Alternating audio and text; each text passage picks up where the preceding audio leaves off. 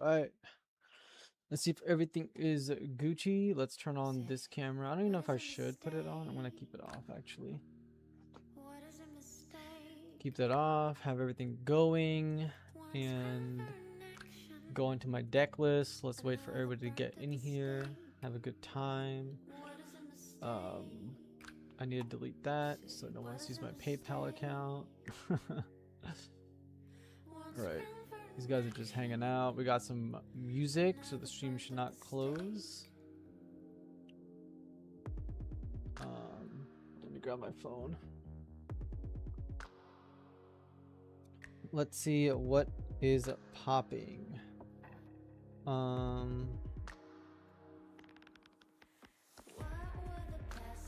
YouTube video. Coach, do you think XO will be played as you set for the mini red one? The new CV red seems leaning to more green than purple. I can see a living traps and then send you the first strike, but lock line is good, so something just keep out.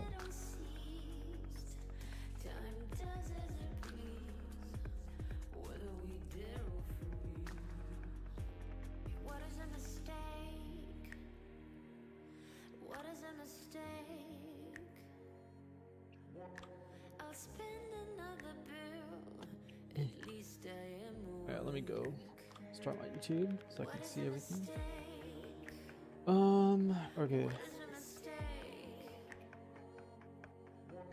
Did my stream close or what happened? No, it's up. Coach is in the building. Yes, one freaking punch. GD04 live. Yes, sir. GD04 is live on MSA Arena. Maybe I should change the title to something else. What do you guys think? Should I change the title of the stream? I don't even know if I can. But yeah, that is the whole point. Let me know if you guys, if the volume is correct and everything. One punch is at work, I bet. Working.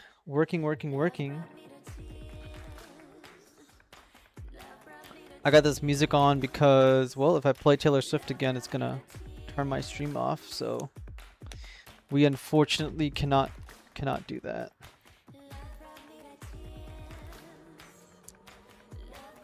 But yeah, Super Black, we're gonna be playing GD04 since MSA Arena, at least the beta versions. If you guys want to play on here, you just type beta dot mobile suit arena instead of just mobile suit arena. So you go in there and change this URL code. Welcome in. I'm just gonna wait for everybody to get in here, whoever's joining us. You guys, make sure you guys comment in the chat so I know you guys are in here alive and well. Unlike me, I think all day today I was like, woke up like dizzy as hell. Felt like I was gonna fall over and die or something. If you guys checked out my recent video, I commented in there saying that I was like completely a little bit out of it, but got through that video. Hopefully it's good enough to get the point across.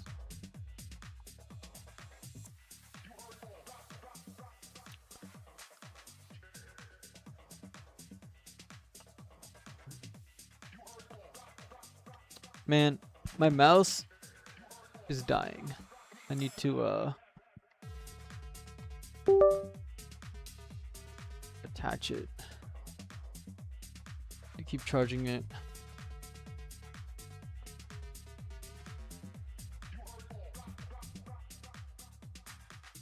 Why is it not letting me playtest this? Oh, I need a deck. That's why. Okay. What deck should I play first is the question. Should I show you guys the Zeong aggro nonsense? Or should I actually work on some decks? Maybe people will enjoy playing CB first with the new cards. So let's actually run the CB deck first and see how it goes. I think this is everything that I need here so far, pretty much. Yeah, I think we're good.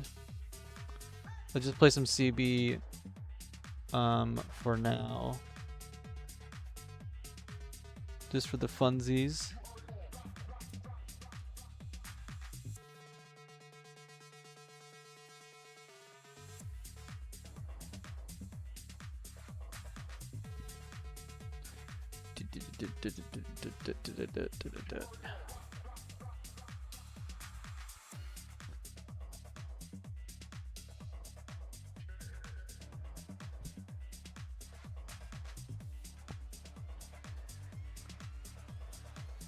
If there's anything wrong with the music volume or my own volume, let me know, guys.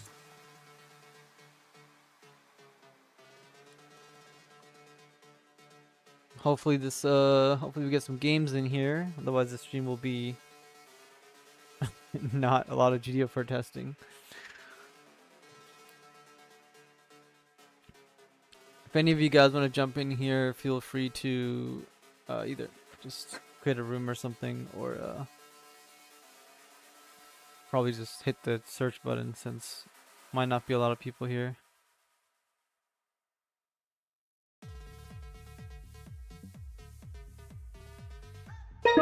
There we go, game found. Game number 1 with CB Purple Red versus Lagger. I guess this guy's a supporter? Yeah, he's a supporter.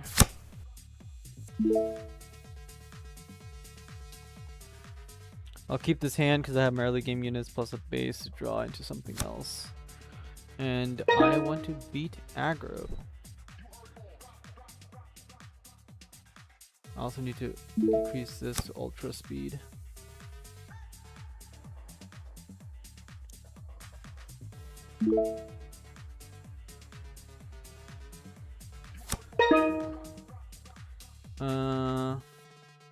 I don't want him to know what I'm playing, and I can play the base next turn anyways with anything I want, so we're just gonna end our turn here to give him 0 information.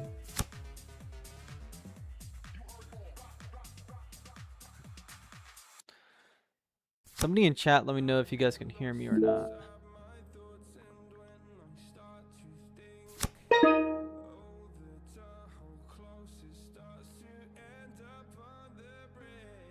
He's playing the 3-3. Let's play our own 3-3. And let's play the base now to draw us a card and get CB cards to the trash if they destroy our base, basically. So we got the Zahart Exia combo, which is perfect. That's exactly what we want to mill our cards. And then we have this guy, which is gonna basically knock out a bunch of his units if he plays the 4-2s. If we get 2 of these, we can actually destroy all of his blockers in one go. Maneuver Squad is a little bit hard to beat just because it's got that late game and a bunch of blockers that keep coming back.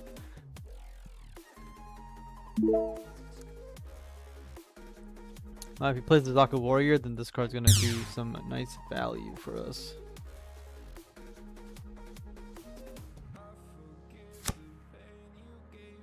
Lifrith.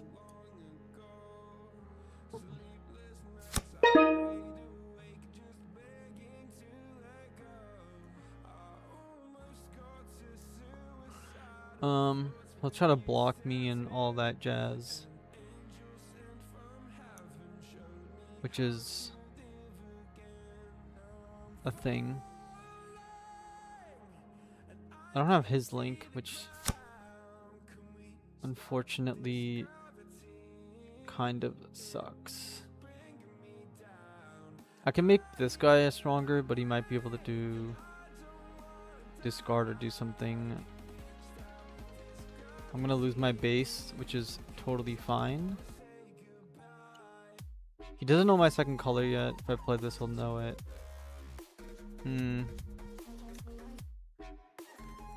It's gonna be a long game. It's gonna be a long game. So let's just yeah, let's just attack into this, see what he does, and then end our turn. He'll block it. Just don't want to lose too much HP in case he goes super aggressive. Then I'll just end my turn here.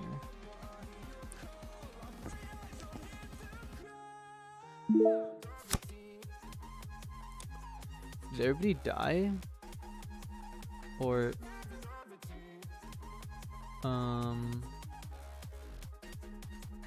where's view?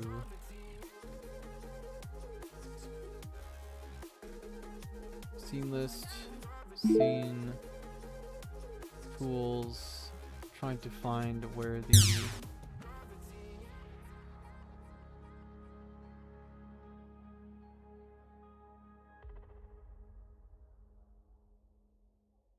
I don't know where it is right now. What does he do? He did nothing. Okay. Yep, he's gonna trade his blocker for my blocker. That's perfectly fine. He swung into my base to 0 damage because he didn't read my base and how it works. So I guess we got a little bit extra help out of that.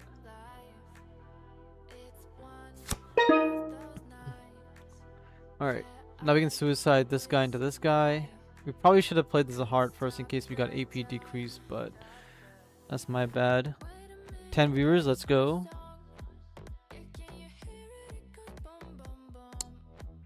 Guys, if there's anything wrong with the audios or anything like that, let me know. I can try to fix it. But currently we're just playing CB stuff. And we're good. We drew a card. We're perfect. So this is the combo, guys, with Exia that I've been talking about with obviously Zahart. Obviously Zahart's been following me for a long time. Zahart's like the best purple pilot. Mill 4 cards, get that CB stuff filled up so we can get Trans Am online really quick.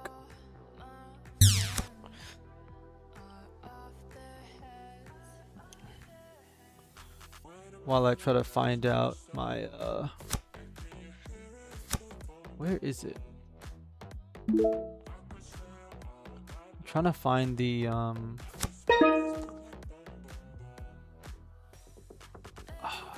is it YouTube? No. It's I found it. View docs chat. There we go. All right, perfect. All right, put a blocker. That's totally fine. I have a 6/6 here.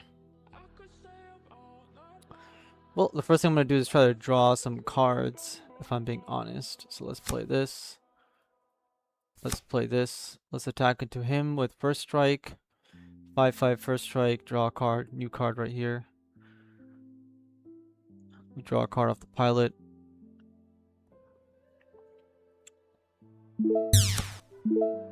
Select it. Put it to our hand. Then we'll attack 6 into his shield. See if he wants to block it or not. So it's really nice to have these big bodies. And the cool thing about this card is that you can see that I went to a 7/5 now. Because he is a Deering Link. He gets +2 AP for each of my rested units. So he can get really big. And first strike many things out of the game. Okay, he's going to choose to block me with Lifrith. That's totally fine. He wants to stall the game out. I think I'm just going to play this now. Because I don't think he's playing Zaku Warrior or anything. And if he is, doesn't matter. I can play this to blow up the board next turn. So I'm just going to end my turn here. Plus, I want to get as many CB units into the trash anyways for Trans Am to come online.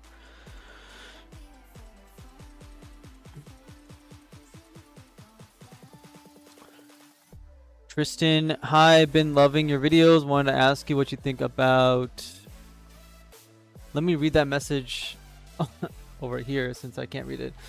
About AEUG have been trying to force them to work one way or another. Yeah, AUG is a little bit of a difficult one because it wants cards in the trash. I don't remember if it has any ways of putting cards in the trash. Let me go here. AEUG. Right. Zeta Gundam, I still think Zeta Gundam is a very solid card. Obviously, Camille, I think, is a great pilot. That I'm first certain about. The discard outlet is here. Argama is an okay base. It's going to be more relevant probably with the breach that's coming out right now. There's not a lot of cards we have for this deck. So I think we're going to really be waiting for GD05, GD06. Right, I think GD06 is a lot of Zeta Gundam stuff. So I think we're still in the waiting room for this second half of this thing. This AEUG. We're not there yet. We don't have a lot of ways of milling everything and then getting biosensor off either. Reducing someone's AP, like is fine, but it's not the best. I think you just play Epion if you want to. I think Zeta Gundam could be well if you could give him Breach or something. Unfortunately, we just can't do that completely just yet.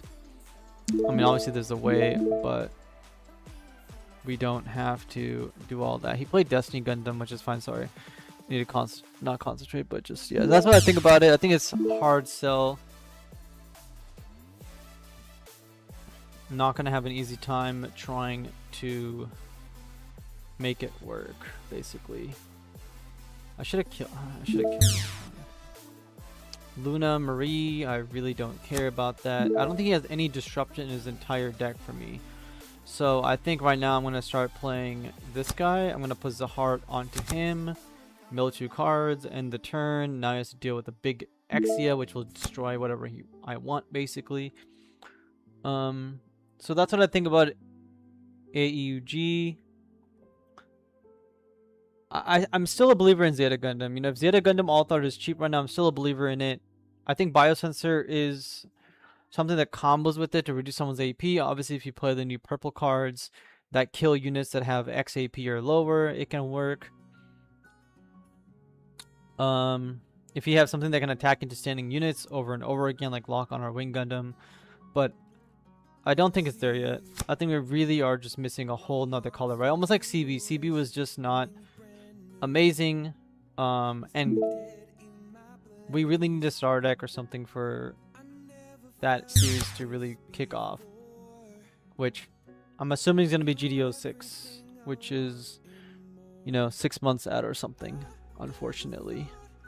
But I'm looking forward to the SD Gundam set, so I keep telling people that maybe in the SD Gundam set, we can be hopeful that there might be something good there for everybody to upgrade their decks a little bit and might change something about the game. This isn't Academy/JK. Stella, I agree. This is not Academy. I can play Academy for you afterwards, whatever type of build you want, Stella. Stella. Okay, I'm gonna give First Strike and knock this guy out of the park, I think. But how strong do I get with First Strike? I almost wish I could kill this somehow, but I can't. I will attack into him because he has to block me, otherwise he loses his blocker. And then I'm gonna swing this one into his guy with First Strike. Is he not blocking it? Does he not understand how this thing works? Oh, yeah. Okay, he doesn't understand how it works, guys. Perfect. So you guys can see here, we can basically get Transdim online on level 7 link or level 8. It's really, really quick. And now we're going to go here. We're going to link this guy. We're going to attack into his unit with First Strike. This should be enough to kill it. Yes, it is 7 now. With First Strike link on destruction, we draw a card. We get X to our hand. We still have 4 resources. We'll just play a nice, juicy 6. Yeah, blocker. Cool. We win. Okay, that's a CB deck. So I had a comment earlier in my YouTube video asking if CB and purple CB in particular is going to be good in the next set, or at least, you know, viable. And the answer is yes. You guys just saw me beat Minerva Squad, which you guys will be expecting a lot of in the next set, obviously. And then obviously blockers and aggro, right? Aggro, the CB deck actually is that deck I just played, the CB deck right here. Exia is actually undefeated into aggro and all sorts of aggro. It's really, really good because Gundam Exia is a unit that also has a close combat, which is excellent. It has blockers in many forms. It has a GN armor type E, which also destroys tokens and stuff, which is useful. And then it also has access to this guy. This is the guy that basically makes sure that it can beat aggro. Is Gundam Thorn Eins, whatever. It's basically deal 1 to 2 damage to all your opponent's units, depending on how many CB units you rest when you deploy him. Super, super good. And then obviously the base. The base has actually been very, very useful. If you are a CB super fan or are going to be playing this deck mainly, I want you guys to understand that these bases and like GN armor types, I believe, are $3 for the alternate art. And the bases, I think, like $7 for the alternate art, or $12, something like that. The base looks really nice because it's got earth behind it. And these cards are pretty cheap, so maybe you can pick some up if you guys are, you know, want to spend another $100 to go all in on CB next set.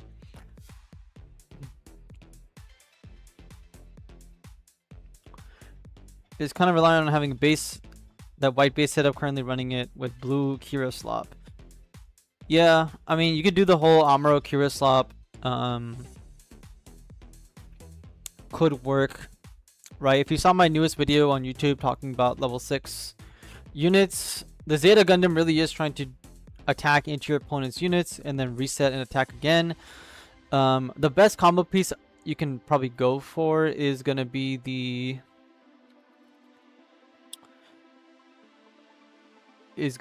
command card, right? If you give this thing, choose one of your units that gains breach 3 for the turn. This gives Zeta Gundam the ability to destroy 2 of your opponent's units, but also breach twice into the shield, aka suppression.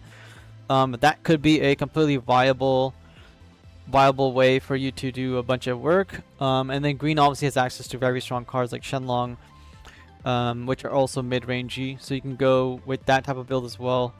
Obviously having access to Shazaka 2, Neo Zeong, but really trying to make the whole AP reduction, get the cards in the trash, reset your bases and stuff. Just, there's too many things going on, just doesn't work. Just like Vegan, or Vegan, whatever you want to call it. Still missing a bunch of stuff. Just like Vulture in the previous set was missing a few things. We got some more upgrades in this set. So I think we just gotta wait, right? Just like Wing Gundam. I mean, I know Wing Gundam has been a meta deck, let's just say, not the best deck in the game. Like 4th best deck in the game pretty much the entire time has been out, but it has a powerful boss monster that does a lot of work and good cards, and people are kind of forcing it, and they're also forcing it off the basis of playing like freedom blockers mostly. So it's not even that Wing Gundam is winning its own games, that freedom blocker is really carrying it and Wing Zero is doing the rest of the work. So yeah, that's Zeta Gundam pretty much. Do we want to play Academy? What do we want to do right now? What's the chat feeling? Does Stella want me to play Academy? Does she want to watch? Oh yeah, you know what? There was an Academy build that I did want to play on stream. It was going to be the Neo Zeong one, and I know people are going to be like, "Hey, this is an Academy." You're correct. It's not really Academy, but we were going to be utilizing the the Academy cards to ramp us into Neo Zeong. I'm trying to find where that deck actually is. Maybe I deleted it because I said I was going to play it. I think I might have deleted it. I'm going to be honest, because I really don't see it. That's the Gjallarhorn deck that we made. Minerva Zombies, Red Green. I haven't playtested the Red Green CB yet. I played into it, beat it, but have not played it myself. I don't know where my deck list is. I guess I'll have to make it by scratch. Play the Minerva purple and later too with the GD update. Academy, please. Alright, we got 2 people wanting Academy, and then we got Minerva. I will play Minerva as well for sure. Okay, let's create a deck for Academy. You guys want to see new Academy. What the hell is this thing doing? This is that thing. Okay, so let's go with clear all this. Right, we want to play Academy. Now, do you guys want to see me playtest Neo Zeong, or do you guys want me to play White-Green Academy and just show you guys White-Green? I'm assuming you guys just want the bare bones new Green Academy cards with the white ones.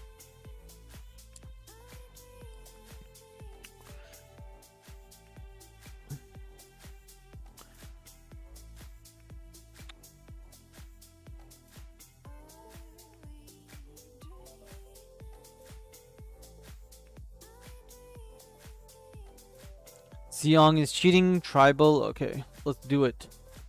So we're going to be playing 4 copies of Gundam Aerial Rebuild off the bat, because guess what? It's a +1. It's basically our Justice Gundam. We 100% want to play 4 copies of this. I know a lot of people hate this card. I don't know why they hate this card. I think they just don't understand that, you know, card advantage is the thing. Just like Minerva Squad, if you're playing the Minerva package, you're winning the game because you have more cards than your opponent and you keep respawning blockers. Play with the bad cards like the rest of us, yeah. So we're going to play this card. Obviously, we're going to be playing Gundam Ferract. We're playing 4 copies of this. I'll try to remake the same build I had earlier. We're playing 2 copies of this because attacking into standing units is a key thing that we must do to survive, because if we do not attack the shining units, they will attack our shields and kill us. So this is interaction. I kind of want to see the Neo Zeong. I want to see how it plays. Yeah, I can play test it as well after this. We'll run some games. I'll be streaming for a couple hours. If you guys are sticking around, I'll keep on going. We got up to 24 viewers right now, so I appreciate you guys tuning in and listening to me. Maybe I should stop rapid firing words out of my mouth. Okay, Gundam Lifted Thorn. This is a card that we are going to also be playing. Let's start off with 4 copies of basically as much as we can, just show you guys the default of all of these decks. You guys feel good about yourselves. Okay, we got 2 copies of Soletta, because I know you guys want us to play all the Solettas in one deck for sure. Michaelis, 4 copies of that, 4 copies of this card, which is very important. Some people don't like Gondwana. I was talking to King, right? Now King obviously needs to playtest a bit more, but he was not big on the card. But I'm going to tell you guys right now that that card is very, very good. So we are definitely running 4 copies of it in the deck. Wish from Earth is one of the best cards we have access to. This is pretty much the best pilot we have in that. There was a vendor trying to sell the Ferret R plus for $4 via regional. That's insane. Definitely a scam artist. If he's in chat, you're a scam artist anyways. I don't really give a fuck. Gunvola. Alright. Let's close this. We don't need Epic Pen. Right, Trinity W Trinity, we're not going to play right now. The base, I think, is completely useless. We're not playing blocker slot because that's gay. I'm going to be honest. If you're gay in chat, you know, it's, you can be gay, completely fine. But we don't want to play these cards. Darobald, we are going to be definitely... I don't know if I want to play this. I kind of do want to play it in case we play against tokens, but I feel like the people we're going to be playing against on this simulator are probably not going to be playing a lot of tokens, or at least not going to be playing Zeong, so we shouldn't default to playing Daraball. But this card will be a very solid card. I wish it was a star deck foil or something, because I would have 4 copies of this. What are we missing? I want to play Bitform because they're a beatdown deck. Let's add 3 of those. We're missing something. I don't know what we're missing. We're missing something. We don't want to play bases. We could... Oh, we're missing Overflowing. We've got to add an Overflowing. Probably going to add some Striker packs to the deck as well. Let me go find Overflowing Affection. Alright. Adding Overflowing Affection to the deck. We're looking good. We're looking good. 8, 10. We're going to lower this one by 1. I mean, honestly, I should lower this one by 1, but we'll play test it like this for now. And we want to be playing 2 bases in total, so we're going to lower this guy, and we're going to add in 2 bases to the deck. What are those bases going to be? Excellent question, Kusanagi. In case we do play into something. Must be logged in. Why am I not logged in, guys? What is happening? Continue, blah, blah, blah. EX burst. Logged in, redirect. My decks. Did it not save it? Saved it. Okay, cool. Select deck name. Green, white, Ferrec deck. Cool. Save deck. Alright, so here's a vanilla copy-paste white, green Academy. Let's test it out. 54 cards. Did I really go overboard? No, I did not. I don't know why there's 54 cards. Probably didn't delete everything. That's why. Let's go. Search game. Alright, here's Academy. Matthew Novak. Crying emoji. What is he crying emoji for? $40 or... It's $40 on TCG player? Well, guess what? I'm sorry to say, but Gundam Ferret R Plus should not be a $40 card, and I'm going to tell you right now that it might not remake the final form of all these Academy decks. So, yeah. The artwork on that card is nice, but it's not too crazy, and it's not a... Yeah, it's just, I don't know. It's not a low print or anything. People have tons of it. So going into Academy, immediately off the bat, I want to say is that you really need to go and find the cards that are going to get you your resources. So we clearly did not find it, but we did find Overflowing Affection to discard into other stuff. I'll play this card right now just so we can discard random cards out of our hand. We're going to discard we already have this card. So Soletta Mercury really wants to go on to the Link over here. The Ferract we definitely need. The Bit form will be discarded first because we want to keep Michaelis. Although I feel like we're not going to get to the point where we're going to have access to 4 Academy cards. So we're going to discard the Michaelis here actually instead. The blocker slop is gay comment had me dying. Oh yeah. Yeah, something I wanted to say. I almost made a video about the regionals that just happened in VA. And I know a lot of YouTubers were like, oh, the meta's changed or blah, blah, blah, bullshit. Basically, the decks that made it at 2nd and 3rd place, right? Whether it was the O deck or the Academy blocker deck, basically, when they were calling it. It's literally 99% freedom blockers with rebuild and show of resolve. The only thing they did was take out freedom, level 7 freedom for level 7 aerial. And that was the entire deck, and they added for Michaelis. With Michaelis, everybody knows Michaelis is a very, very good card in multiple different decks. In any archetype, especially if you're playing a bunch of commands in white with overflows and stuff. It's a 4/4 for 2. But yeah, the meta has not changed. Aggro is still very powerful. There was no top cut in VA.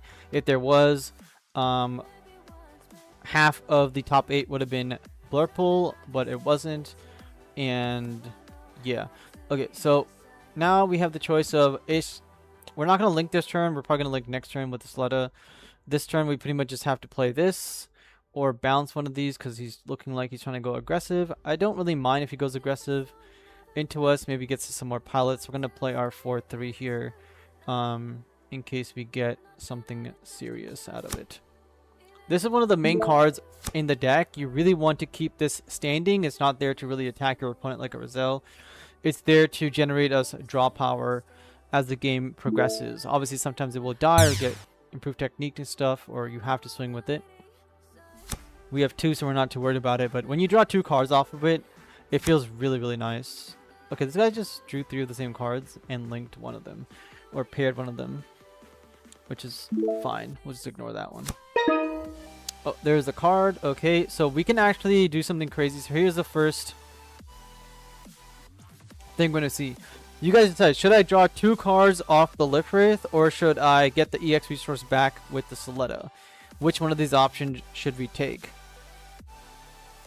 Do we want to draw 2 cards, or do we want to get the resource back from Soletta? I personally think we should get the resource back from Soletta, because then we can go to Gunner Ferract next turn. If I don't see a response soon, I'm going to have to play out my turn.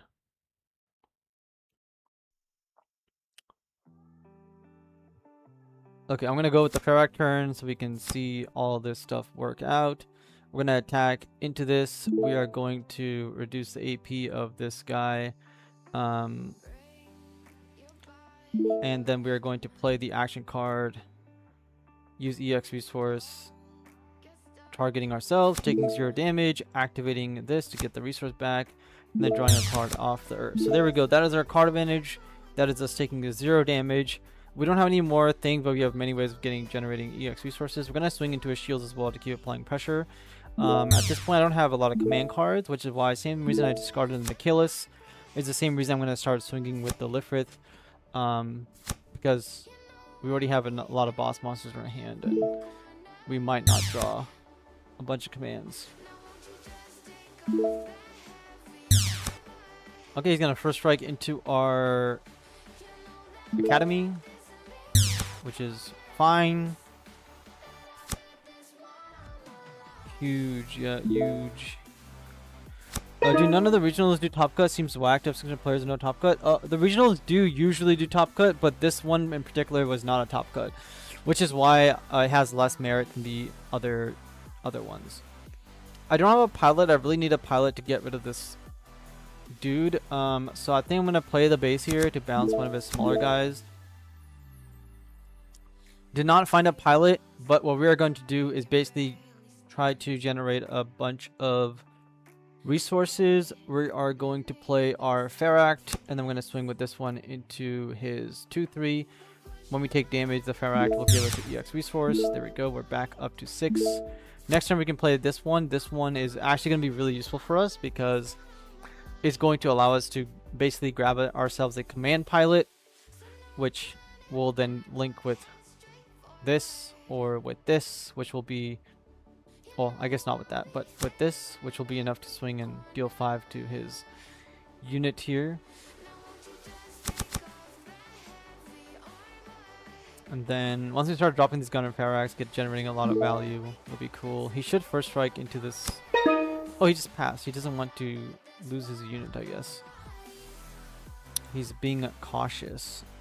Let's play this and maybe we can draw into perfect. Look at this. Only 3 AP. We're going to grab this immediately because now we can use this card to basically attack into his unit. We're going to play the command card. We're going to use the EX resource. We're going to target this guy and this guy. And then this is going to draw us a card. Perfect. Then to murder this guy completely, we're going to attack the Feract directly into him. Oh, I can kill either one at one, actually. Attacking either one. I want to get rid of the first right guy, more importantly. And then I'll play an action card. And I should have got the EX first and then attack into this. It doesn't matter. I'm going to target ourselves so we don't die. And then we'll kill him. And yeah. This guy will attack. Yeah, I kind of messed that up, the whole combo, but it's okay. Okay, cool. I'll be going to the Illinois regional, so hopefully they do a top cut. Yeah, they probably will, I would assume. One punch, I got your text. But don't worry about it. I give 0 fucks, bro. I give 0 X. And I know people like that are in the chat as well. Also are my clients in the chat, but I don't think they're gonna mind. Okay, this guy's just playing all these cards. Playing Fiddle Strike doesn't work against it. That's another thing, like Fiddle Strike guys, Fiddle Strike and the Sword Strike isn't gonna work against these mid-range decks, but a lot of people in the community think that mid-range doesn't exist. Mid-range 100% does exist and is going to be very good into these type of things.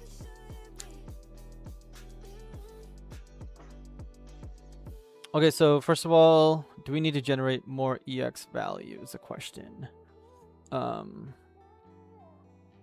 This is 5. What I want to do is play another Kusanagi. Let's play Kusanagi, see what we draw. It's a Soletta. Let's bounce his 3-3 to his hand. Let's play this. Let's put the pilot on this. Make it a 5-6. Let's take this guy out of the picture. I will generate an EX resource. Let's attack with the Feract directly into his shields. Because there's no striker pack. Let's attack this with the shield. We'll hold the Soletta for a link down in the possible future. And then we can deploy anything we want here. I'm feeling I'm just going to deploy the Feract because it's so, like, you know, just a huge breacher, and we have so much mana anyways. Like, look at how much resources we have. You know, we had 9 that turn. He's gonna first break into us. That's not a big deal, as Feract will destroy him next turn if he has the link. Doesn't look like he does right now. He's gonna take that out, no problem.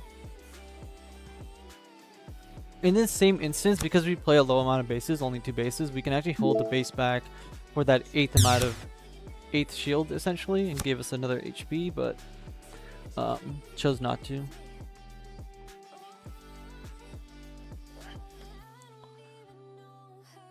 Are you watching Stella? I love Academy combos. Yes. It is fun when you do the Academy combo, especially in real life when you start to like get the EX resource, draw a card, and you're like reading all your cards feels good. It feels like that's how, you know, other card games are with like enchantments and equipments and combos, which Gundam doesn't have too much of, but we are getting. Okay. The question is, do I want the Ferrac to stick around or not? That is the question. I think I kind of do want the Ferrac to stick around. Just, he's gonna have first strike anyway, so I guess it doesn't really matter.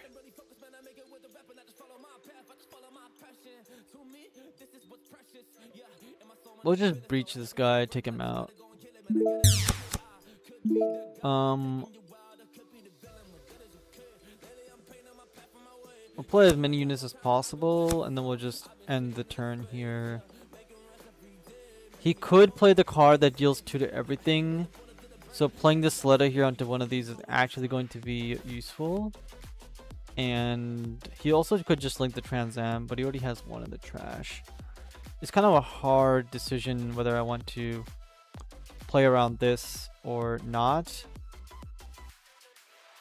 There's a lot of Academy links in the deck in the first place.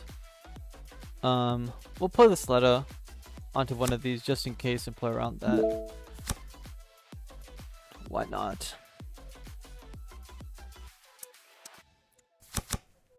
Ooh, he Fatal Strike me. That sucks.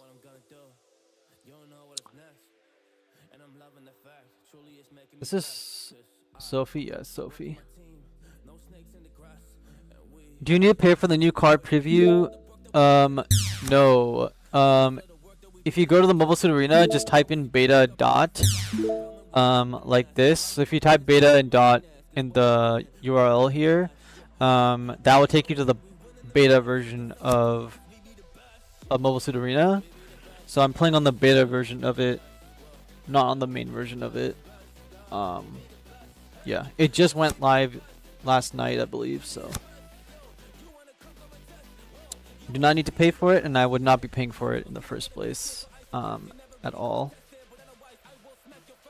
Do I lose here? Do I win here? Okay, we got the link here, so let's just... Okay, he conceded. That's our first win, guys. Let's play one more of this.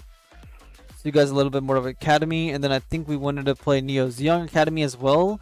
And somebody else asked me to play some other deck. Oh yeah, Minerva. Play the Minerva purple, red later 2 with the GD04 update. I will do that.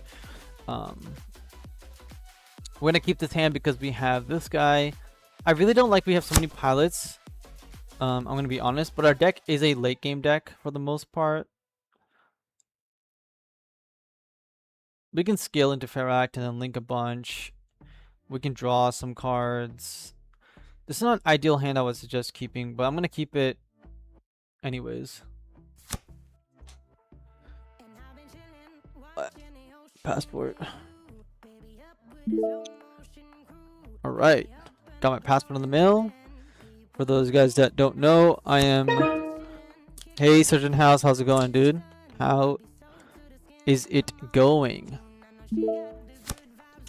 Yeah, if you guys don't know, I'm in August. I'm leaving to go get married, which is why if you guys get coaching from me, pretty much straight up goes towards me getting married. It's basically a wedding gift to me and mostly to my wife. You know, as you guys who are married probably know, all your money goes to your wife after you get married and you go broke.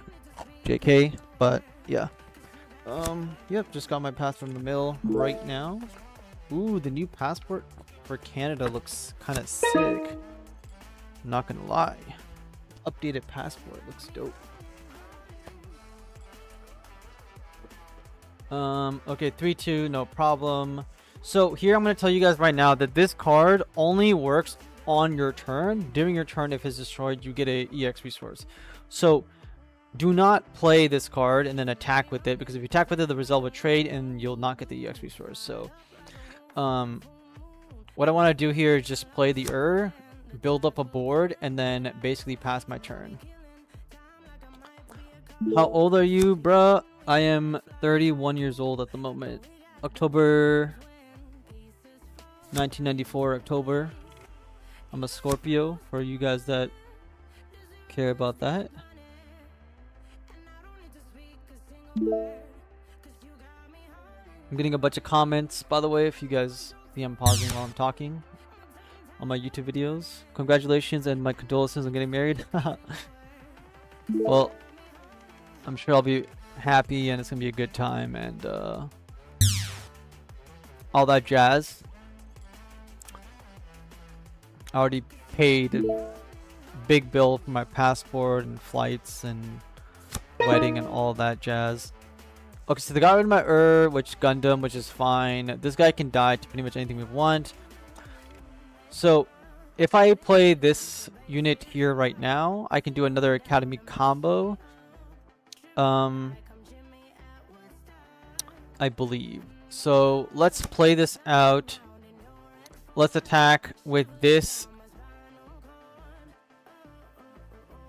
into... I want to kill the Gundam, right? So let's play a Paletta.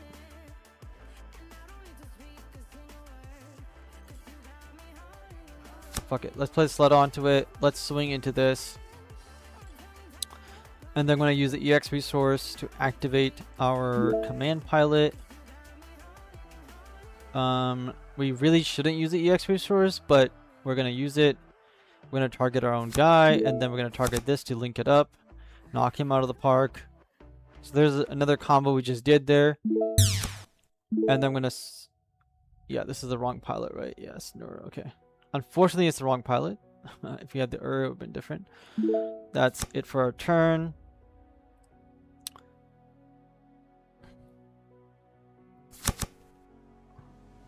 Yup, when you get married, there is her money and our money. No more your money.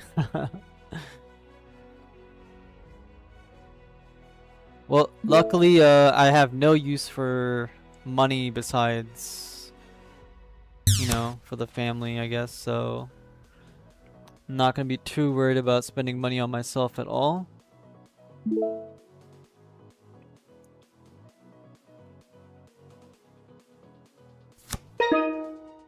Alright, again, I don't really want to swing with this, but I don't know what the hell he's going to play. Let's get Michaelis on the board. I'm not going to play this right now because I really want to link. You know what? I might play it, actually. Because this thing has to be linked. Let's knock this out of the park. And then... the game's going to be long. I don't know if I want to attack with this just yet. But... let's go for it. Hopefully I don't give him a pilot here. That would kind of really suck. Okay, he's playing a Penelope deck. Penelope fight form. That is the end of my turn. I'm running low on cards.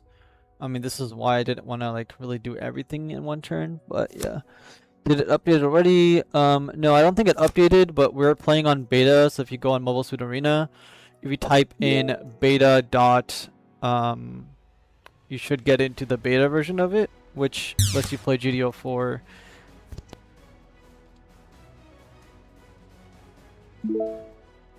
So they got rid of my guy. I didn't get the EX resource, but that's okay.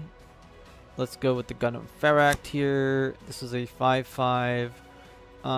Do we need the EX resource here or not? I'll take so much damage that I'll basically die if I do that. I think we want to attack into a shield because this guy is irrelevant. Really don't care about him right now. Hopefully there's no siege ploy. Useless card. Okay, then do I want to breach him or not is the question. He can't really kill me. I can get more cards in the future. I can play this onto this. Attack this, target this, keep the Ferract alive, sacrifice my Soletta, get the EX resource. So this is another combo. When you use Ellen to target your other Academy units, they will take the damage for you and then activate Ferrac's ability to get an EX resource, and I'll just end my turn here.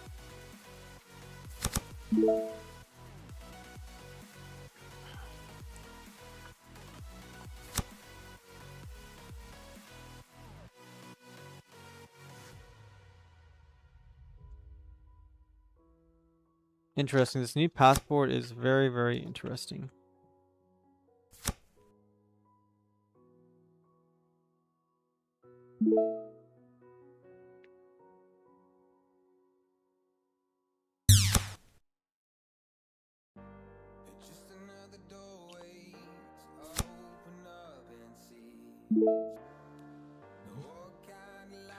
They destroy my unit. I'm running out of cards, and this is where this guy comes in, where I don't run out of cards, and I grab this.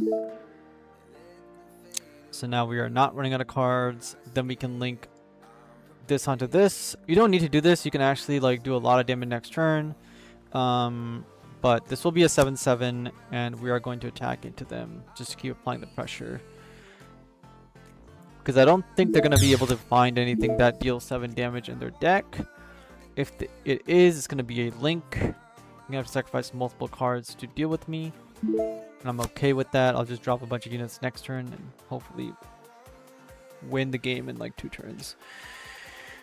But this is why you want to run 4 copies of this aerial. Okay, anybody online who's like, this card sucks or whatever, like, Bandai's not completely stupid. They didn't make alternate arts and promo versions of these cards because they suck. They made them because they were actually meant to be played and used, and it's one of the best cards we have. If I didn't have this card, I wouldn't have a +1 in my hand right now.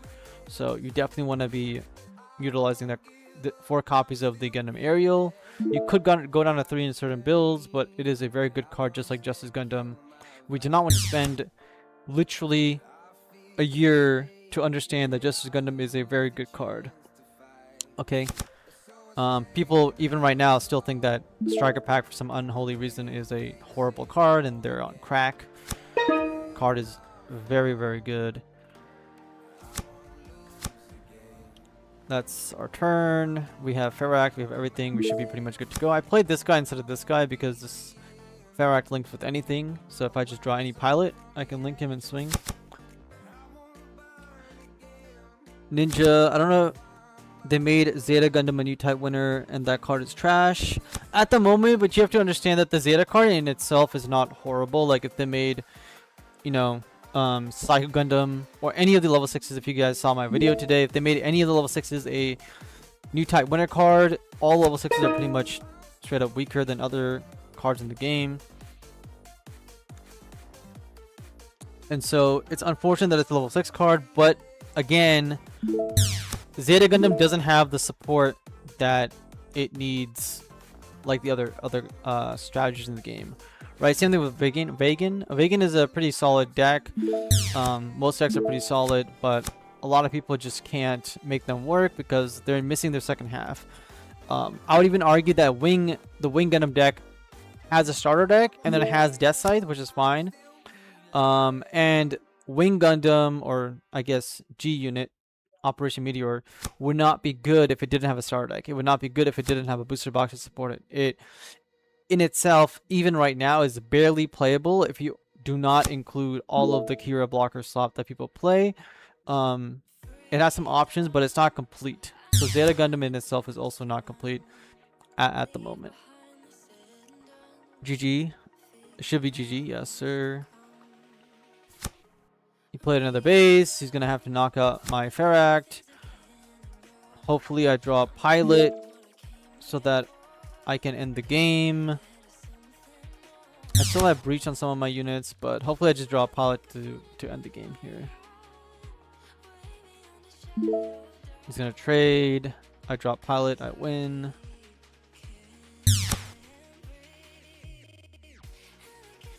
He should not attack my shields, but okay. Just give me a pilot, baby. Give me a pilot. Nope, no pilot. Well, I can take out his shields. That's something.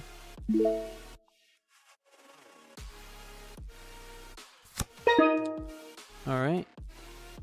Let's This is gonna draw him a bunch of cards that I don't really want, but we should be able to close out the game here. If I randomly lose to some nonsense, whatever, I really don't care. I really do not care. We're just streaming, having a good time, and not caring. He's gonna attack me, he's gonna try to recycle a card, draw 2 more cards. So he's basically drawing 2 cards this turn. Oh, drawing 3. So he might see another base, he might see something to help him out. Gundam Amuro Link or something would be good. Plus the base, Siege Boys. Okay, he's going after the shield, so maybe he has nothing. Or maybe he has everything. No idea. 30 viewers.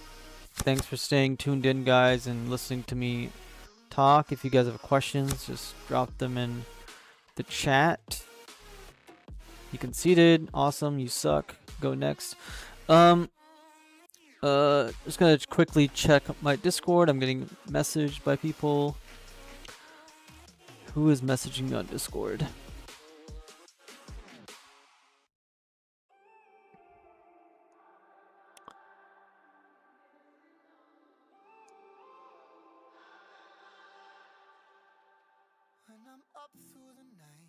I don't know why you feel like a 4. Yugi messaged me, Discord, Gundam Card Game Table 2.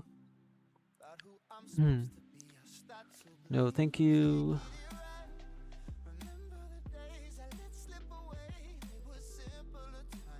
Alright, let's go back to YouTube. I'm not sure how to build it yet, but I want to smash Zeong and Justice together. The fact that people don't still realize that free buy is insane, the value is crazy to me. I agree. I agree. We were talking about this. I don't know why he went for shields. I guess, yeah, to draw cards. Yeah, that's why. I forgot that he has to attach the player to draw cards, not the unit. Yeah, I don't understand. I mean, I still think I have an opinion, I guess, or a hypothesis that the Gundam card game community, obviously we know that everybody netlists, everybody copies Blurple, Aggro, whatever the hell's winning, and just netlists everything, including Justice Gundam or whatever, you know, deck that they want, Epion, etc. They don't actually think for themselves or build good decks. They just sideline everything, and then until somebody does well with it, like Lupus, and then jump onto it because I think it's like the next big thing, or think that, oh, there's a new deck to play now. It's like you're still gonna lose every single game you play. It doesn't matter. And I think that the community on Gundam, most people either they're just card game players. Now I understand I'm a coach, but I also come from other card games. I understand that people put out a lot of videos, content, educating the community, you know, especially the masses, on what cards are good, what cards are bad, why is something good, why is something bad. And that's why like OG Yu-Gi-Oh! Or Magic players would explain to you why they made side deck choices, main board choices, how many they're playing, what is this card particularly there for. Unfortunately, in Bandai games, I guess mostly in Gundam, it's not really a real thing because you can't go search for cards. You don't really get to see everything. There's no sideboarding. Gundam is a best of one. But yeah, hopefully that the Gundam community starts to, like, other YouTubers should 100% be pushing out videos. Like some people who might even play more than I do, you know, should be uploading videos explaining to the community that certain cards are broken, but they might be just, I don't know, greedy motherfuckers or something. I'm not sure how to build it yet. Okay, you think Neo Zeong is good for a Red Velvet deck? I think Red Velvet, right, is a very strong deck. As we saw, Red White finally won, but obviously Red White has been doing very good in the metagame overall, whether it's the Justice variant or other variants. People just mostly play the Justice variant because the other variant is harder to play and less aggro-y. Also has less bases. But Neo Zeong is obviously a very good card. Is it good for the Red Velvet deck? it's something that you need to, number one, have a bunch of cards in your hand. Number two, you need to actually survive to level 9. It's difficult to get to level 9 unless you're building a like Akira blocker deck with Kshatriya, which you can do. But the idea of the Red Velvet deck is to not play Kira, not play these cards. I mean, Red Velvet, just bake your own cake, right? So you can play it in there, you can try to build it. It's hard to get to level 9, which is why I want to ramp into it. I'm not trying to ramp immediately, speed running. Let's actually build that deck right now since I have all the cards here. Let's get rid of all of these and I'll show you guys, and we'll play test it and see if it works out for us or not. Unfortunately, I have to get rid of all of these cards. There was a little academy run. Hopefully you guys enjoyed the whole academy games we just played. We just won a bunch of games. You know, any of you guys who were sitting here thinking that coach can't win games or his decks are ass, I mean, probably not any of you guys in chat, but in the comment sections, you guys remember when I first started the YouTube section, you know, we really haven't lost a game yet, even with these new decks or whatever. Into things like Minerva, Amuro, all this stuff. Okay, let's go with Neo Zeong. 4 copies of this for sure. Sin on Ju. I'm gonna try to build this off of memory. It's not gonna be perfect, but we're gonna do what we can. Okay, let's tech in for the new stuff.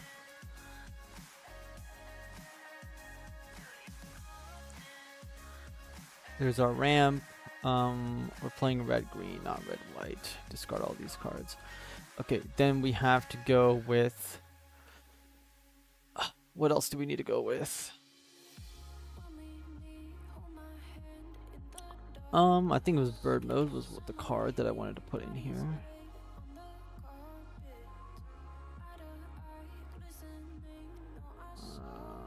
Okay, and then after the Bird Mode, we need to go into, it was going to be Death Scythe, I believe was what I was going to run. And Duo, I don't remember off the top of my mind. It might not have been this variant, but we'll see what we're trying to do. Obviously, we're playing Merida Cruz, Kshatriya. We're going to be playing the new red cards. Let's add some close combats in here. I don't really want to play too many close combats.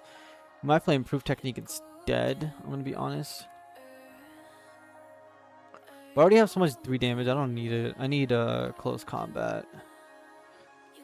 Play 4 of those. We'll play Battle Aces just to pop something. I should maybe play this actually and play the whole Z Gundam lineup. Might be cool, might be not cool.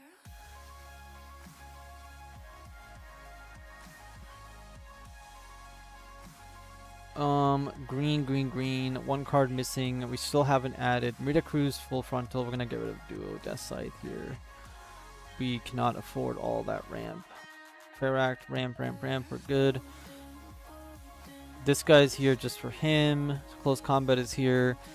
We need bases, obviously, so let's go with Mining Asteroid. Let's play 3 of those. We'll play 4. Why not? We'll see what else we need. What am I missing? I'm missing something.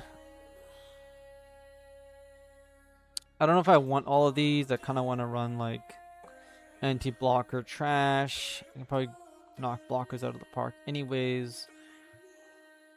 I am trying to remember what I had in the deck. What did I have? Oh. I believe I had this.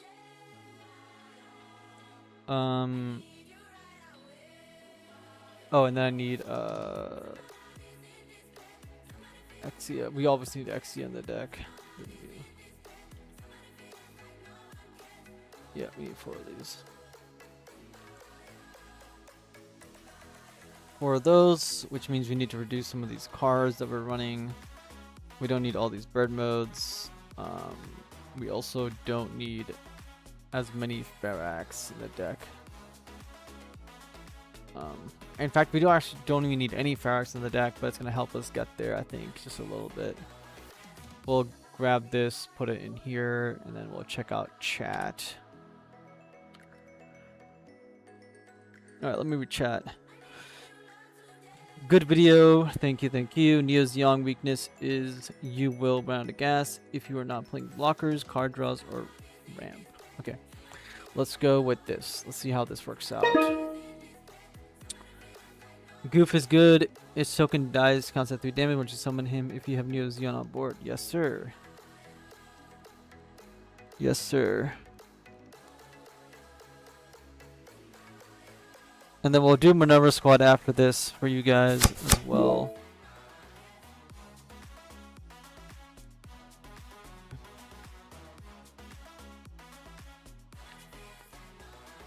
I don't think I missed anyone's chats. I'm pretty sure I got all the chats answered. Yeah. Okay, this got conceded. We won already. Let's go. First win.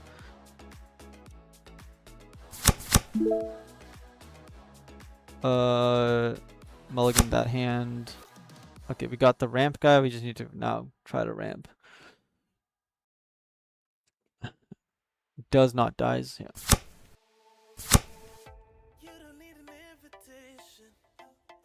Let's keep popping.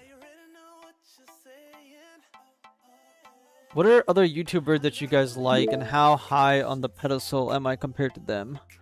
Like, am I your number one, like, you go to YouTuber for Gundam, like, actual educational content, or are there other people that you guys go to learn anything from, or have learned things, whether it's gameplay, whether it's just them talking? I would be interested to know that.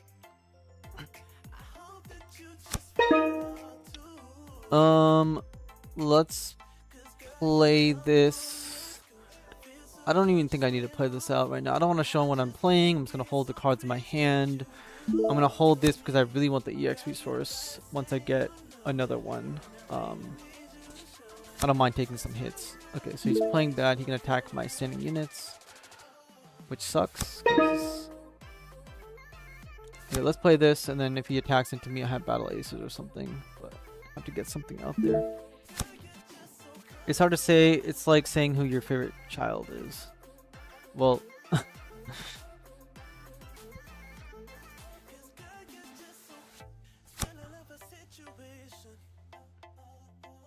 in terms of educational bases, I hear you a bunch of archetypes that simply don't have their other half yet. There are at least 2 in each color. Sucks that there are 3 in white though. About to be 4 in GD05. I agree. Mainly decision making while playing than deck building. Learning to get better. It's definitely between you and Ibo. Ibo? Damn, I can't talk shit about Ibo in the chat. Damn. That's good though.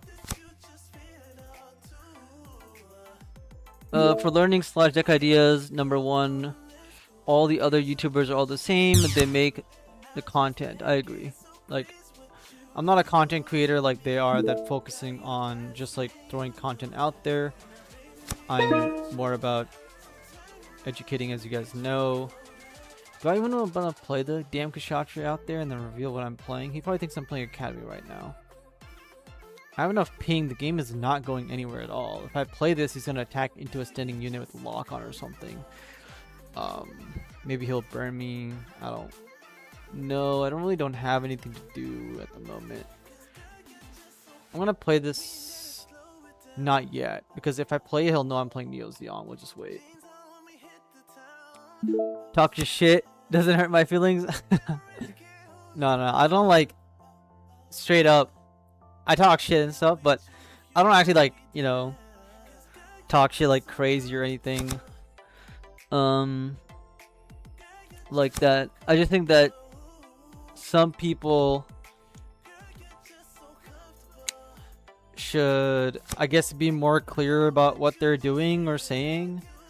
And I think Some people are from the Gundam Discord, you know, sitting around talking, whatever. There's some not nice people on there. And as much as I think that, you know, obviously it's like texting. Texting and being on a call with someone can be two different things. And yeah, okay, so we got like a structure link here. Do I even need to though? Do I even need to do it?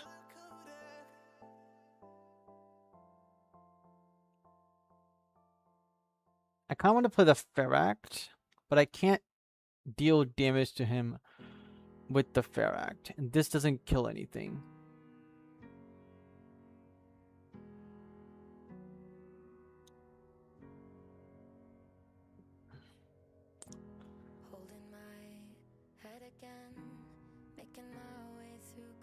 Huh. This will get cost reduction. Let's play the Ferract. Let's just end my turn with the Ferract on the board. It's gonna be a very slow game. I don't know what he's gonna try to do to me or anything.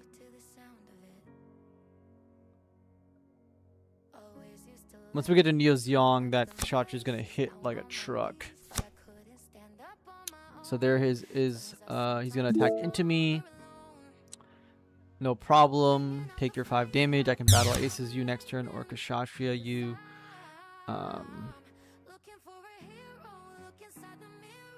Can't kill you with the Kshatriya, but I can definitely do some stuff. Play the base out, draw a card. There's our goof to go with Neo Zeong. We are almost to the promised land. I'm on Discord, but there are a few who I can imagine think a little bit too highly of themselves. Yes. They also put out bad content, my guys. Like, some of these guys out there are saying certain cards suck, certain cards are super garbage. I just can't with those guys. Okay. Let's have to play the battle aces here to get rid of this thing. That's number 1. He gets a search. This is one of those cards that I had my green deck as well because it's a +1, right? Anytime you have a +1, it's really good. He's a good player and has topped Worlds, etc., but not a fan of his personality. Seems a little bit arrogant. Why? But I still watch his channel. Still like your vibe more. Appreciate it. Aza. What did he do? He did nothing. Let's go with this. But no, trust me, when I wanna talk shit, I'll talk shit about something.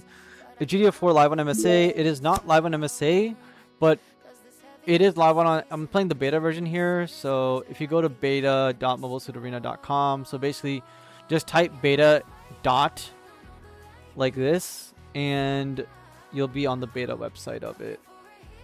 I'm assuming if you Google beta Mobile Suit Arena, it will also just show up on the Google. He did bridge could attack into me. That's fine. He wants to ping me with something. With this card? Yeah, that card is fine too. He wants to waste 2 cards for 1. Yeah. Yeah, I was topped a lot of events, done well in other games as well. Obviously, he's playing only aggro. That's one of the things about Gundam right now. Is like, if you're playing purely aggro or you're playing purely blockers, are you really a good player, or are you winning off the back of your deck being kind of insane? Is a thing that I like to ask people. Okay, we're gonna be doing a shit ton of damage next turn. I'm gonna play the Academy card. I'm gonna play this card, and I am going to. Do I play the command card now? I'll end my turn, and I'm gonna pop his board next turn, I believe.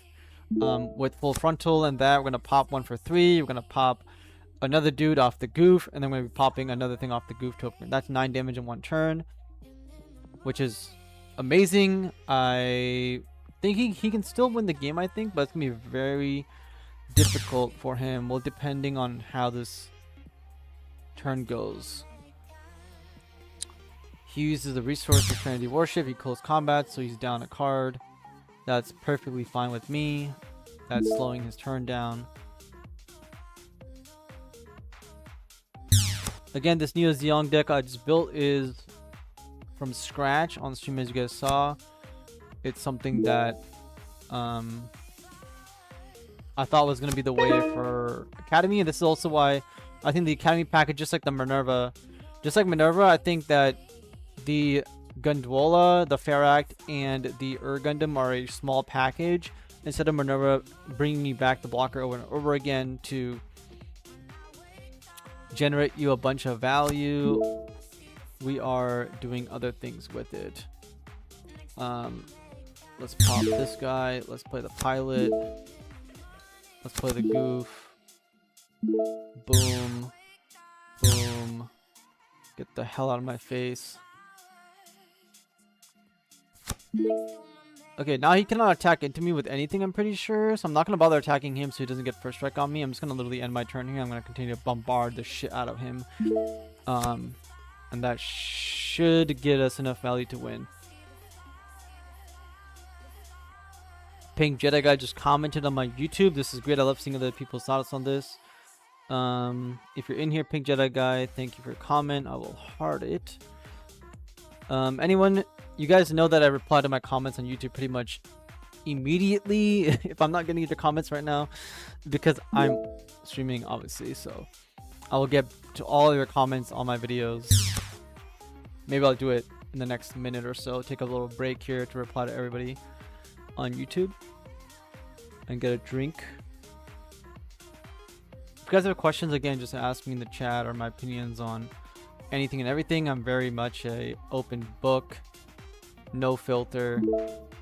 I mean, I have a filter somewhat degree when I want to, but overall I can literally just say anything I want and not care. Okay. We're gonna play another Neo Zeong just to destroy his board, not caring about anything. We're then going to attack his shields for a little bit, and we have so much burn damage here, I could not care about anything.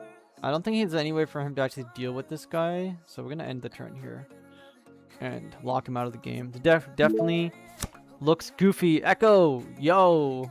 I'm undefeated so far with all the different playtesting with Academy, with whatever. We're going to Minerva squad next. But yeah, you guys can see here we are completely annihilating these motherfuckers right now. Go ahead, buddy. Attack into the goof. Repair your 2 damage. I'm going to blow you up. It's crazy. It's crazy. Yeah, like, I have 2 of these on the board. Like, I can deal 6 damage per card right now. Right? That's 12 damage off a goof, guys. 12 damage. 3-3-3-3. Like, what is this guy gonna do against me right now? Alright, so Neo Zeong might be a excellent card. So I don't mind this one. We'll attack shields into this. If he wants to first strike me, so be it. I really don't care at this point. I'm gonna pop this whole board. After that, we are going to play the goof, and we're gonna pop everything. Boom. Boom. Boom. Overkill the shot of that. He's playing red. We're going to play a Merida Cruz on the token just because. And we are going to end the turn. And then he's going to also take another billion damage next turn. He joined at a good time, Echo. You get to see Neo Zeong on the fucking board.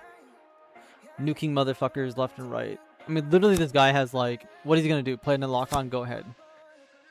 Go ahead, guy. Guess what I'm going to do to you next turn. I'm going to play 1 card to deal 6 damage. Completely insane. And we're still at 4 HP. Like, completely fine.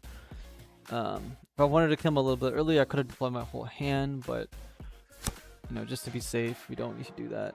So he's going to first strike into my Neo Zeong. If he has the link, he doesn't have the link. I'm going to blow up his whole board right now.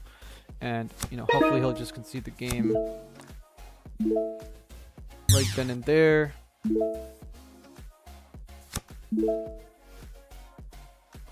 There goes those guys. There goes this. There goes this. Let's attack him. Like, this game is just so over. Fatality, 100%, bro. I was at a chat button because I would definitely type in fatality. Like, this game is so doomed for him, bro. I don't even. I'm just gonna. I'll just start attacking him.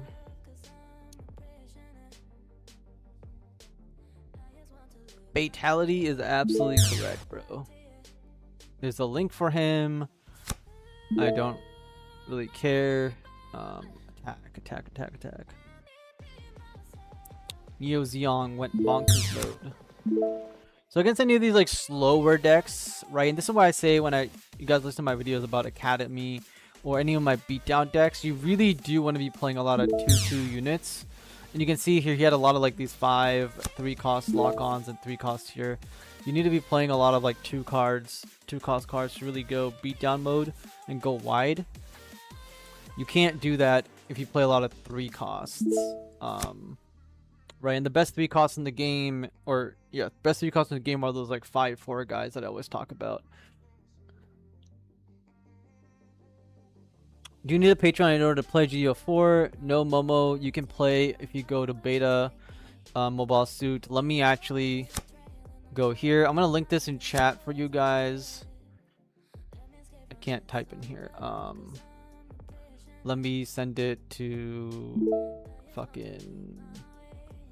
Let me send it here. I'll copy paste it to you guys in a second. What is Nogi saying to me? Should be around 6. Cool. We're just winning the game. Having Bubble and Neo Zeong's on the board is the dream and you're living it. Yes, sir. First time we're playing Academy. You guys can see we're playing Academy with the ramp. We didn't even need to ramp too much. But I think hiding what I was playing at the beginning, like I was showing you guys, was one of the reasons why he couldn't really interact with us. Be careful playing into the new CB in the next set with the first strike here.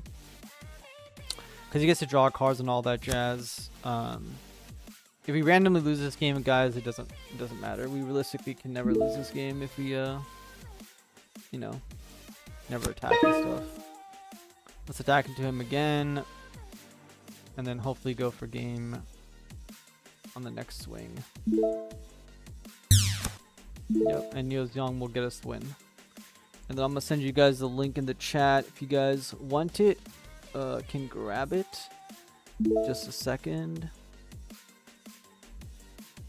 Copy link, chat. There you guys go. There's a chat for that. Why is the game not over? What the hell happened? My bad. Okay, so let's take a little break here. For me, by break I mean I'm still gonna be sitting on my PC. I'm just gonna be replying to all of my YouTube comments that people are messaging me. You're welcome. Okay, let's check out my YouTube section.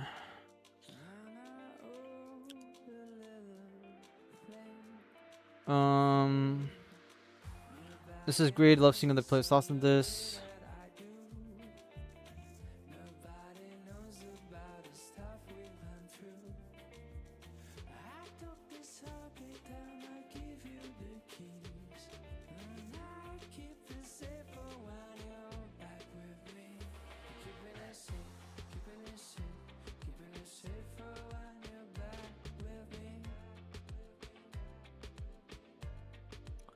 Okay, and then who else messaged me? Marv. Can't wait to see your take on CB. Been playing XCS since the starter. Really went to win my local with XCS Transim. I came in second place. Once you get 3 rounds, so it's tough. Just played it on stream. It's gonna be a lot better with red. So far undefeated into aggro. The stream video should be up now or after I end stream. You can check out decks. All right. Who else messaged me? Drekken. Alright, this video got me thinking about my own CB deck. Perhaps I made the curve too straight. For reference, I tried out a mostly purple CB deck for the past week, just to get a feel for how the color plays. I should switch to mostly green tonight. Give me 2 locals to see everything completely. That will give me 2 locals to see everything completely. I decide how I want my final build in GD04.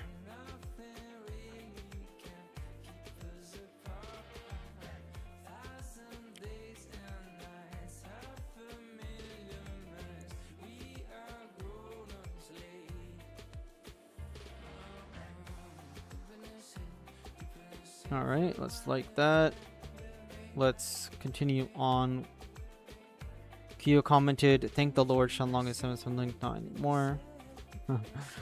I really wish it was 7-8.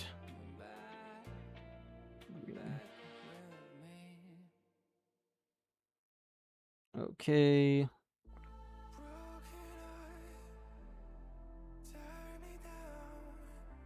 This guy said Bleak Brown, Wing Gundam and Banshee are the best level 6 units we have. I wish Camille's effect to rely on him moving a base up.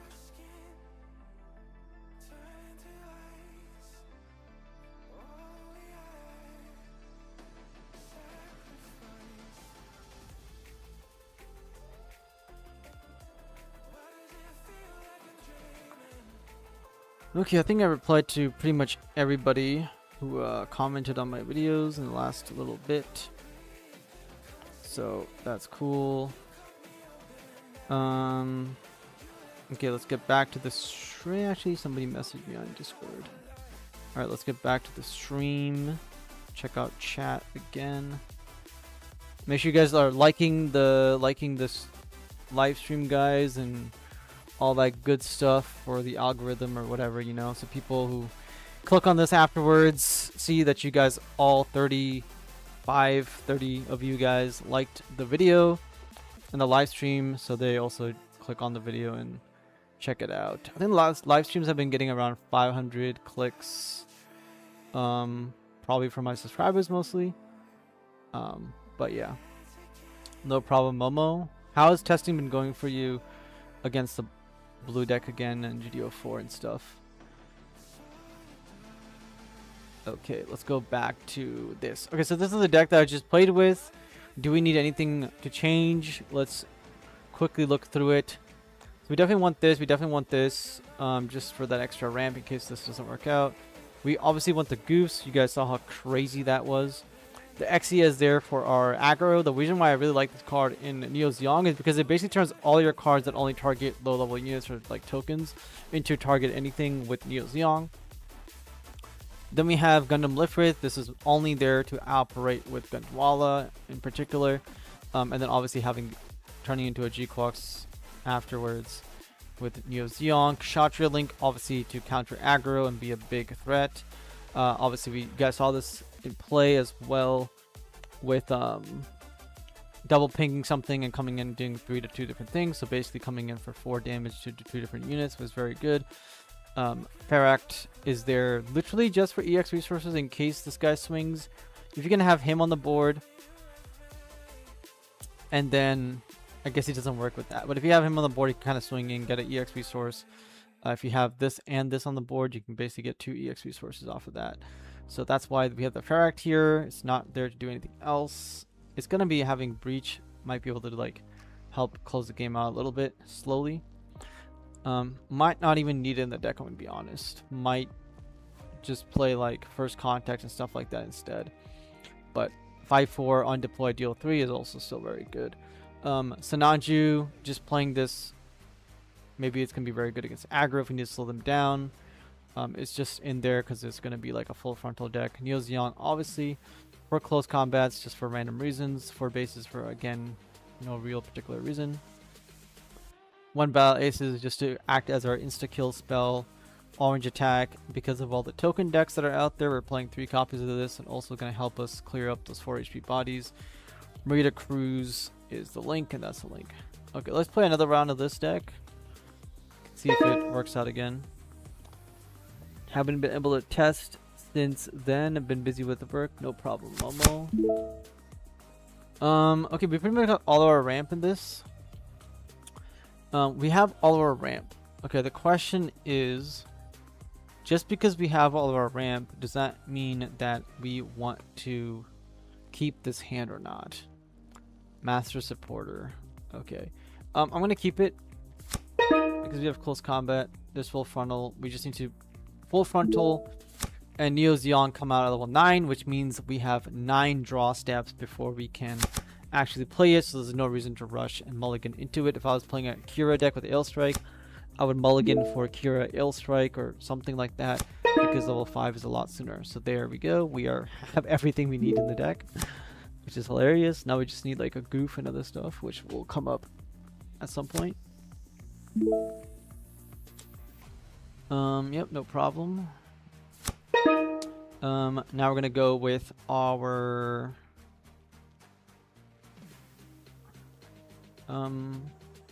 let's go with bird mode here. He might think that we're playing wing, but we're not. And then if I play the academy card afterwards, he'll definitely think we're playing a academy deck like everybody else, and then he'll be confused and get hit with a giant Neo Zeong and proceed to lose the game, hopefully.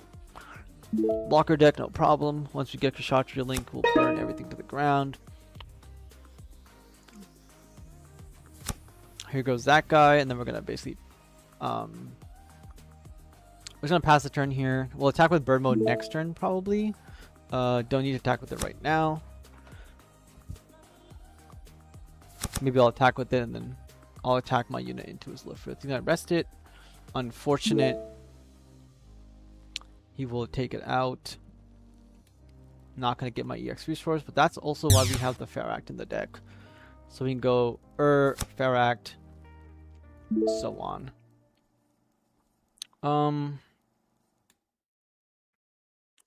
Don't need to play Battle Aces for close combat here. We can hold these two open with close combat Battle Aces for his Ale Strike Link to pop it immediately, which is something that I might do here, but we can also, yeah, probably be the best move, honestly. I'm going to end the turn here, pretend we don't have anything. He doesn't know we're playing red just yet. So if he does go Ale Strike Link into us, we're just going to close combat Battle Ace the Ale Strike, so he doesn't have a strong unit on the board. Hulkies is another thing that we're going to blow off the map immediately.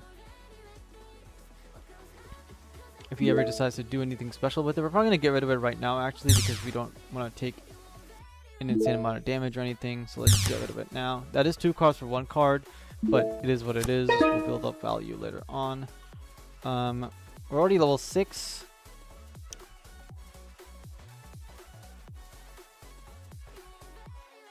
Let's play the Gundam and let's just attack with bird mode to shield, see what he does. I'm not too worried about him blocking. Yeah, that's fine. Gonna end our turn here and continue. Next, he played this guy, so it looks like he's playing blue-white with the token generator. No, he's playing a Tallgeese deck. So he's gonna have a lot of value with Epion. Lucky for us that we don't have to tap our Neo Zeong, so we can just blow up Epion or anything else that he plays. All we have to do is make sure that he doesn't go super aggro into us, which he's trying to do. So we're going to close combat this guy out of the picture. I guess I should have closed combated this guy. I don't know why I did that one, but it is what it is.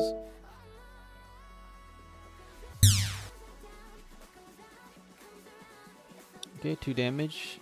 2 damage. Perfectly fine. Now we can go Gundam Pharact swing with this, and then we'll be Neo Zeong activated. We just need to find a goof in our hand, honestly, and we're pretty happy. Still don't have a goof. We're going to play the Pharact. We are going to attack into his Lifrith to get the EX resource. So we're going to go to level 10 next turn. It's going to block it, no problem. And we are good to go. So all we got to do is basically... we need a unit in our hand. I still don't know. I'm pretty sure that Neo Zeong does not turn all of our units in our hand into Neo Zeong units because of the ruling. That's good. We have something to deploy to ping. We just need goof. And that might be something that I gotta change in this deck, is add a few more Neo Zeong cards, especially the ones that deal 1 damage on deploy or something. So, look at this guy, bro. He's playing so many blockers.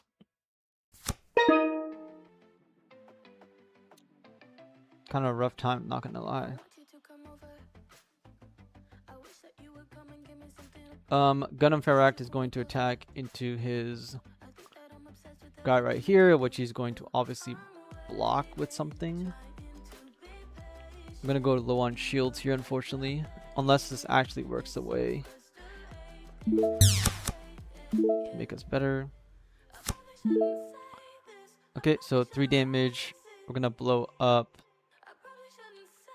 I don't know if it works. We're gonna just play it safe for now. Ping that thing. Play the Tilet. Apparently we cannot select anything. So there's that. Do I need to attack into him? I have another Neo Zeong, so we will attack into him. to slow down his progress, because we can go Neo Zeong next turn and do a bunch of damage that way. Because we could be dead on this next turn if he has a link.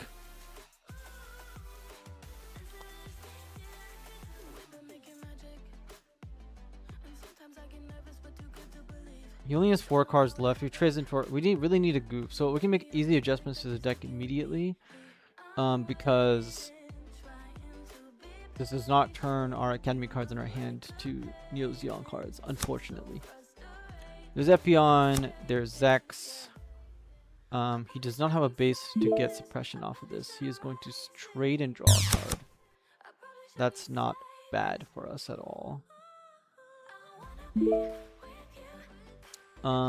Okay, he swung with the blocker instead of this guy to take out the base in one shot. He doesn't have a base, so maybe he's forgetting that he doesn't have suppression on this, or maybe he doesn't want to give us an out. Okay, he wants to keep the blocker up.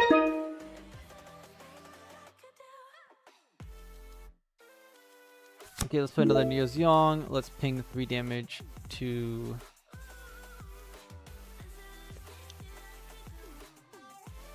I really don't have resources, man. Let's do it here. Let's play... When one of your units... Neo Zeong units, yeah. Let's play full frontal. We can't select anything. Let's attack into his blocker again. It's really sad that we haven't been able to find a single Neo Zeong to deploy, because we would have won this game immediately if we had, as you guys are probably understanding. Would have been a very, very easy win. Now he has suppression. If he has a link in his hand, we're probably dead. We could get a base. There's another full frontal for Sananji, which is cool. If we survive and he doesn't kill our unit, then yeah, he's gonna link and go for game.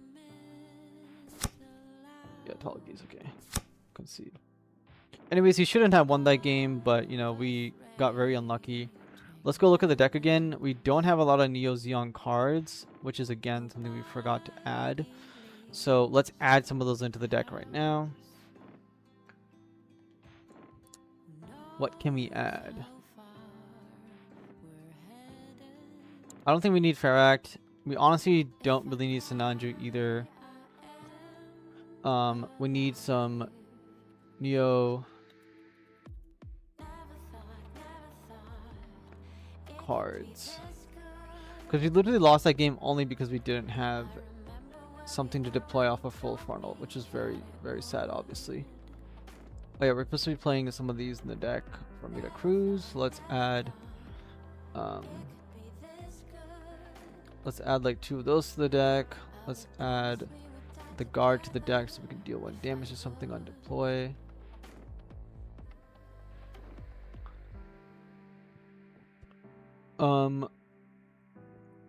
Let's go with the 7 like this, and include another copy of our goof, and that should be good enough for us to play out all that stuff. Oh yeah, we also didn't even include Sharzaku 2 into the deck, which is another way of us getting a lot of value, so we should probably do that. Completely forgot to add all these cards to the deck.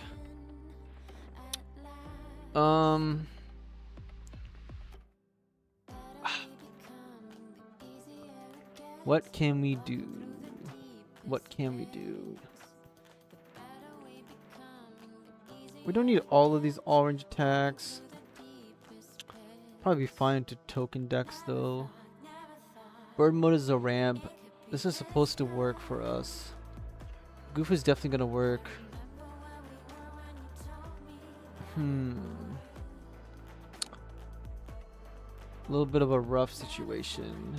I think we're fine the way we are like this. Let's play one more game with this deck, since we know that the ramp stuff is kind of working. We haven't really got to see Academy really do its thing. That's okay. 38 viewers, thank you guys for hanging out with me. I think that's our highest count so far is 38 on the live stream. So that's a new record. We have the ramp in our hand. We have all range attack. We don't have a Gondwala. We're going second. This is pretty much as good as it gets, but we're gonna mulligan this hand. Okay, we got all of our top end and Gondwala. We just need a second one now.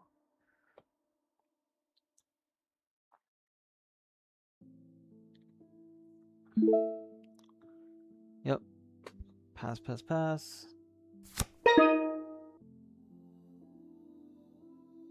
I wish there was a way for... Is there a dark mode on here?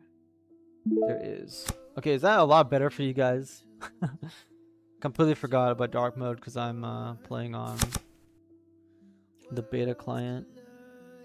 Hopefully that's a lot easier on your guys' eyes and seeing everything. Thumbs up the live stream, people. Yes, thank you, Pete. Make sure you guys like the live stream. Go check out my content. Make sure you guys subscribe too. There's like 36 of you guys watching right now. If you guys are not subscribed, you guys should definitely subscribe and get a bunch of educational content. And ask me questions if you guys have any, whether it's about whatever deck in Gundam or the future, or how to win your new type or whatever. Okay, this guy's playing this new card. So this new Kapul card, I mean, I love Kapul. It looks so cool and cute, I guess. On attack, pay 1 if you do, draw 1, then discard 1. Just trying to mill. He's probably playing the new militia stuff. Press F11 for full screen browser. F11.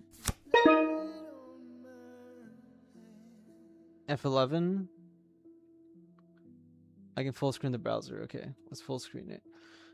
What do I want to do? Okay, so we finally hit what we needed to hit. So we're going to play the Gondwala. We're going to end the turn. Then we're going to play the Lifrith suicide this guy into him, allowing us to get an EX resource, which is going to allow us to ramp to level 6 next turn, which will allow us to either play whatever we want, pretty much.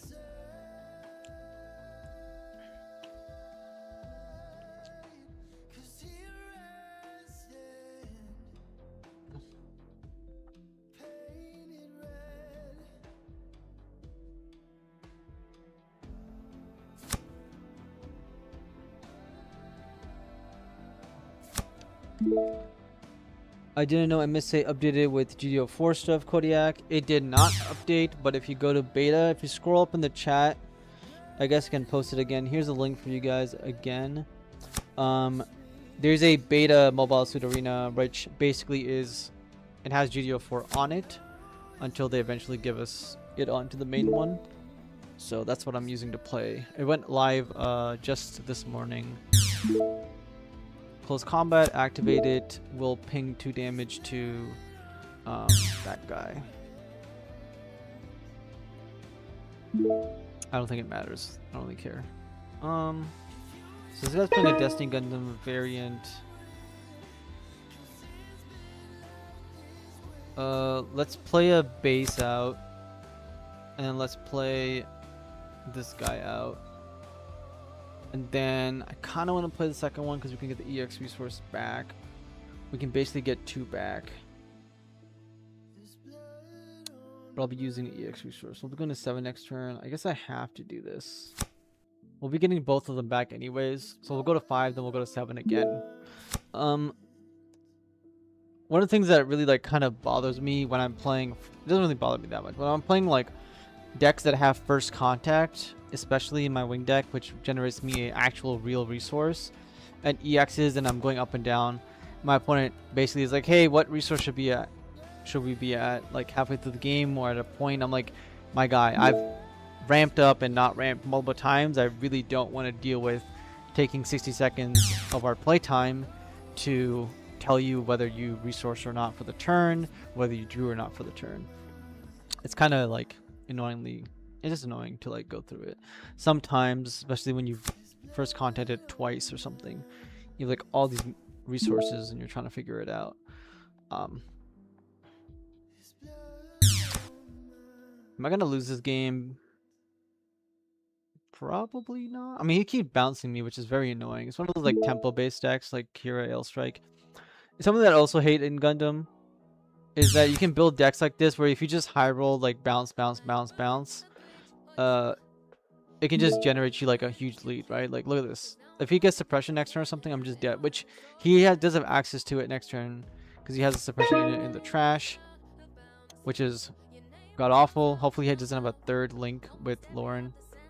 It would just be an extremely high roll opportunity for him. So let's play this guy first. Attack into this guy, take him out immediately. Is this a blocker or something? Oh my god, he's a blocker. I didn't realize that. It's fine. Doesn't matter. We'll generate our EX resource either way. Okay, then we're gonna basically deploy another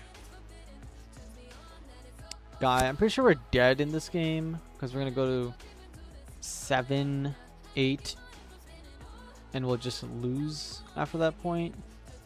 Yeah, so we basically need like a bunch of stuff to happen correctly for us to do anything. Ugh. I mean, Kshatriya Link is one of the only ways we can kind of do anything.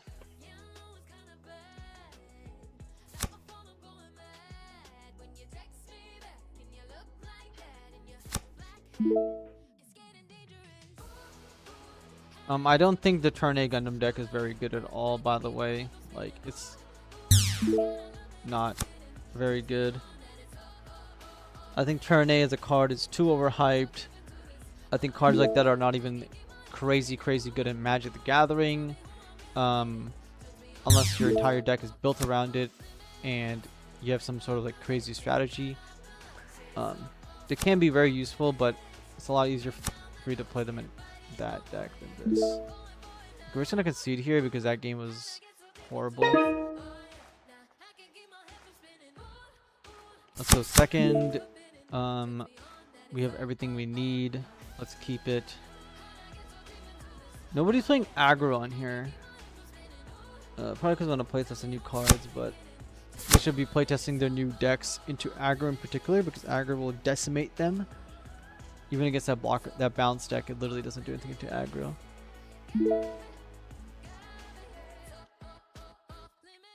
You could go turn A with the Unicorn and the Wings, and you have Suppression, High Maneuver, and Breach 5.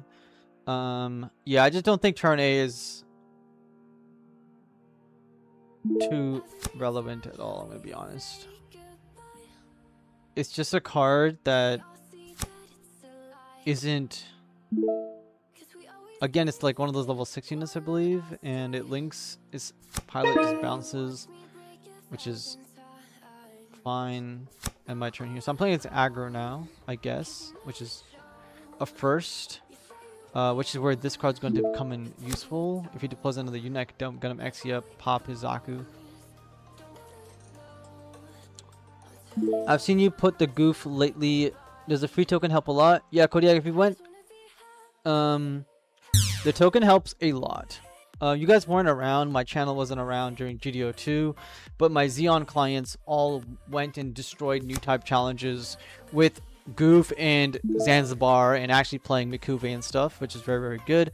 Unfortunately, ever since Purple has been running rampant significantly, and with the inclusion of Adept especially, tokens and stuff die, yes, but there are free tokens anyways, so you actually just negate your opponent's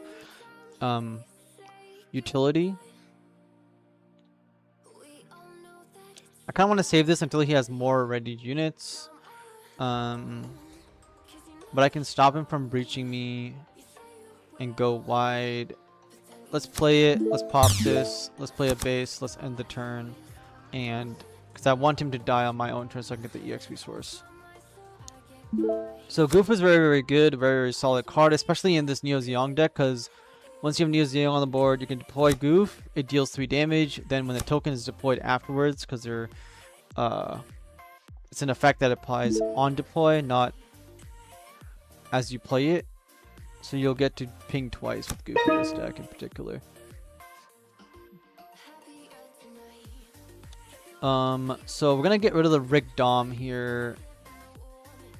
Actually, ping, close combat, ping, get rid of him.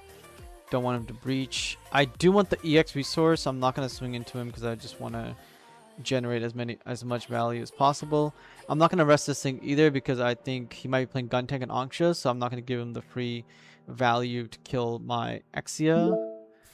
I need to just swing into him and generate extra value off of that. Personally, I remove all range and a shot and add a shot as to card draw would help.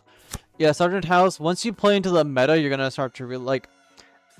Not a single person we've seen here has been playing tokens yet. Especially with Neo Zeong. We might see Neo Zeong in here in particular. If we do, then you're gonna see why all range attack is gonna be extremely useful at clearing the board. It's gonna be our board wipe.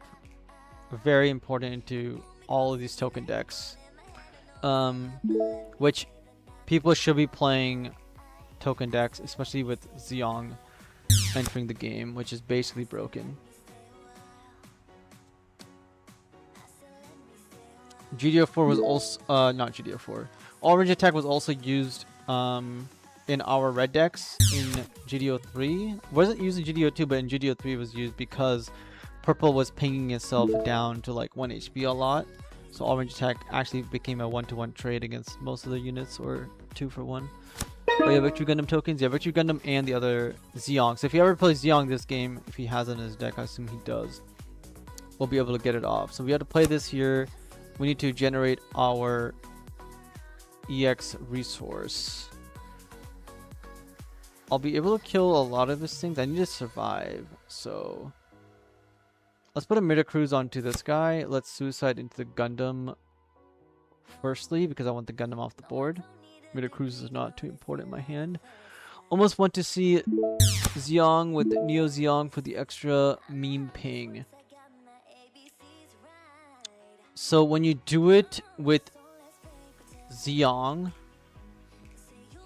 something you'll want to be aware of is when you deploy the Zeong, when you deploy Zeong, it will deal 3 damage. When you pair Zeong and you summon 2 tokens, it will only deal 3 because the tokens are summoned simultaneously. So yeah, same thing with like cards that summon 2 tokens at once. Like the green card that I'm forgetting. Okay, I have nothing else to do here. I'm just gonna end my turn and we'll see what happens next. Also, if you do happen to draw 2 all range attacks or all range plus Kshatriya, you can do a bunch of AoE damage and blow stuff up.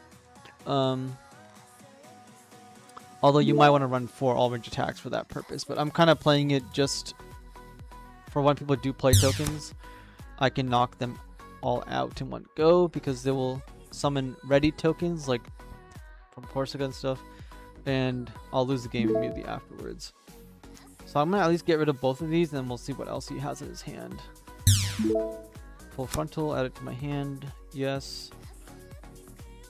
We're still nowhere close to being level 9, which is one of the issues with Neo Zeong, is that it's hard to get to places.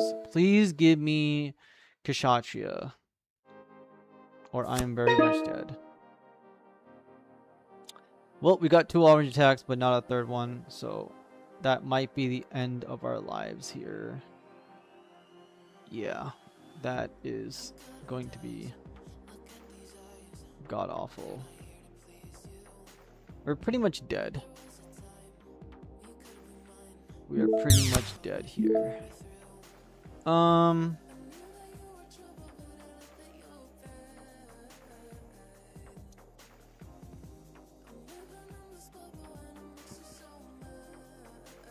He's gonna go wide, play more stuff. We could get close combat or something. We could get all range attack from the shields. Ugh, this is so awful.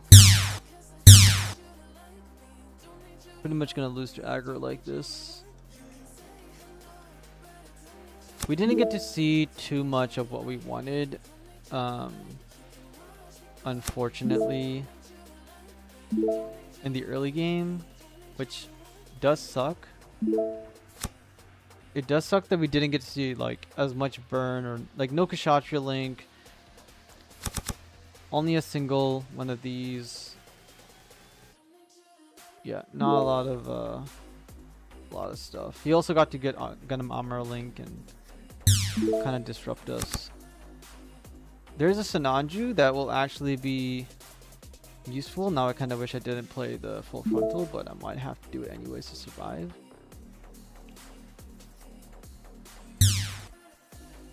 If more of these cards were 2 HP units, my all-range would have been extremely useful, but unfortunately he deployed all 3 HP units, so double all-range doesn't help us out there. I think Zeong is being ignored because lots of people are scared of 1 HP tokens and forget it's 3 bodies from 1 card. We don't have many board pings, all-range is G-Fed. Yeah, I think also the top players are just staying quiet about it because I don't know what for, but okay.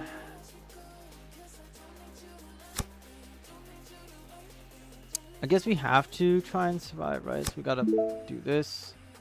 Skip selecting. We have to swing this guy into like this guy.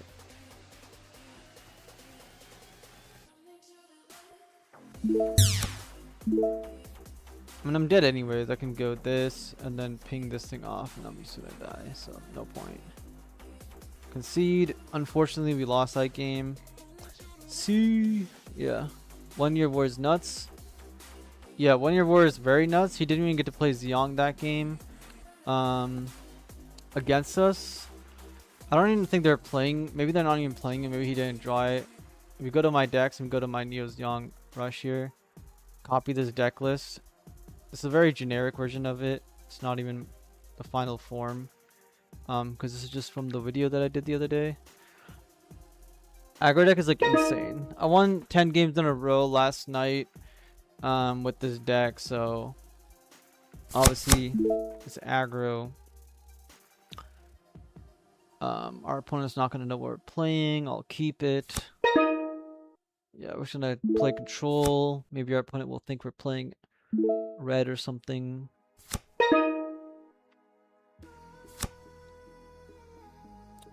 Do I want to play the gun tank or do I want to play control? We're gonna build up a bunch of value. No reason to go super aggressive here just yet. I feel like the gun tank value might come up later in this game. I don't know what he's playing yet, so we'll just end the turn here because he can still play a Lifrith or something. Okay, 3/3 unit, no problem. I do want to get rid of his base as fast as possible, although I believe he only has bounces in his deck. So he's gonna take my guy out, but I have double Angsha, so I don't really care about him swinging into me.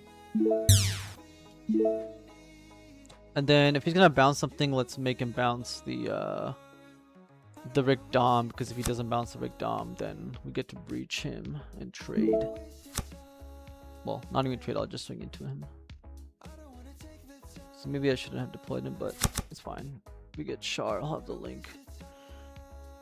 This is another reason, guys, you don't want to deploy the Charzaka 2 here, because we haven't seen any pilots so far. We've only seen a bunch of units, so we want to wait until at least we see 1 pilot.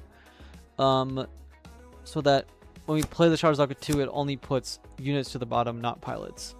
At least that's the idea, right? If I play the Charzaka 2 right now, then there's a higher chance that we'll see pilots at the top because there's so many units that we've drawn that hitting a pilot is almost always going to happen.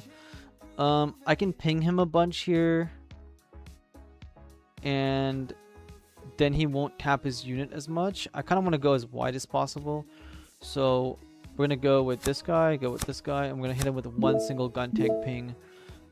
So that if he does attack into us again, we can double gun tank ping it, double Angsha ping him off. Game Plan Coach's channel, about time. Yes, Crispy Nation. I mean, I have other videos of live streams of me playing as well. I've been starting to stream live. That's why I wasn't uploading as much in the last week or week and a half, because GD04 was coming out, and I started doing live streams instead. So he didn't bother attacking into us. We again can just go wide. We did draw the Char. So if we go wide right now, we're going to do a significant amount of damage to him. I almost want to attack him with this card and see what he does. So let's swing at him. I probably should have done that immediately so he didn't think I was up to no good. But I am up to no good. I'm going to attack with a gun tank as well because I really don't care if it dies because I'm going to be going extremely wide with Neo Zeong next turn. And he's scared, so he's going to take a bunch of damage. Then I'm going to play the Gundam here. Or I can swing with Rig Dom and just pop something so he doesn't get to bounce with the Ale Strike. But if he summons a pilot onto it, it doesn't really matter. I have Neo Zeong. I actually wanted to put the pilot onto it so he doesn't bounce my Neo Zeong token here. And then we'll basically just pass here with the Rig Dom active for Breach next turn. So right now he might be thinking that we only have 4 cards in our hand. Little does he know that we actually have the Zeong tokens. So that's 6 cards. I'm going to draw a card. That's 7 cards plus the token on death. That's 8 cards. Right, plus the Sharazaku 2 going to grab us a card. That's 9 cards. We have a total of 9 cards that we have access to during this game. Completely broken. Completely broken. You know, we have more cards than he has in his hand. I mean, of course, he might have cards to gain value, like, but probably not. I'm pretty confident that we at least have 2 pilots in our shield area. So, again, we don't even have to end the game quickly for the most part. He's already kind of low on shields. We have high maneuver. So the shield basically doesn't even exist. All we need to do is, like, outvalue him, which obviously is going to be a little bit harder since we're going to be playing a bunch of tokens. So here's the big question. How do we want to go about this? Do we even bother playing Neo Zeong right now, or do we wait for him to play his secondary base? Because then I don't have to get the Sharazaku 2 killed as much.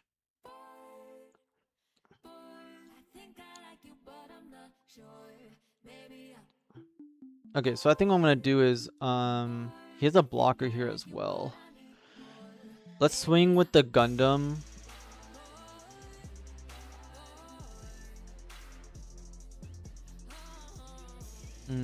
Maybe I do want to get rid of his base here. Let's swing with the Gundam. Let's swing into this guy. See what he does. Trade the Gundam away. No problem. Let's go with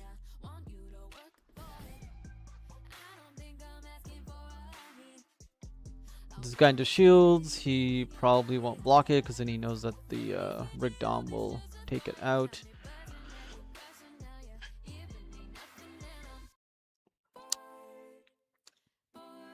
He does block it, so I'm going to double ping both of his units. I'm going to grab another Zeong because why would I not do that? Let's get the Angsha. Let's take this guy off. Let's get the Angsha. Let's take this guy off. Let's attack 3 into his shields. He could link and swing into me. It's completely irrelevant. And then, yeah, I mean, I have triple Zeong in my hand. This is like triple Corsica in my hand. Also, I can see the alt Zeong being a collector item. That art has no right being that amazing. I agree. That art is crazy. Echo, Bandai nerfs Corsica base, proceeds to give us Zeong. Exactly. Proceeds to give us 4 more Corsicas, except that it's both the Corsica effects on 1 card plus a unit plus linking Rashar. Completely insane. I should be drawing a shit ton of pilots this game because I literally haven't drawn any pilots this game. Swinging for 6. Let's play Zeong. Let's attack into his shields. Take that out of the picture. Maybe he has unforeseen incident. Maybe he doesn't. I really don't care. The only question is, do I want to play into his unforeseen attacking into this, or do I want to swing into this with the Zeong link and then I don't know. Let's see if he has unforeseen or not. It's gonna be a -1 card for him. No, he doesn't. Okay. Do I want to summon all my guys right now and go for it? What the hell is he playing? He's playing white bounce bullshit with red. I don't know if he's playing orange attack or not. I think we just go wide and link him next turn. Although it would be game if I do it this turn actually. Fuck it. We're gonna draw so many pilots it doesn't even matter. Boom. Go for it. Big damage. Alright, this is kind of the bullshit with this whole thing. I'm just gonna play gun tank as well. It doesn't matter. Like it with 2 cards, I got 3 cards. So there's the double bounce card, right? Even if he double bounces my cards there, he still lost a card. Okay, he still lost a card off of that, and then you can see he wastes his whole turn, and Yeah, so he's -1 card again, and I'm literally not gonna run out of cards. It's gonna be completely ludicrous, and I'm not gonna be running out of cards because as soon as this guy dies, I get another card. As soon as whatever dies, I get another card. Swing with this if he wants to, do whatever he wants. I don't care. Play all these guys. Again, don't care because this generates me 1 value. This generates me 1 value. This generates me 1 value. I have +3 right now. So I still have 4 more cards that are going to be hitting the board, or 3 plus. He's still got to get through all these shields, more pilots. He's so dead. What's he playing? White bounce bullshit, me laughing. Yeah, he's playing white-red. So he's playing basically, I don't know what he's playing. He's playing some weird ass crazy stuff with lots of bounce. Looks like he's playing Awakened for, only reason for he's playing Awakened is for the turn A Gundam, which again, I don't think that card is very good. I think it's just okay. So this turn A Gundam, doesn't matter what the hell he does with this card. Yeah, gonna do absolutely nothing. There's a blocker. Don't really care if you get armor or something. It's pretty much over. I mean, I don't even have to do this, but I'm just gonna attack into him and see if he blocks or not. I'm not even gonna try to care at all. Whether it's right or wrong, I really don't care. Let's play Rick Dom. Let's attack another guy into shield, see if he blocks it or not. Is he gonna deploy another base next turn? No. So he basically has no bases in his hand, is what I'm getting at. I'm just gonna play another Zeong and just call it a day. So this is what I'm talking about when I mean that Zeong is kind of broken. Like, we've taken no damage, we haven't gotten any extra value out of shields, and our opponent is literally running out of cards. The blocker deck that also is playing red-white, by the way, so he's playing ping damage, bounce cards, right? He is literally running out of cards, and it should not be this hard to beat aggro. Like, even if he kills my entire board and everything right now, I'm still going to be able to draw a significant amount of cards to try and finish the game off. So, yeah, again, we're just going to swing at him. I wouldn't recommend just swinging here. I would just wait for a pilot, call it GG's, but irrelevant. Yep.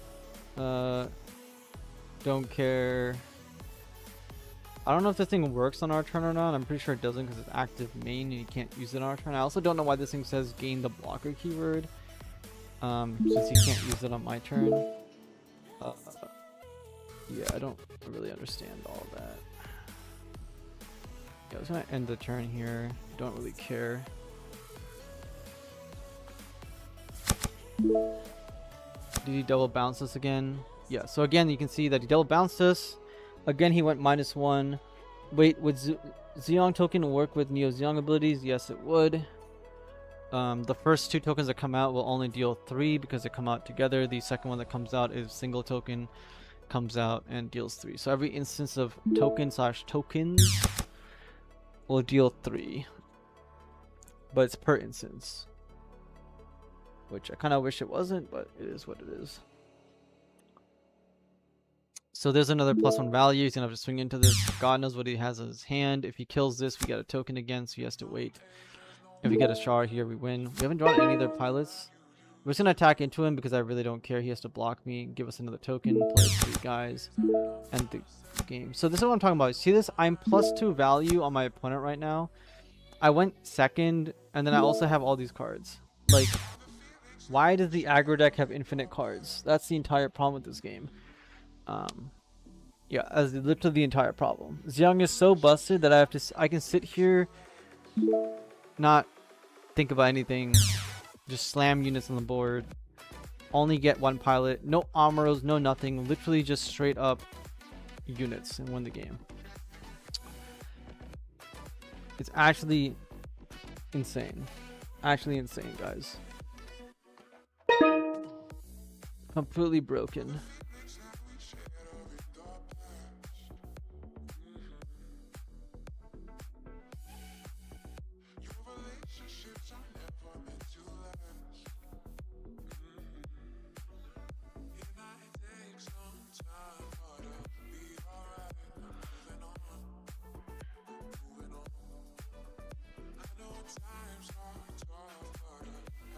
Just scheduling a client on Thursday.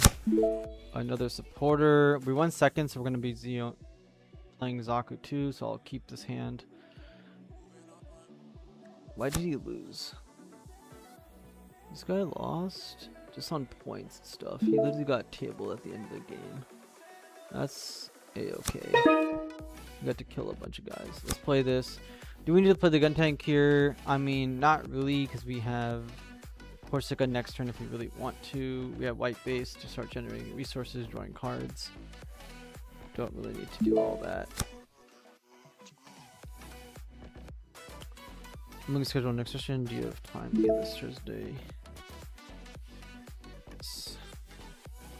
Okay. Anybody in chat who wants to sign up for coaching, either let me know or add me on CoachWing0 on my Discord. I am taking signups. GD04 is around the corner. The Lupus new type winter card is going to be literally around the corner as well. So I know a bunch of people are signing up with me right now to try and attain those cards. A single new type win or even a top pretty much pays for the entire coaching. So it's just infinite value if you think about it that way. I don't know if I want to play the white base now. I think I do, because next turn I can kind of just play white base and generate a bunch of value off of that. Don't need to play the Zaku right now. Keeping my EX resource for a very, very big go wide turn, or getting the Neo Zeong out there a little bit earlier, or a kind of armor link. Lifrith. Play the Lifrith. No problem, Lifrith. Let's activate the base, generate another +1 value, 3/3 unit right there, and then we'll just simply play a Zaku 2 and end the turn. Very, very strong white base here. If one, what are your rates? Crispy, my rates are so 99% of my clients, I guess there's 40 of you guys listening here should know. So 99% of my clients sign up for the monthly. The monthly is 350 USD plus tax. Comes out to like 395. That's my monthly. Inside the monthly is included 8 hours of coaching along with every single week, right, or after every single session you get a 15-minute call with me as well on top of it. Do I want to attack with him? I do want to attack him because I can do a bunch of stuff. Attack him, see what he does. What was the costing? Baked beans, you know the costing. You added me on Discord. Let me see if it shows you guys my Discord here. It does not. Okay. So yeah, it's $350 USD plus tax, $395.50 I believe is what it comes out to after taxes. And get this guy out, get the Gelgug out, end the turn. And then 99% of all my clients sign up for the monthly. That's gonna be a total of 8 hours plus plus another hour if you count the 15 minutes per week follow-up calls. So basically it's a total of 8 to 9 hours depending on if you use the follow-up calls or not, to talk about anything and everything and get coaching with me on multiple things. It's not just Gundam related, it's TCG related. I'm a coach, so I also teach you about mentality and other things. It's not just about should you play armor or not, right? We obviously go into one-on-ones, we go into other things. If you guys cannot afford or do not want the monthly coaching, even though I highly, like, I cannot stress how much I recommend getting the monthly coaching. It's just the best value. You pretty much want to be getting it. One sec, let me look at this hand. If I play the armor on this, rest this, I can just kind of destroy this guy. Okay, so that's the pricing. So it's $40 an hour, or it's $350 plus tax on both for the monthly. Highly recommend the monthly though. Can't lie. Do you want to link the Char here or not? I think I'm going to get rid of this. I think I am going to... I don't know if I even care about the value, because he is playing red. He might have a second charger link, might ping everything off. I think I'm pretty much good if he trades into this. It's totally fine. If I play the gun tank here, I generated a lot of value and damage onto him. I don't think I need the gun tank in my hand. So I'm going to play this as well. Ping it, we'll end our turn here and go wide and do a bunch of damage. We are kind of running low on cards, but again, we have Zeong and Corsica base. We're actually not running out of cards at all. But he's playing red depending on how much value he gets. We're actually going to be perfectly fine or worse. Best value for a wallet? Yes, sir. If you guys want to see my testimonials, right, we go to my testimonials here. Number one, let's go to my testimonials. You guys can see here, like, okay, I show you guys this every single time, but you guys can see I have a bunch of clients. My full-time job is to coach. It's literally nothing else. All I do is 9 to 5 coach, play Gundam, coach people in League of Legends, Warhammer, trading card games, etc. Whether it's Flesh and Blood, whether it's Yu-Gi-Oh, whether it's something else. And my coaching does not just help you in Gundam, it helps you in Yu-Gi-Oh, it helps you in other games as well. It also helps you understand how to learn and improve at every single thing that you do that is competitive or that you're trying to get better at, right? And it goes really, really well. Whether you sign up for a month with me, whether you sign up for multiple months, etc. We're gonna play Neo Zeong. I'm gonna force him to answer me here and see what he wants to do. Let's see what he gets in his shield. So yeah, best value is gonna be the monthly. My monthly clients basically get me to work with them on decks as well, or while you're at work, I am basically, yeah, while you're at work, I am also working on your deck. So if you think of a really cool idea or a deck you want to try out, or you just saw a new reveal come out, you can be like, hey coach, I'm your monthly client, I want you to, like, I thought of this cool idea and I will gladly go and work on that for you and give you immediate feedback. So before your lunch break even comes around, or during your lunch break, you'll get a message from me and be like, hey, I tried out your idea, these are my thoughts. Not only do you get the thoughts from a, you know, high-end player, you also get to save a lot of time with me putting in all the work and groundwork for you, so you don't have to waste your own time or mess around with ideas that might not work. And some ideas actually do work most of the time, but you have to also increase your own skill level to try and push it as far as it can go. And there might be little tweaks you can make in your gameplay, which if I'm doing it for you, then I'll be making those tweaks immediately, and I can tell you, hey, watch out for this, do this during these times, so your strategy that you came up with actually has the best chance of working. This guy just has a blocker. I don't really care about it. Let's swing with the token at shield. This is 2 attack. So yeah, hopefully some of you guys in chat want to sign up for coaching. Again, add me at CoachWing0 on my Discord. If you guys want me to type in chat, I can do that for you. Hopefully there's some of you that want to get coaching with me. My coaching is also almost like a university or college course, where I'm going to give you a crash course on TCGs, deck building, and all of that good stuff. He's gonna pop the Zaku too. That's perfectly fine. I'm gonna play Corsica base here. I'm gonna play this guy here. Do I need to swing into him or not? I mean, the answer is obviously no.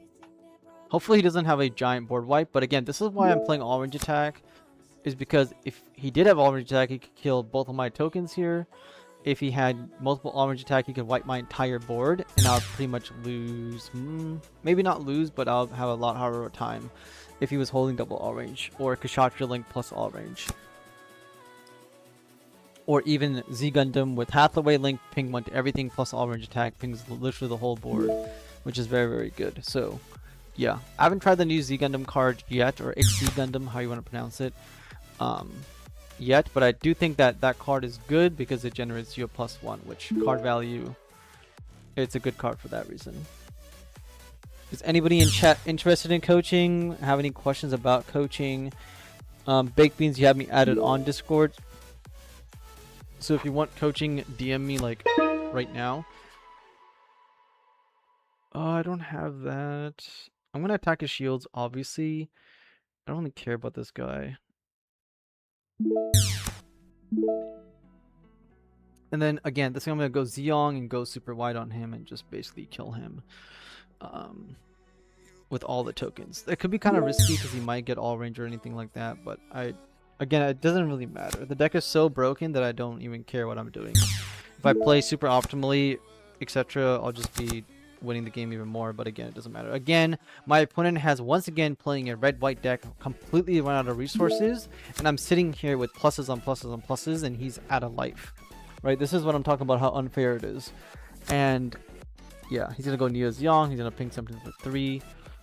Totally fine. I don't care. He would have to have a goof in his hand to like nuke the entire board. He has no targets for that. He's gonna attack into me, and then he's going to lose the game. So GG's to us. Do you do group sessions? Yes, sir. Big Ninja, I do group sessions. Are you looking for a team coaching? Because one of my clients, Jinx, he wants me to coach like his whole store. He has a team at his store. The store owner sponsors coaching and his team to go to travel events and stuff. I've done League of Legends coaching as well in teams or Warhammer, etc. So I do group coachings.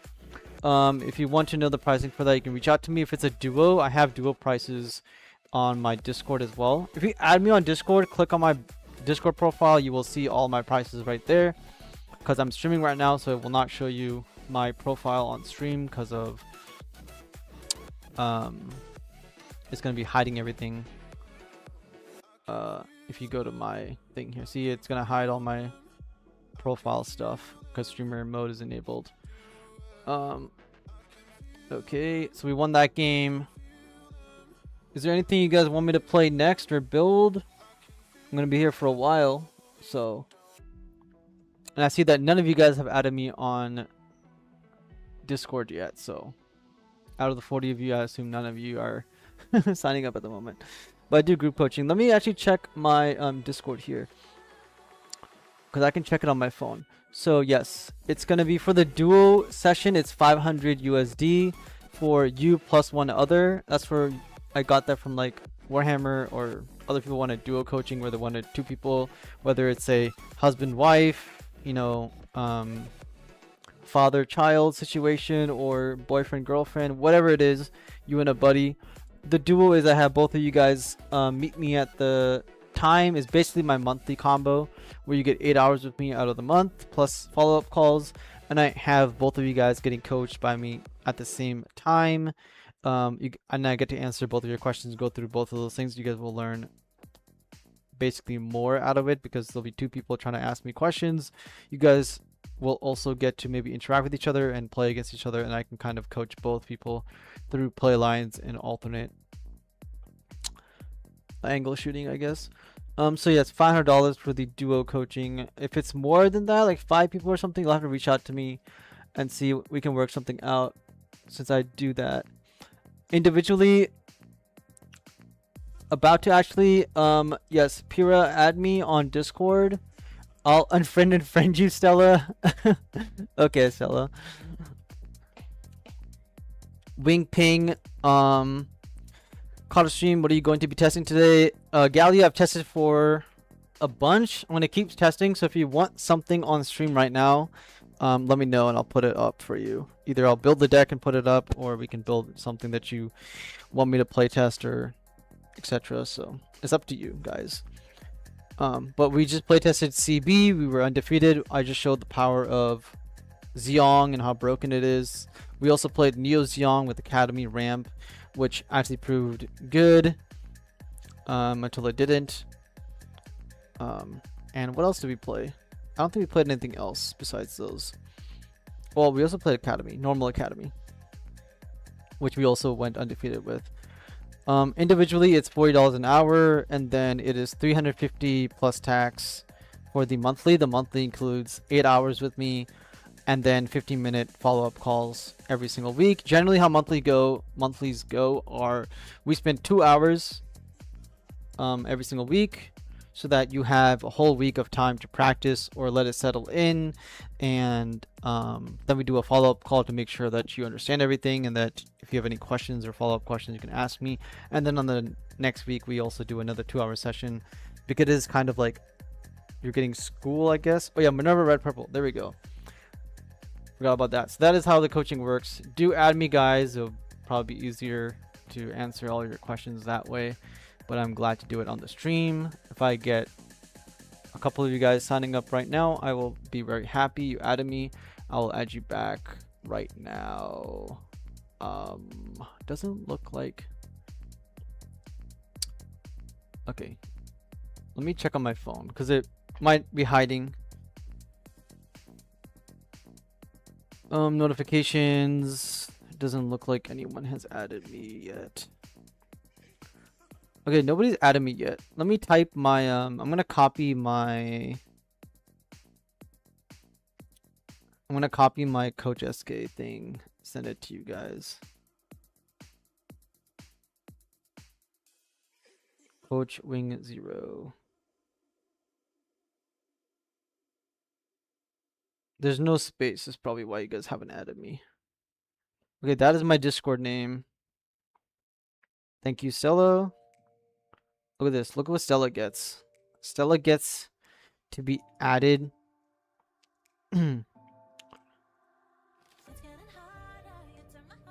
As a mod. I got your friend request. I'm gonna add you right now. Accept. I think that's Dragon Ball Z as your profile photo.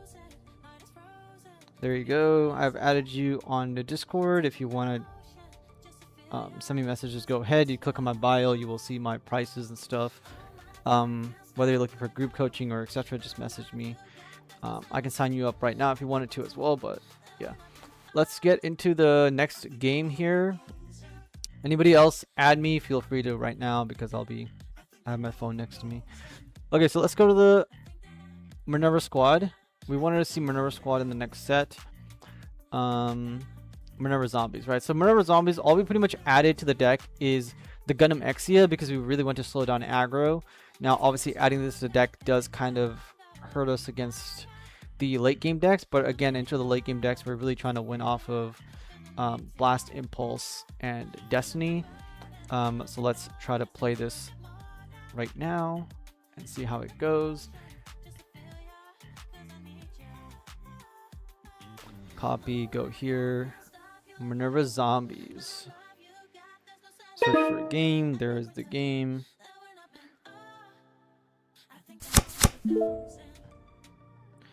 There's a Discord named Coach SK, so there could be confusion there. Interesting. Can you try my deck? I can send you the list. Yeah, you can send me the list. I think you're also adding me. You have me on Discord, Whips. Send me the list there or in the stream and I'll pop it up. Let's get along with this. So let's keep this because the main thing we want to keep in Minerva squad, in my opinion, is the base. The base is one of the most important cards to get the engine going. After that, it's going to be basically, you know, the blocker is okay, and then we kind of want to just get into other stuff. So let's play the base here and see if we can discard. We're going to return the Phantom Zaku to the top and pitch the blocker to the trash. Because the Phantom Zaku is decent. You could do it the other way around as well to keep the blocker, but I want to try to get different cards in my hand. Okay, now we need to play the blocker and pass a turn. This is a blocker as long as I have a base in play, which also counts the EX base. And again, we are not doing much. Do I want to go super aggressive on this guy? That is the question. Do I need to go super aggressive into him? He might be playing a red and a lot of burn damage. Let's see what he's playing. Let's swing into him, see if he wants to play improved technique or not. He does not. Do I need to attack into him significantly aggressively? The answer is no, but at the same time, let's just go for it. Let's go for it. Let's see what he has, doesn't have. And okay, so he's playing an aggro deck. I'm gonna keep this in my hand. I'm gonna end the turn and have a good time. Maybe he's playing Pepsi Ping. We'll find out.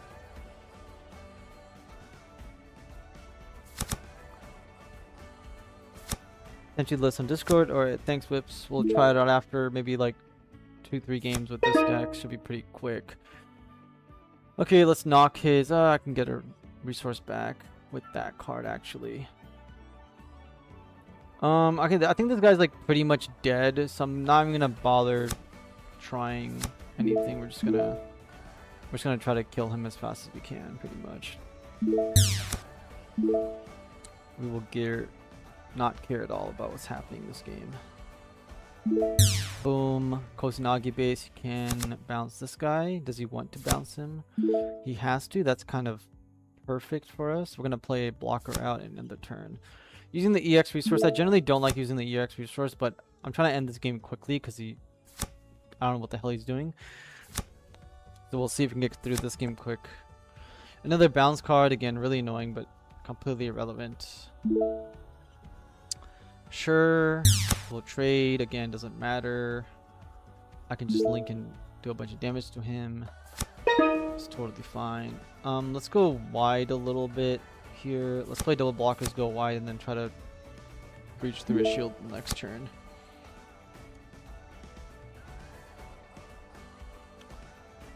Wave. Yeah, Pura, let me message me, Pura, in Discord about the coaching. You saw my prices. Just message me in there right now. I can reply to you on my phone about why you asked about group coaching, and if you want to sign up for the monthly and stuff. If you guys click on any of my videos, you guys can see my testimonials. Some people on Discord, on the Gundam Band Discord server, like to think that for some unholy reason I don't have any proof of my clients or anything like that or whatever, but I very much clearly do because I show it off every single stream. Okay, there goes my base. Totally fine. I have Blitz first strike if I need to as well. I really just want to kill him, but I really don't want to care about what he has. Overflow is going to try to discard his unicorn. He discarded freedom. I don't even think this works, by the way. Yeah, see, this thing doesn't work with the turn A Gundam because this is a gain suppression, not it has suppression keyword. So the blocker doesn't work as far as I'm aware. Oh, the blocker works, but not the suppression. This is a ruling that you have to have the keyword by default. Okay, so we're going to play this. We're going to pop this guy immediately. We're going to play, I guess any of our links. Doesn't really matter. We'll play the Phantom Zaku. We'll go with Shin. We'll attack into his base and take that out with 7 AP. I really like Shin for the high AP, not much for anything else.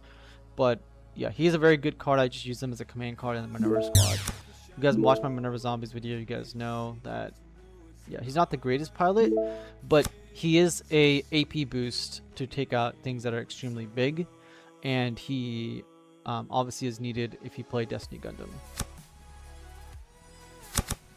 Let's go back to my Discord here. Who else? Notification. Big Ninja added me. Thank you. I added you back. Crundle Bear added me. Yeah, all three of you guys, Big Ninja, Pura, and Crundle Bear, just message me on Discord right now, and I can get back to you guys while I'm streaming simultaneously.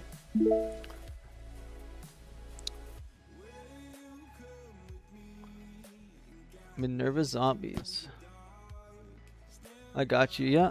Let me know any questions you have in the DMs, and also if you guys want to sign up, let me know. I'll just need your email address. Let me know if you guys want to sign up for the monthly. I extremely, like, crazily recommend that you sign up for the monthly. It is the most valuable and the best thing I can give you, pretty much. I don't have any way of dealing with everything on his board, but what I really want to do is basically, number one, just... yeah, we're going to play the Blitz Gundam. We're going to give this thing first strike. We're going to swing into his shields here. If he wants to block me, I have first strike, and then we're going to go for game. Probably the wrong thing to do, but I don't really care too much. This Kusanagi base, so I misplayed there. Again, I don't really care too much. He brought back Blitz Gundam to me.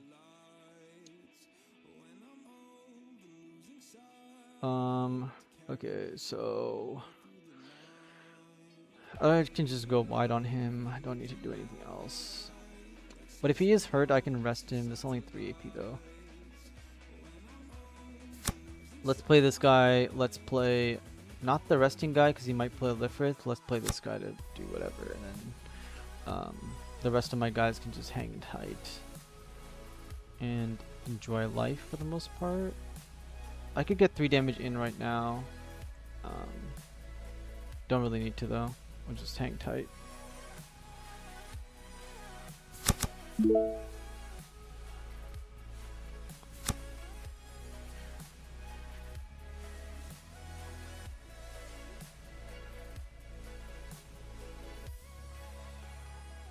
Kusanagi. Go, go, go. Yes, sir. Gundam Amuro. Again, if we randomly lose any of these games on stream, it's just because I'm playing without caring about anything.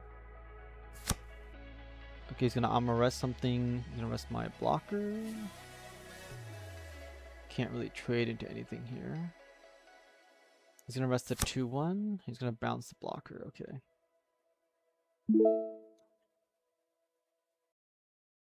He's gonna trade there, and then he's gonna what?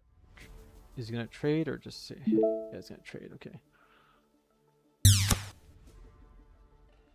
Okay, so this is where the Minerva Squad's engine really comes online, I guess, if you can kind of pull it off, which is where we just kind of keep playing these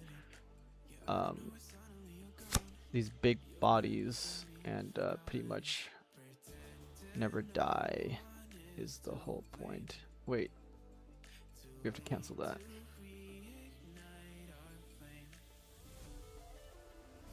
2, 4, 5. So we can play. Let's just play this Destiny Gundam. Although we don't have a pilot, having a 5/5 on the board is totally fine, I guess. We'll just end the turn there. Awakened Power will be good to bring back the blocker. We might lose this game. Again, doesn't really matter. We'll play a couple of these just to show you guys gameplay.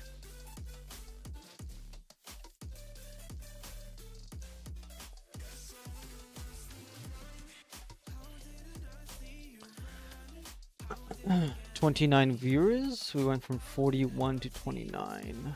It's gonna fluctuate.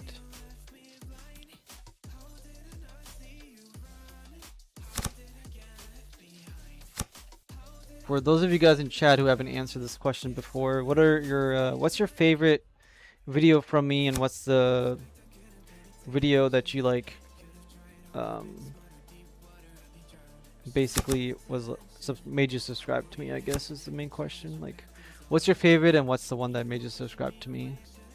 Whether it was the first one you saw, whether it was like the Academy one, the Clan one, particular deck archetypes, the O, or if you just saw me pop up on YouTube once and decided to add me.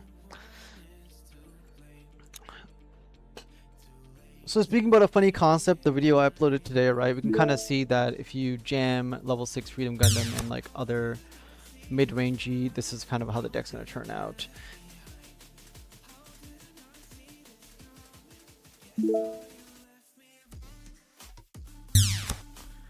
Yeah.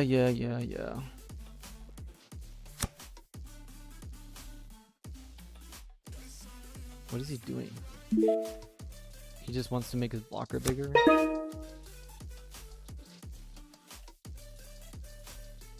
I mean, I don't really have anything to really do here besides die. He won't die, I'll die. I don't have any way of like actually dealing with him, which is extremely unfortunate. First strike is irrelevant as well, so we're just gonna concede here, go to the next game. He probably shouldn't win that game if I play it actually optimally, but that's fine. I love your clan videos, got me trying my best with clan. Yes, clan video was a big success. Obviously, I was playing that deck for a while with clan. A lot of people thought it was, oh, you have to play aggro to beat aggro with clan. Obviously, I'm the godfather of burst mode, so all the burst mode decks you see out there, or the entire idea, That's like what I've been playing and pushing for since GD01, since the beginning of the game, because the only actual way to beat aggro most of the time. Even that game we just saw, he survived because of a base, right? Obviously I could have attacked differently, but Red Blue Banshee got me into the game. Oh, that's interesting. The Red Blue Banshee video, eh? This double suppression hit. Okay. Good to know. The Cyclops.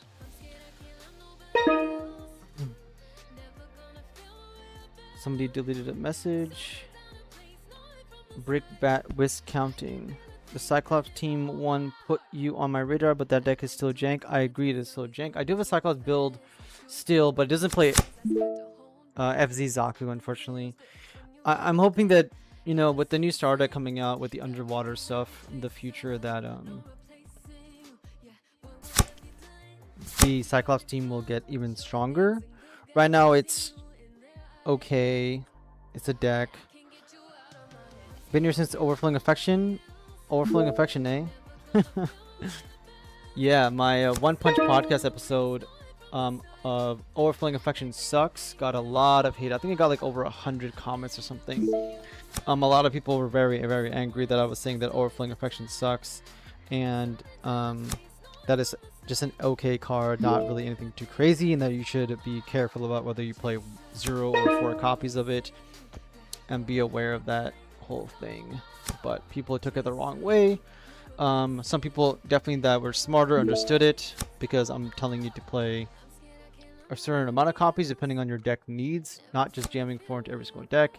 And as we've seen, like some of the Eggman event or top regional decks that even played a low amount. I believe this works on this. Yes, we killed that guy. And then I don't need to play anything else. We're just gonna end up passing this turn, then we can link next turn and take out that guy. So yeah.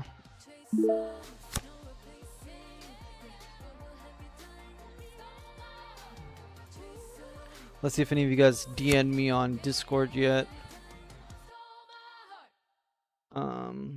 You guys have not yet. You guys have added me, waved at me. So now I can arrest a unit that he has. This is 3 or less AP.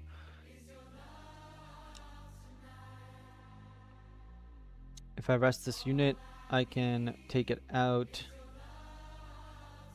I can also take it out with this unit as well, so maybe I don't need to do that. And then I can pretty much just end the turn here, playing a very slow passive game, because Minerva Zombies is a control-ish deck that excels at the late game because of the amount of pluses it has and the amount of blockers it has. Also interaction with your opponent's board. Plan is my favorite video. Zeong is broken got me to subscribe. Okay, that finally got you to subscribe. I know you've been commenting, I believe, on my videos. Cyclops team is a close second. I hope STU11 will help Cyclops team as well. Yes, I agree. Well, I'm glad if the rest of you guys have not subscribed to my channel already, you guys should probably do so now. Now would be a good time to do that. Do I want to block with this? I don't know if I want to really block with this, because I can just send this guy into it, take it out, keep the blocker up. I think I want to block now, because otherwise I'll lose. I don't know what he has, but I'll lose the base and I'll just keep it up. I've got many blockers. Stella, it's the best card because you can throw tomatoes at your opponent with the Maroon alt art. I agree.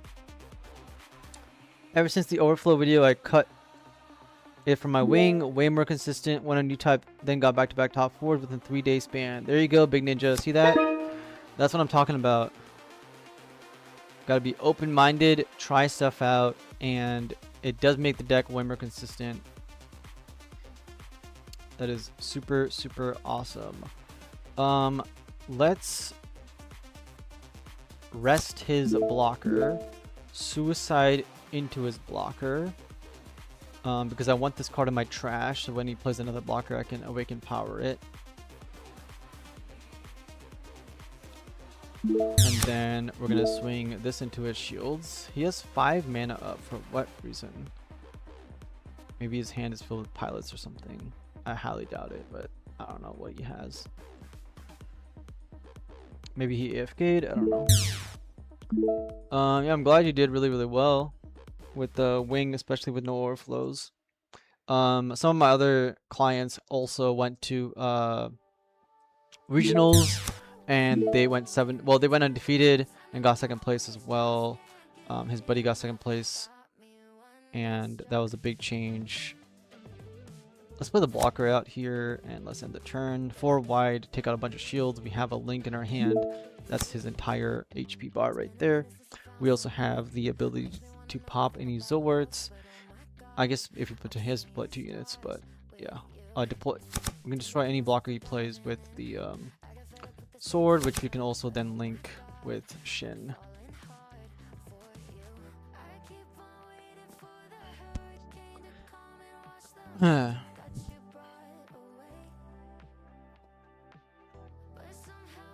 He's gonna tap my guy, no problem. There's a Zowart, no problem. If he plays a second unit here, which he doesn't have access to, okay. So this guy's basically going to die here is the thing. Pop that. Shin on this guy. Attack. Shields. Ready. Resource. Big damage.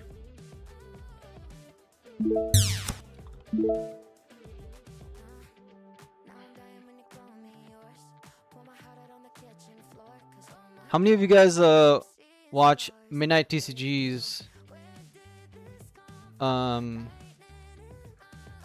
content in his live streams when he plays online? What do you guys think about his content? I don't actively watch every single person or even their videos as much because, I mean, I don't really gain anything from watching it too much, but I do dabble in something just to keep up to date with people and what they're up to, kind of like friends, I guess. I'm going to keep this hand because, like I said, the base is the most important part. If this guy's playing an aggro deck, it would be a really good showcase right now to showcase all this burn damage we have in our hand. Man, more girl music being played, eh?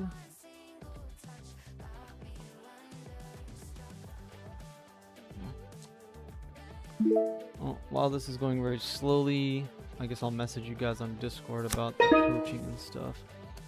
Let's play the base here. Let's put the card to the top. It's gonna be the... Ooh. I'm gonna put the blocker at the top, and then we're gonna end the turn.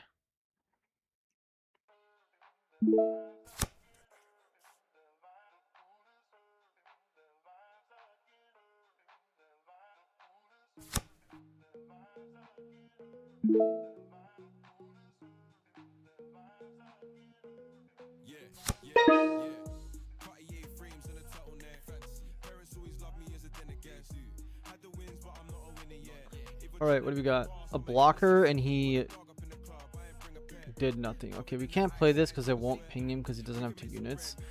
I don't like to play the Impulse Gundam unless I'm going to gain value out of it.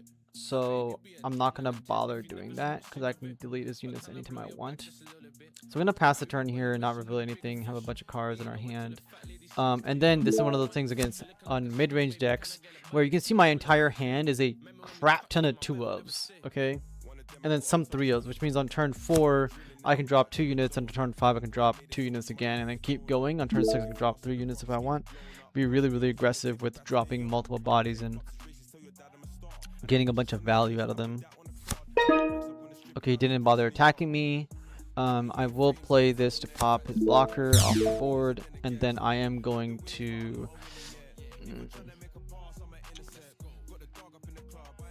I'm going to play the Impulse Gundam because if he wants to kill it with Amuro, I'm kind of okay with that. If he doesn't want to, then it's fine. I don't want to give him my Impulse Gundam. I'd rather give him the resting one because I can always bring it back and I have a second one in my hand and a third one in my trash. So I'm not going to do that many. The Black Abyss 25. Do you think there's a home for the Freedom LR from GD03? I pull the alt art and want to play it, but can't seem to figure out where to start. 1000% there's a home for the Freedom Gundam from GD03. In fact, that card might be it might be an auto-include into white decks going into GD04 because of how wide your opponent can go and how little interaction you can have with them. The GD03 Freedom Gundam forces your opponent to swing into you which forces interaction, and it's been one of the only cards in GD04 in my white decks, which significantly improves my survivability rate. In the same way that my opponent swinging at my shields and me getting a 60 base all of a sudden, or a striker pack might stall the game significantly or by a good margin, the Freedom Gundam, when I do link it, will usually help me survive by a significant amount. So yes, I wish I had some author arts of that because it's a very nice looking card. What do I want to do here? But yeah, there's definitely a place for it in GD04. And then if you're going to play that card as well, you can honestly include it in any white deck you want that is trying to stall a little bit. And especially if you're playing beatdown. If you saw my recent video with the level 6 units, why they're so bad or why they're actually very, very powerful, all in one, is because of that. What do I want to do here? I want to kill him. This links with anything? It links with Shin. Why does it link with Shin? What the hell? Okay. I don't really care about any of this stuff. Let's play this. Let's play Shin. Let's take out his shields. And then let's go for his HP here. If he wants to generate value off of my Setsuna or my Exia, I'm totally okay with that because I'm going to outvalue him over the course of the game. I already got value out of him as well from destroying his blocker. So the GD03 Freedom, just include it into Kira decks if you want to play a triple ship deck. Like a very heavy Kira deck. Kira is a pilot that is meant to be a beatdown pilot. He is not meant to be played as... Kira is not meant to be played as a late game, like any of that stuff. His entire design is to trade into enemy and stick around, and that means he has to be very active in the earlier stages of the game, which is why he works well with Wing Gundam and Lifts and stuff. And if you link him and play him in his own archetype with all of his crazy amount of links that he has access to, he is very, very solid. And then he can actually pressure your opponent into trading a lot, trading down. Then you gain card advantage, and then you can hit them with your SDO9 Freedom and your GD03 Freedom, where your shields don't take damage. You can use Archangel and things like that as well, and you can also hit them with suppression because they're too busy dealing with all of your like level 4, level 5 Kira links. Most of your level 3, level 4 Kira links. Yeah, you want to be playing more of a aggro deck. Hello, Marshy. My current thought was trying to heal it with a bit of the blue command and get more value this way, but I don't know what color to pair with the green as play. Any colors of play. You can also just play almost a mono white deck, but the main reason for it being in the deck is to help you survive against aggro or against other beatdown decks where they can no longer deal damage to your shields, right? One of the things when you're playing beatdown versus beatdown, one of these like more fairer decks like Academy, Minerva, CB or whatever, is that one of you just starts going for the shields and you can sneak in a win or force the opponent to trade. But if you have Freedom Gundam on the board, that kind of stops. So Freedom Gundam acts as a giant base sitting on the board, and that's what it's used for, which is very good. So this guy just -1 himself for no reason, which is great. Yes. So yeah, you really just want to pair it with a mid-range deck if you can, and because if you're playing a control deck, you really don't have units on the board to control the board. That's something you want to be careful about. Okay, is that you don't have. Does he have Wing 0? No, he's playing blue.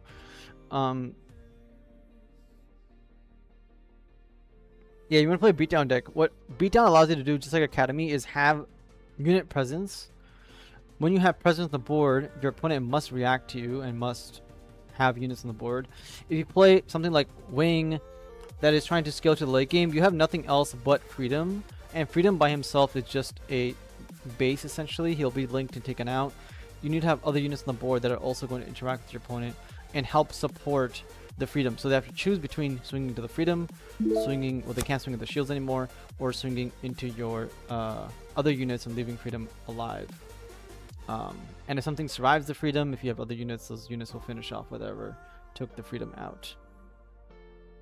So that freedom is a very good, very solid. Do you play 4 of it? Probably not. Do you play 3 of it? Probably yes. When you play GD04 and you start playtesting, I'll playtest it heavily. Probably start with 4 copies, include in a wing deck, include in whatever deck you want, honestly, and see how you like it. But you have to play into Neo Zeong in particular in the next set, because if you're playing into all of the other archetypes, all the other archetypes are not as good. You really do need to play into Neo Zeong, maybe into Minerva Squad a little bit. It does help survive, especially when your opponent goes 6 wide. You need a way for them to, delete the opponent's units, and you can't do that without having the ability to attack standing units, which Freedom Gundam from GD03 allows you to basically reverse that whole process and force your opponent to suicide into you or stall the game out a bit longer. It's a lot of words, but yeah. By the way, I replied to you guys on Discord if you guys want to check your Discord messages for those who reached out for coaching, to get back to me. Maybe you guys are at work or something. I don't know. Let's just swing and try to finish this guy off. He has 1 resource from unforeseen or something. I really don't care.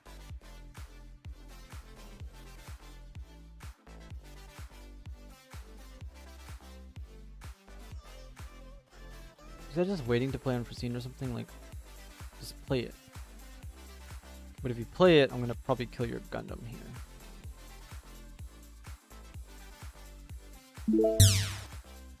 There's Banisher links. Not a problem.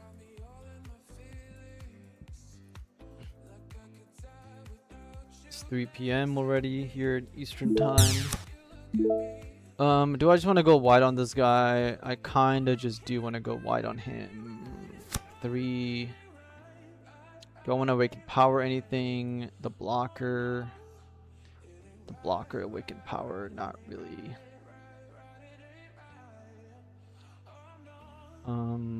These are all useful resources.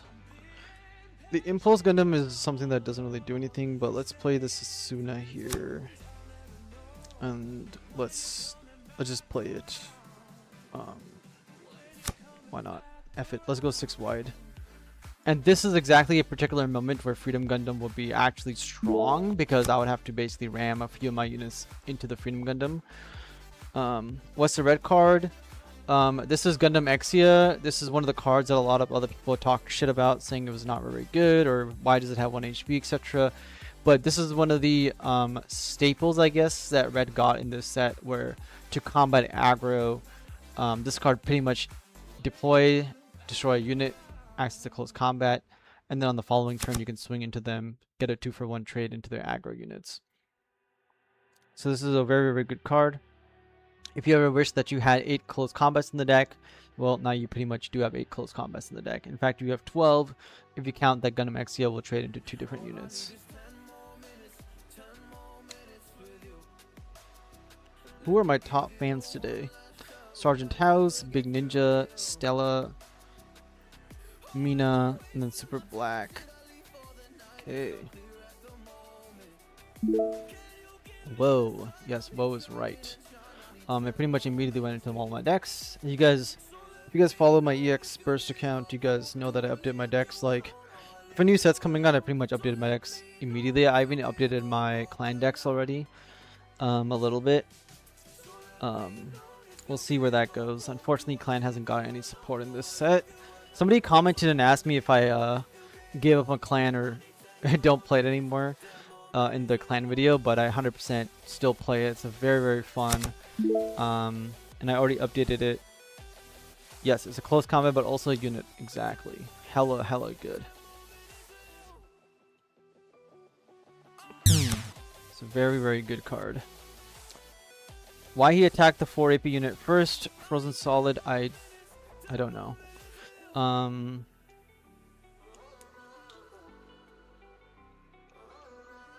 Yeah, I'm sure he's wondering the same thing. Is stream sniping a viable strategy for MSA? Is stream sniping a viable strategy for MSA? I don't think so.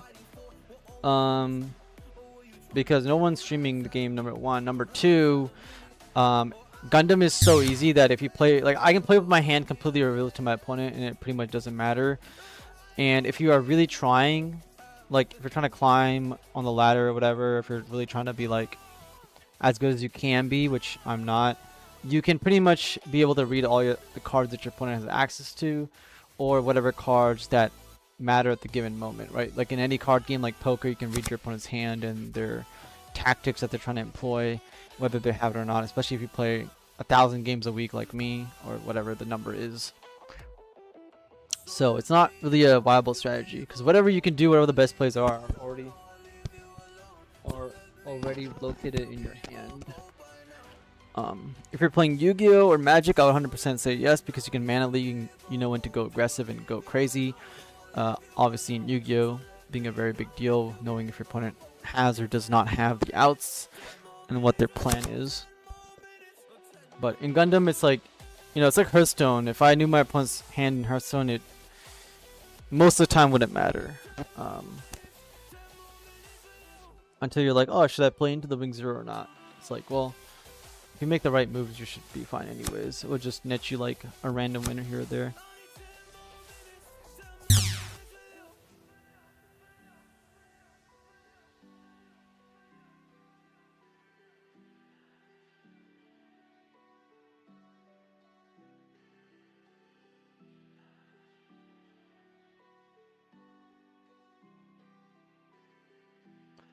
Alright, let's see. This guy played a gun tank. I can just pop it with the red guy.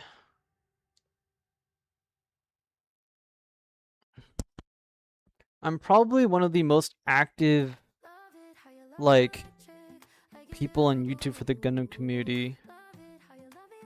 I think.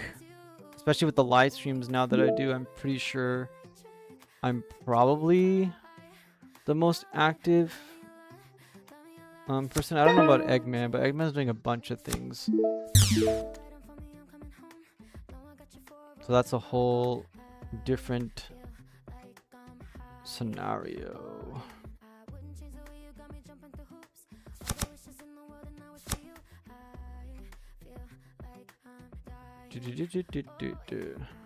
I think Midnight actually is pretty active as well. Midnight TCG is pretty active with uploads. I'm pretty active. Holly TCG, I don't think has uploaded in a long time. Maybe he went away from playing as much Gundam. Not sure. He's got a concede or what, bro? Like, the game's over.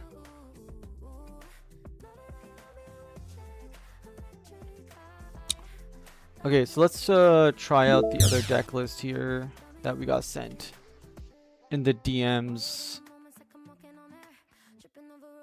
Boom. Zeong tokens. Go back here, edit deck list. Okay. Let's go. Search game. Alright, here we go. This is the deck list.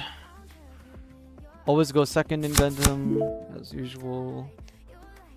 Zanzibar. Is this the hand I want to keep?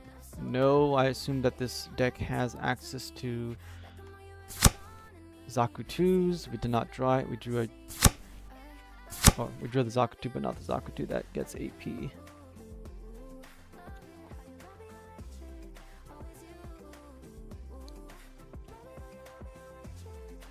Winner. Sure. Let's go next. See more cards in our deck with mulligans.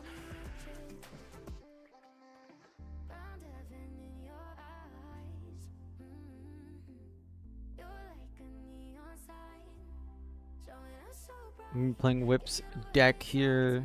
His token spam deck. See how it does.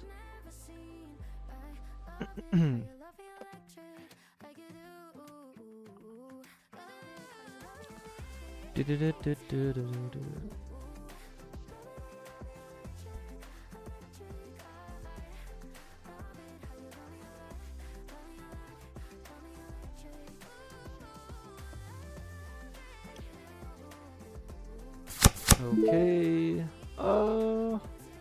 We're going first. Is this a hand that I want to keep or not? I think I'm gonna keep it because I have the game cards. We have a lot of pluses, triple pluses. Actually, we're gonna play the Char onto this one. When you're playing this deck, you definitely want to put Char onto the Token Zaku because you get a +1 out of it. Don't put it on the Searcher Zaku if you can. There's a Zeong, crazy card. We have so many pluses in our hand. It's kind of crazy. This card's gonna make a lot of decks more viable. You can also play Zeong in the clan deck, by the way, because it's a new type pilot pair. So if you play it in clan, both your pilots are on pair effects. You can actually just put Suji onto this card and get the deploy 2 units and use it like that, which is very, very powerful. I don't want to go too crazy right now, so I'm going to play the Starzaker 2. We already have enough pilots in our hand. We're going to proceed to end our turn, saving the Char for other stuff. I'm going to get another Char Zaku Searcher because this token guy is not as powerful unless you pair him up. So the Searcher will net me more Zeongs. I'm going to grab as many Zeongs as possible. This card is basically broken. So yeah, grab all the Zeongs in the world, which is one of the most powerful things about the Char deck now, is that we have access to just deploying or, you know, grabbing our Zeongs. It's basically like grabbing our Corsica bases. Let's play 2 more of these guys and the turn to get as many cards out as possible. One of the strongest things you can do in Gundam is play 2 cards or play 2 units.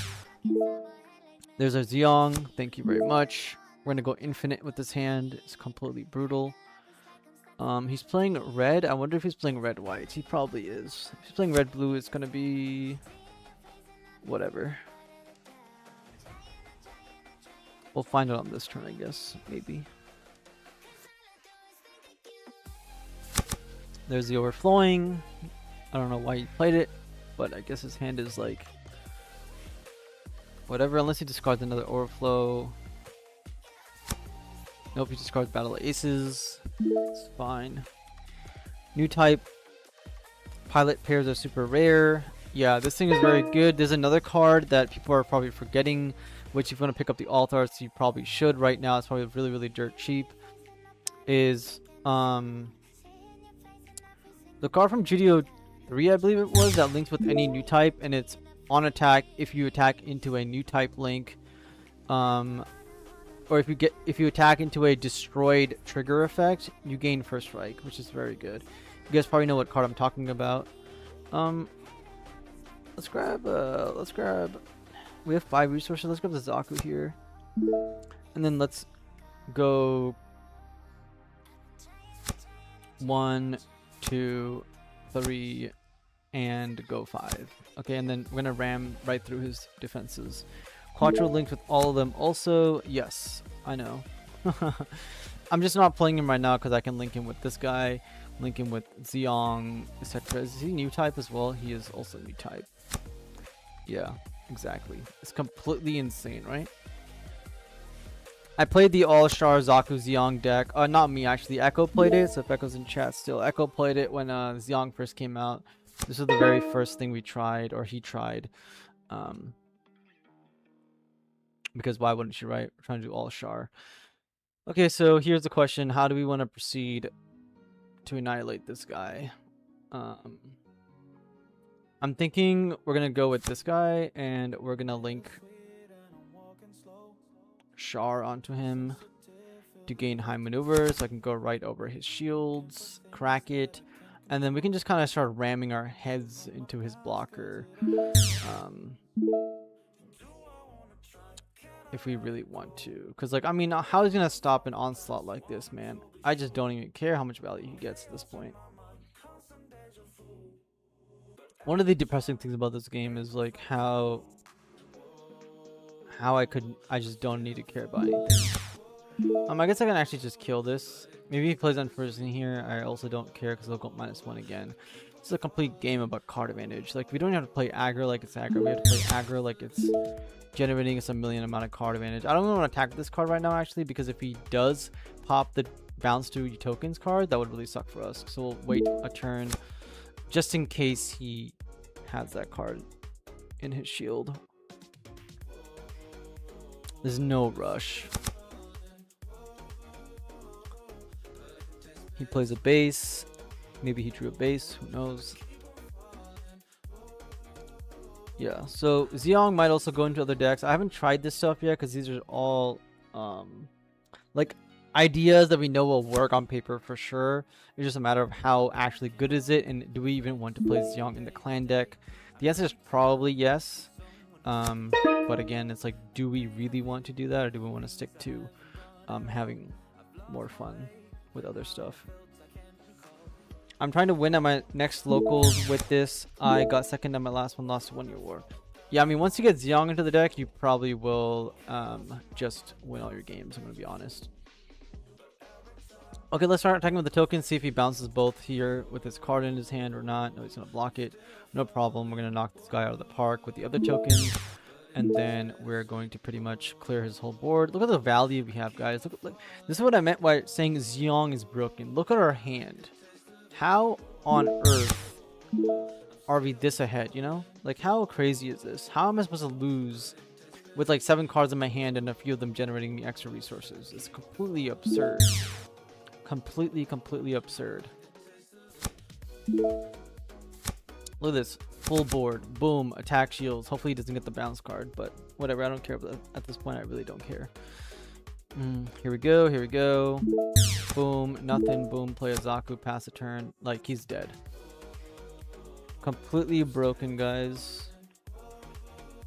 Completely broken. I've tried so many different variations of pure blockers, wing zero, ramp, red burn, whatever you guys can think of. I basically tried it into this deck, and Zeong just makes it so difficult to beat, right? Obviously I can take games off of them, but it's like, why is it so hard? Why is my deck 50 cards? All 50 cards in my deck are meant to counter this deck, and I still am only 50-50 chance to beat it. It's crazy. It's completely absurd. Like, yeah, just die. I don't even care. Please don't be the bounce card. I kind of want to end this game. Thank you. Just playing again.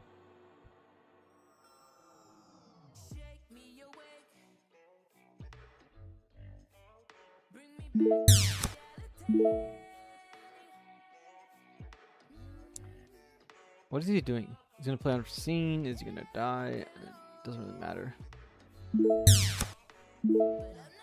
Let's close it out with Zeong. Getting a 3-1 afterward is just wild. Yeah, it's just completely broken, man. Why does this guy want a rematch? GC, GC, and Beta.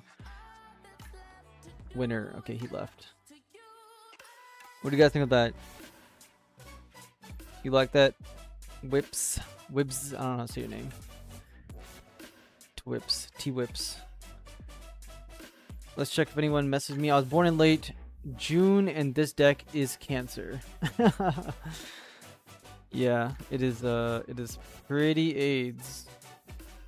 I can't lie. Yes, Marchi, I saw the live. I saw the live Gundam movie cast. It's looking pretty crazy. And obviously Sydney Sweeney's in there as well. Kundlebear, if you can get back to me on Discord, and Big Ninja, if you can also get back to me on Discord about coaching. I would love to sign you guys up as soon as possible, since it is my full-time job and my income. So, all right, there's a message coming from Pira. Pira's replying to me. All right, let's play. What do you guys want to think? Play something else? Decks, my decks. Play some wing.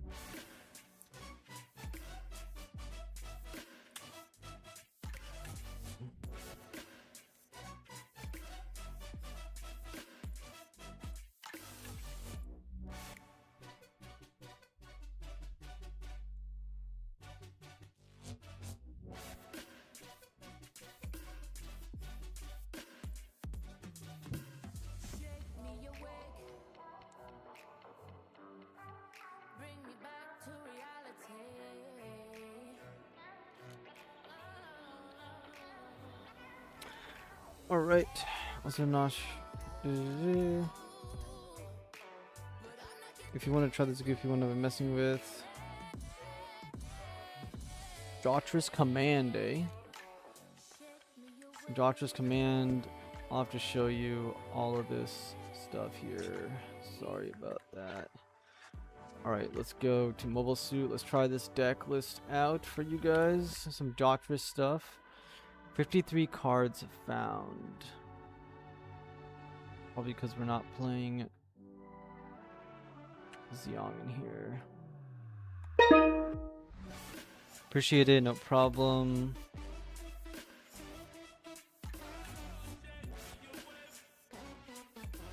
Second as usual. The unfortunate thing about this deck is going to be that we need to have other Doctress weapons on the board to do everything. NT1 Gundams is cool, draw power is cool. We really don't want the hand though. Okay, we got this. I had a Doctress deck built. It didn't. I don't think I had Gundam armor in it though. Maybe I still have it built on my EX burst. But it was running the G-Fred, the red G-Fred, because I would lower my opponent's shield so low that if they swung back, I actually had the ability to go significantly wide on them. It was a red-green list. With citizens take a stand for the +2 AP on everything. This gets extra AP 5 tokens. I really don't have any tokens. This thing doesn't do anything at all. I'm going to pass a turn and not do anything. This deck does not look very appetizing in the way that it's built right now. But we'll see as we get some more cards. Do I want to ping this guy?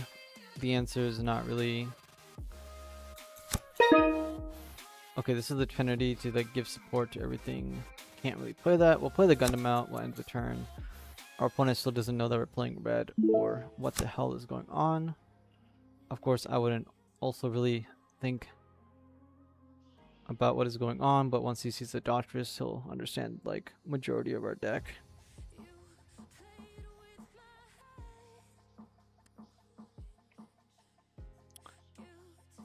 Thanks for playing it. No worries, my guy. The card you were talking about, coach, was Vertigo. Yes. Yes, Vertigo, whatever you pronounce it. That card is the alt-art, I believe, is really cheap right now. Right, card list. How much is Vertigo? Look at this alt-art. $7, $6.50 alt-art. You guys don't know what this thing does. During Link, it is a new type trait link, so it links with literally every single new type, which is like most of Gundam. Right, and then if it's battling an enemy unit with destroyed effect, it gains first strike, which is going to be very good into taking out Zeong and Charizard 2 and other destroy effects as well. So might be a good pickup for an alt-art collection. For like literally $20 you get 4 alt-arts in case it ever becomes relevant or it goes up in price. It's pretty cool. What the hell am I supposed to do with this? This is if you have another UNA unit. I don't have enough things here. Let's deploy this. Token. Does this link with anything? It doesn't link with anything at all. This also doesn't do anything for us. Neither did that guy. I got the alt. It's rad. Yeah, it's pretty nice.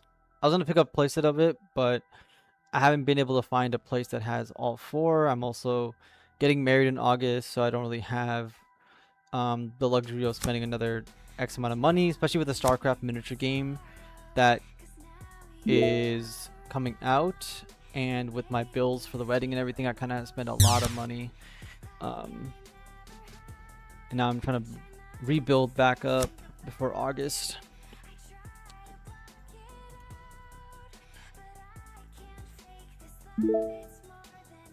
But yeah, it's a card that I would definitely pick up if I had the spare money. I also don't do a 9-to-5 job, as you guys have heard me talk about. So my full-time income is through coaching. Thank you very much, Pira. So yeah, every single person who signs up for coaching is pretty much a wedding gift to me, or gonna go straight to the wife and other expenses. So yeah, pretty much everybody signs up right now till whatever is every single sign up, I consider it basically a wedding gift. So if you guys want to give me a wedding gift, just sign up for coaching, and that would be awesome.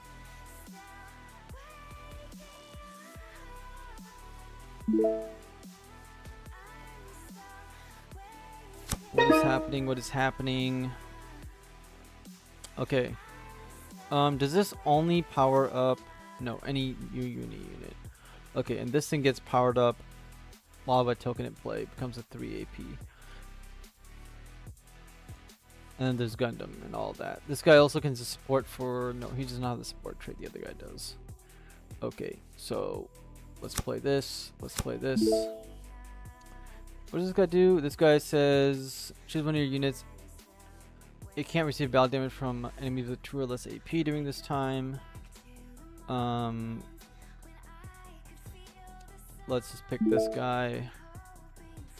We can support to... Let's play the pilot. That's linked now. Choose one of your other units. This thing is on attack, gains 2 AP.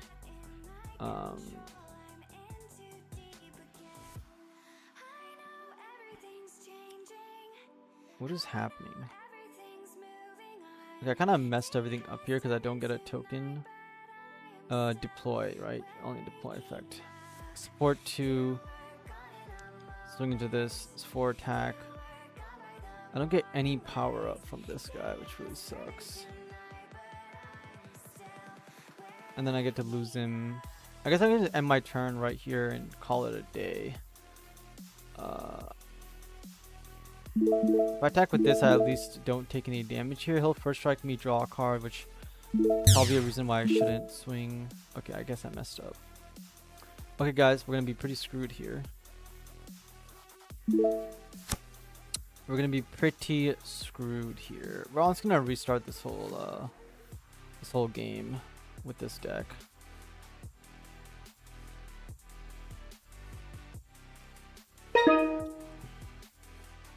Let me go see if I still have the deck made. I probably don't. I probably deleted it. Yeah. Yep, I don't have it. League of its own. I need to work on this deck as well, which I haven't done yet. All the token guys. Maybe I'll try that out another day or this day. Oh boy, yeah, this is a goofy deck. Yeah. It is definitely a goofy deck. Okay, so we got some Daughters stuff. Deploy 1 Daughters unit. I have to keep it. I think it needs more Daughters effects. Possibly. You're trying to add Trinity to it and do the whole shebang, which is a thing, I guess. Yeah. I am gonna look forward to when Daughters gets more support, because I do think that these guys look cool. I also like this card quite a bit. It's pretty cool. I like these guys quite a lot, like these flyer. It's like a bug insect looking thing.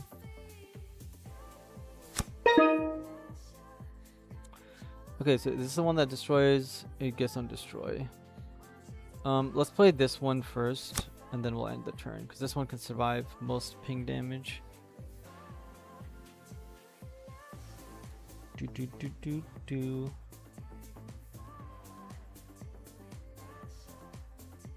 DOS. Yeah. Here we go.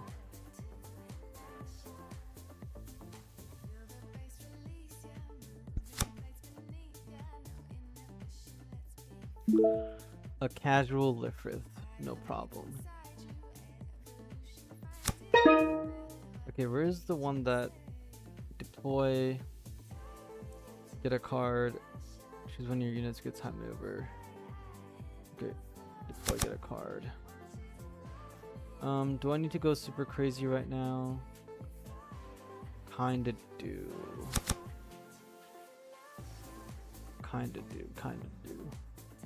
Maybe it's too early to make a deck with this trait. It's not too early, but I think that when I made this deck, I don't play Gundam Thorn. And if this was another unit that I can just play out early on. Also, if you play green, you can get access to Zaku 2, which has 3 AP in his early game. Right now, we have way too many like level 3 2 cost cards. So we can't really deploy anything in the very, very early stages of the game, which we want to do. And if you deploy the Zaku 2, it would be able to attack into us, into our opponent, and do a bunch of damage that way. And then you also have access to Citizens Take a Stand, which gives all the units plus 2 AP, which, because they think that, oh, the tokens are sitting there, they're going to swing all their units into the ones that have damage, and then you can do Citizens Take a Stand, have all your guys swing into your opponent, or trade, etc., and do a bunch of damage to them. And then Saga Frost also obviously gives your tokens damage. But I think that's the way that I wanted to go, because somebody asked me to make this deck. There's like 2 decks that I never got around to doing, basically, unfortunately. So I apologize if you guys in chat. Got sick, been busy doing other things, and some of the decks just didn't really fully work out completely, or I never got a thumbnail. I don't make my own thumbnails, so I have to like wait for the people who help me get thumbnails to create them for me, which is why sometimes my content is like spaced out for a couple of days or a week. Okay, he's playing Academy. What I need to do right now is pretty much just take out his shields and do a bunch of damage. This thing links with this, I believe. No, it does not, unfortunately. That's another problem with this guy, is that you need a link for him and there's like no links, which is kind of crazy. High maneuver, I kind of want to keep it to get rid of the base. Does it really matter though? It doesn't really matter anyways. I can get rid of this guy and then he can attack into me. That seems okay.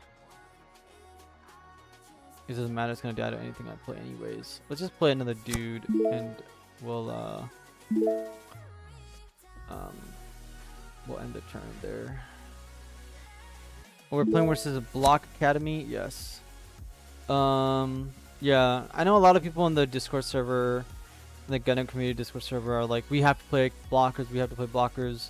I find that to be so untrue. In fact, you know, Academy was always pretty damn good with red, and we can also go into like Green Academy with red, with Athenzala and stuff like that. Get ramp, get Atherin, get Justice a lot faster with the ramp that Academy gives us access to, and Breach and card advantage and all that jazz. So something that Academy struggles with is just a bunch of units that are standing. Like, right?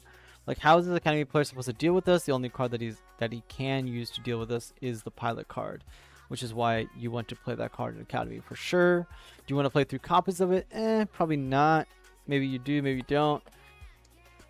Maybe you play like 1 Bridge Crew and 2 of the Academy command cards, but it is definitely a card that you need to run 2 of minimum, I think, at the moment.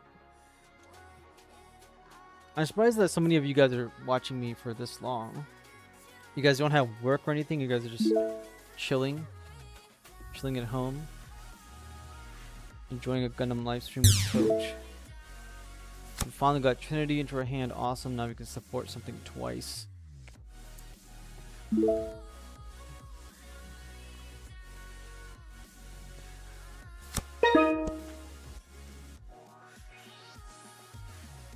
Okay, well, he has no blockers up right now, which is awesome. So we can pretty much attack his shields here. See how he likes that.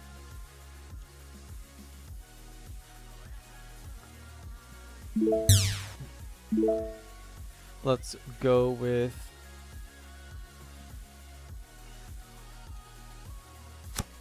this. Let's go with the Trinity. Let's support this guy. Let's attack the shields. One thing to know about this deck in particular, in any token deck, is that you can really just swing into your opponent's units multiple times because of the amount of value you'll generate off of the tokens, which is very, very useful. I'm not going to go too deep into it right now, but when you're playing an aggro deck in particular, you need to understand that you can literally trade all day with your opponent, because as we saw early in the stream, you really do not run out of cards, like, ever. It's completely insane. The amount of value you can build up is nuts. I probably should have swung with this guy first into this and then got the token stuff, but whatever.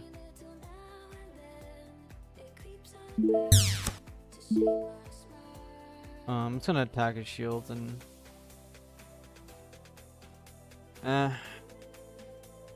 let's take this guy out and then I'll play something on top of him. I'll lose that on a bunch of value, I guess. Maybe I shouldn't do that, but whatever. As wide as we can go, the better it's gonna be for us, I guess. We have high maneuver as well to end the game.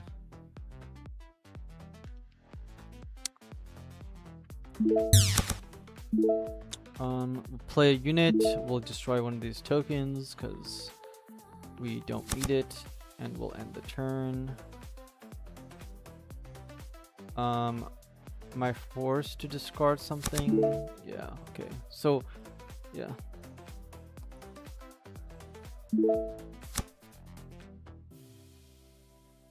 What did this guy message me on thing?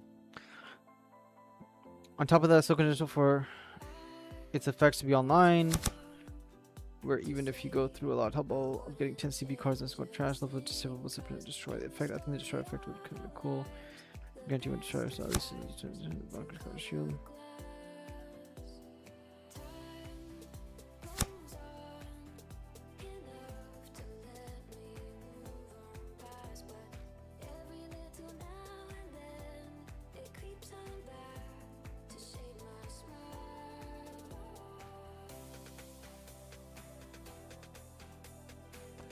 Okay, what is this guy doing to us? Absolutely nothing. Academy player is cooked because he has 1,000,000 cards in his hand at the moment, which is a thing. Notifications, I got a heart from him. Okay. Chat. I wish I worked from home. I don't have I'm not employed or anything. Haven't been employed my whole life pretty much. I'll still like to have a random. I missed your games with Zeong Academy. What are your thoughts on ramping with the other green cards? Wing Age. Danny, so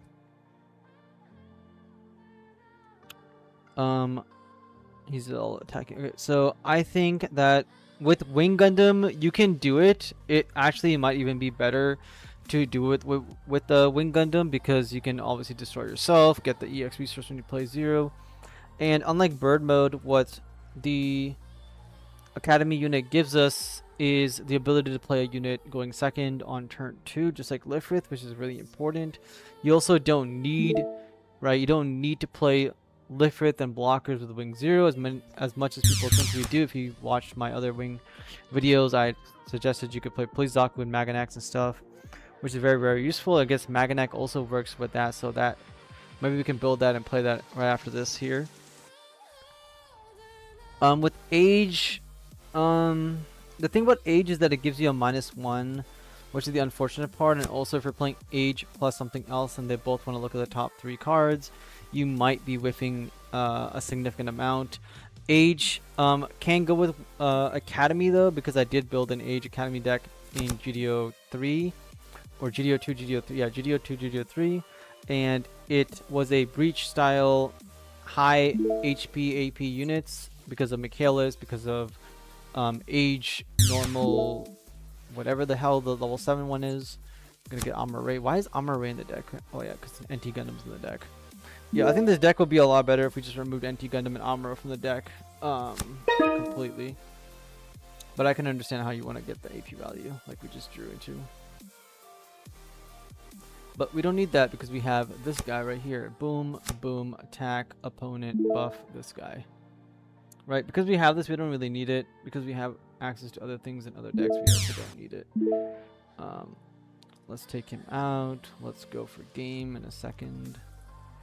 Man, this thing only hits for 4. That's kind of cringe. It's like actually cringe.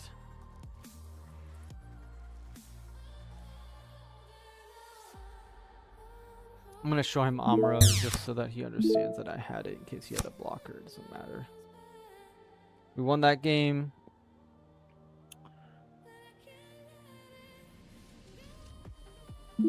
Yeah, so try reworking. I don't own the cards, unfortunately, for that, but I would go towards a green-red deck with that instead of Amuro Gundam. I think that will work a lot better, and then you can include G-Fred in it. I had a lot of success with it. Not like a crazy amount, but it was actually significantly solid to play. And then it also gives you a avenue to play the G-Fred uncommon or whatever from GD03. And then we have build my decks. There should be an Academy Age deck here somewhere. Unless I deleted it. Yeah, so this one right here. This is not Academy. Okay, I think I got rid of it. This is the Ultron build, which basically the Ultron cards can be swapped out with the H cards. Map Tact is also a very good card if you just want to summon a bunch of tokens, go face, do a bunch of damage. It's pretty good, makes sense. Was adding Amuro to give +1 AP would make sense. Thanks for checking out, no problem, Pira. Yeah, I'm one of the few people probably on YouTube that wasn't this one? Yeah, one of the I'm one of the few people on the, I guess, YouTube or anywhere in general that really does play every single archetype, and like even Vagan and stuff, and try to give you guys how I would play it or some amount of clarity of what works, what doesn't work. You know what deck I have here that I haven't played? And one thing I should warn you guys about actually is the flat, whatever you want to call it, militia blocker.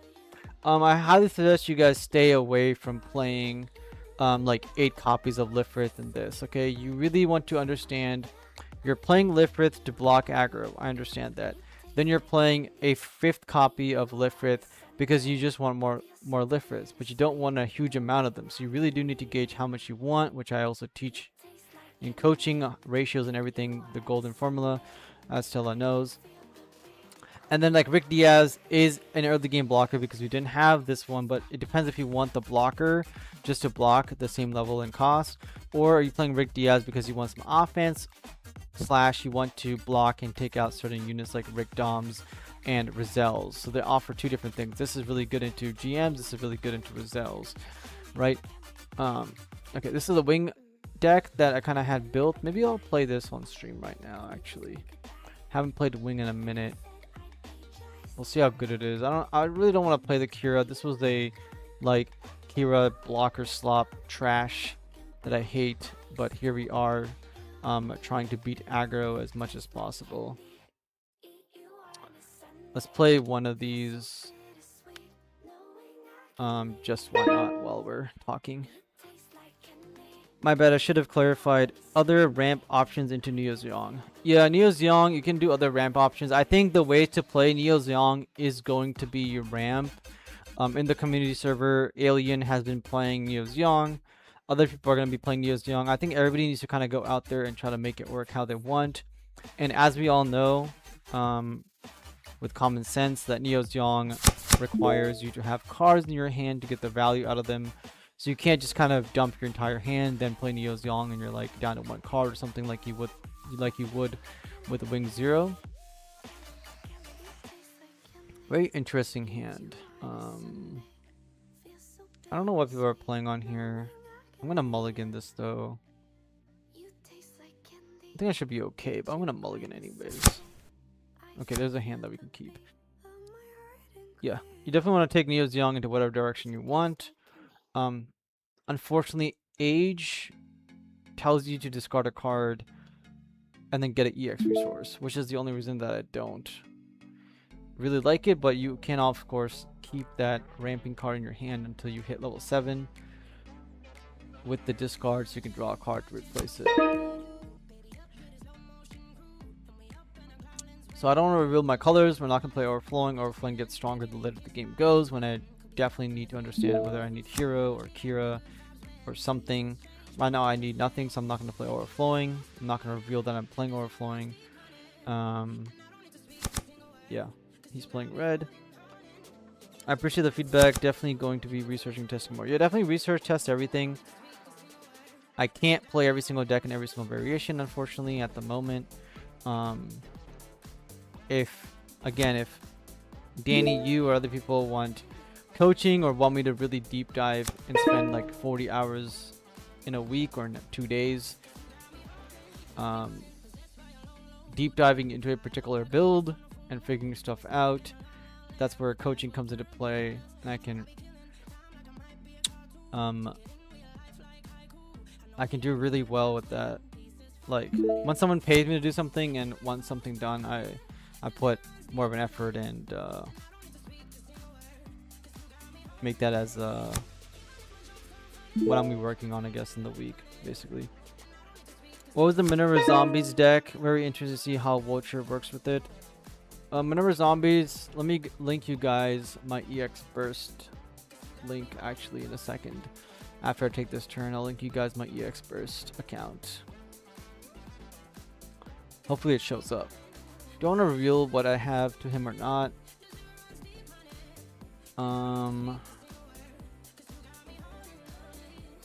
I want to play Striker Pack. I want to make it a 2/4 blocker, and I want to end my turn. Alright, let me go grab the EX Burst link.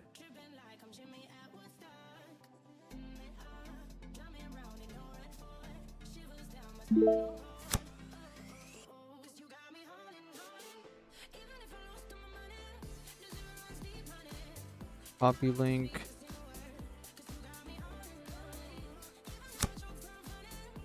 Okay, there's a link to all my deck lists in the chat. You guys can click on that, check out everything. I'm gonna be deleting some of those decks, probably at some point, that were just there for like show or random deck lists. But all the ones from my videos are definitely staying there, and Minerva Squad deck is in there as well. Yes, sir. Give me my hero Yui. He breached me, no problem. Not a big deal.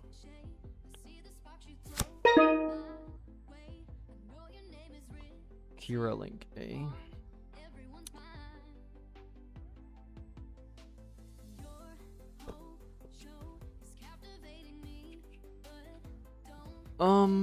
Kind of want to play Kusanagi base, kind of don't, because I have limited bases in my deck. I could just Sword Strike link him because he's not playing any aggro stuff, and then he can breach me if he wants. Losing my Kira here is something that I guess I don't really care about. The guy only swings for 4, so I guess I'll swing into this. Reduces AP, take it out.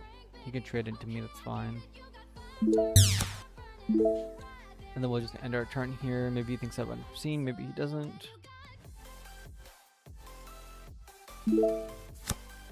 I have a Vulture deck on my EX Burst as well. Vulture I have to playtest still, I haven't gotten around to it. I need to playtest Red Green CB as soon as possible. So far I'm not really impressed with Red Green CB from just playing into it or just looking at the deck in general and the cards that it has access to. So I think Red Purple CB will still be better than Red Green CB, but we'll see. And maybe Green CB might be built slightly differently and tweaked, because my opponents might not be building like better versions of it than they could.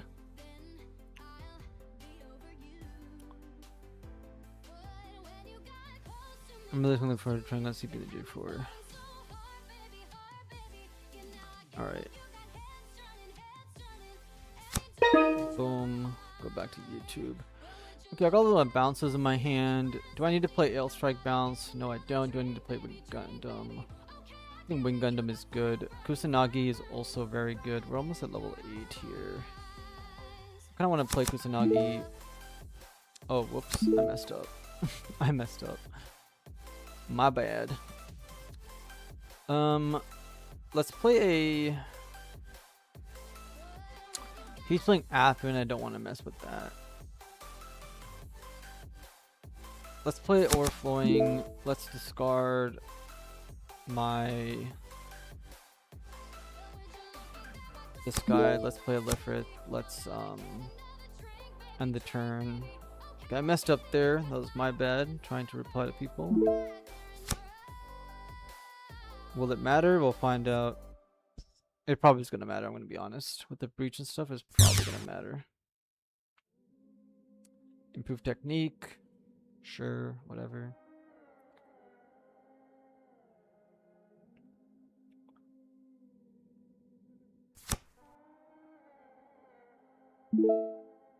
Just a few years away.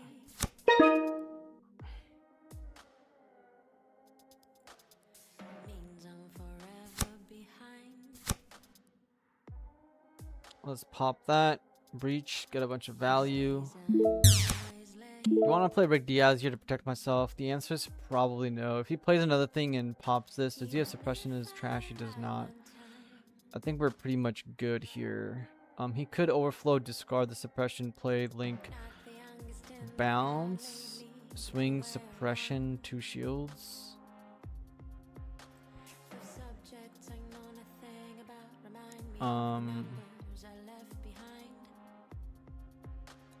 Let's play another blocker just in case. We don't have to play 0. We can just kind of keep dropping bodies on him. More Wing Gundams, more Breach, more value. What the hell happened? Did you guys see that? It was like a bug.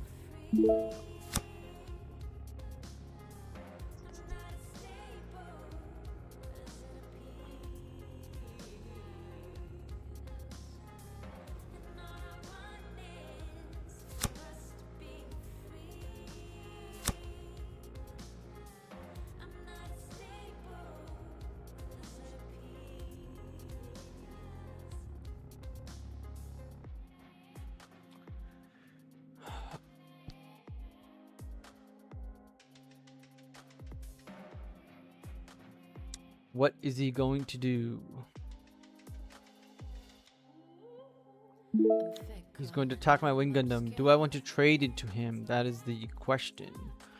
I do not want to trade into him because I block him here. I can play Wing 0 in a following turn and deal a bunch of damage. I can also just play Rick Diaz, block him next turn and deal a bunch of damage. Unforeseen, sure, don't really care because I can again go Rick Diaz, or I can just swing into him and take him out that way and give himself breach.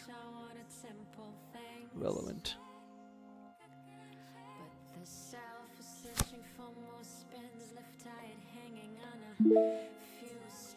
Playing these two together could be interesting, but I really don't care about that since we don't want Wing Gundam in the trash anyways. Too slow. Wait, what are we doing? Can I get a Kira? I guess Kira doesn't matter. I need like Ultron linkers. I don't know, something. What is this guy doing? He's just inting or something. I don't understand. Okay. More bugs.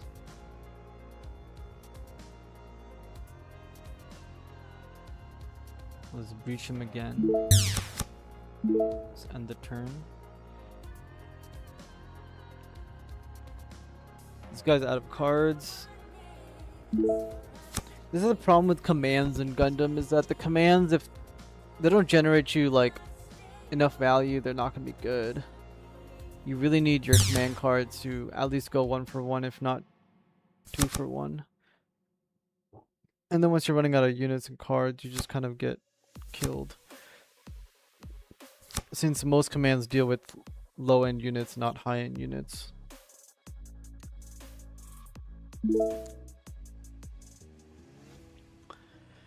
Um, I can block him here. Because 3 and 3 is irrelevant. I really don't care.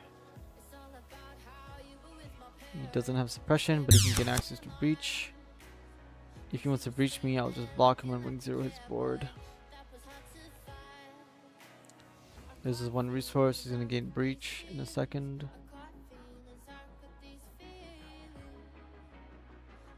Like, if I wasn't streaming right now, I would literally just concede this game because I'm gonna win anyways. So it's like, what's the point of doing all this?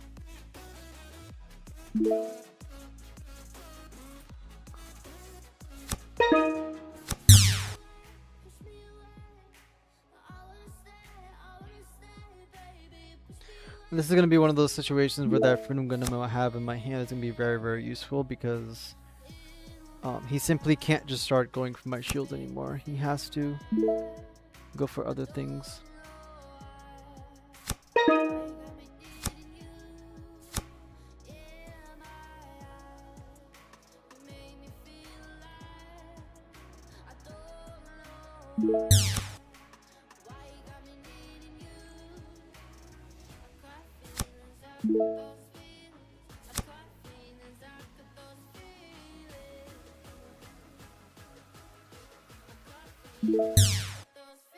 Pilot.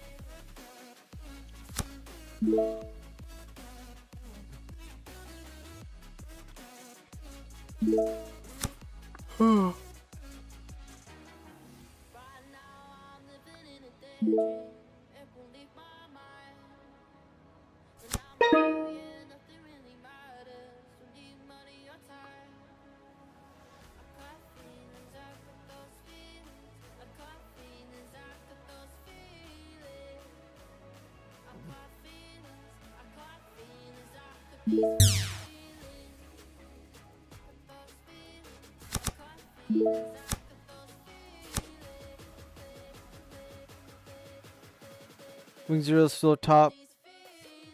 So much you yawn playing it. Yeah. 100%. This guy wants a rematch. Sure.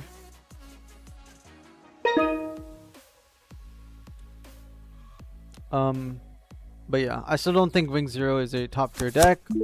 Even in the next set, I still don't think Wing Zero is a top tier deck. I still think it's a.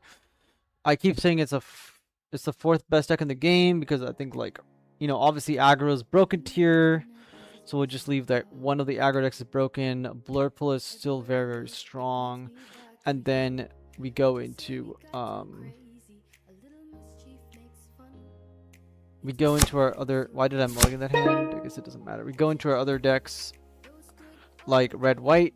I think Red White is stronger than Zero, and then we go into Wing Gundam like as a fourth best deck.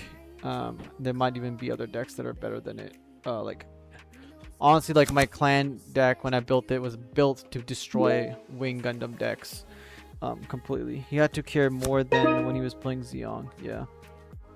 Zeong was so easy, my god. Plus 1,000 cards in my hand. Zong is like a Shadow Worst legendary card, honestly. Wild, build a board for free. Yeah, it's literally crazy. Like, just summon me, summon 3 guys, and it's like the game is like over.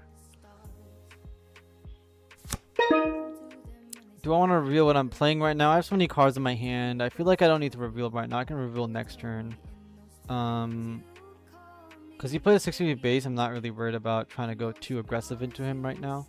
I'm going to just hang back. Maybe he thinks I'm playing red as well. We're down to 22 viewers. Test the impulse list. I can test the impulse list again after this. I just did, by the way, in the earlier stream. So if you guys miss out on any of the lists that I played a bunch of different builds and stuff. You guys can go back to the stream afterwards and watch. I am going to proceed to play Lifrith, and I'm going to go with the Fortune Striker pack in my turn. The only deck that we have lost with so far was Neo Zeong, because we basically didn't see a single unit to play with full frontal. Otherwise, we would have steamrolled our opponent completely, like we did the previous games, and that's all good. Oh, Nick, yo, I'm at work. Coach, love the content, sir. Thank you, Harry. Love the content. That's awesome. I'll keep doing this as long as people keep signing up for coaching and stuff and helping me out with everything. I don't really want to block this.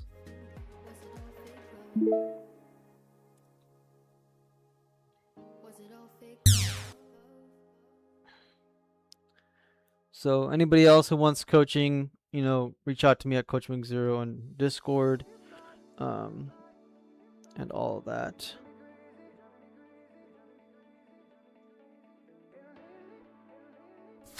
Let's see your message, Piro.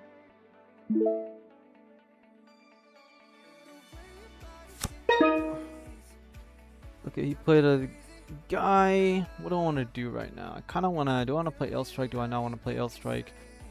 I think it's time to play L Strike. It's time to balance this guy. It's time to attack into his opponent.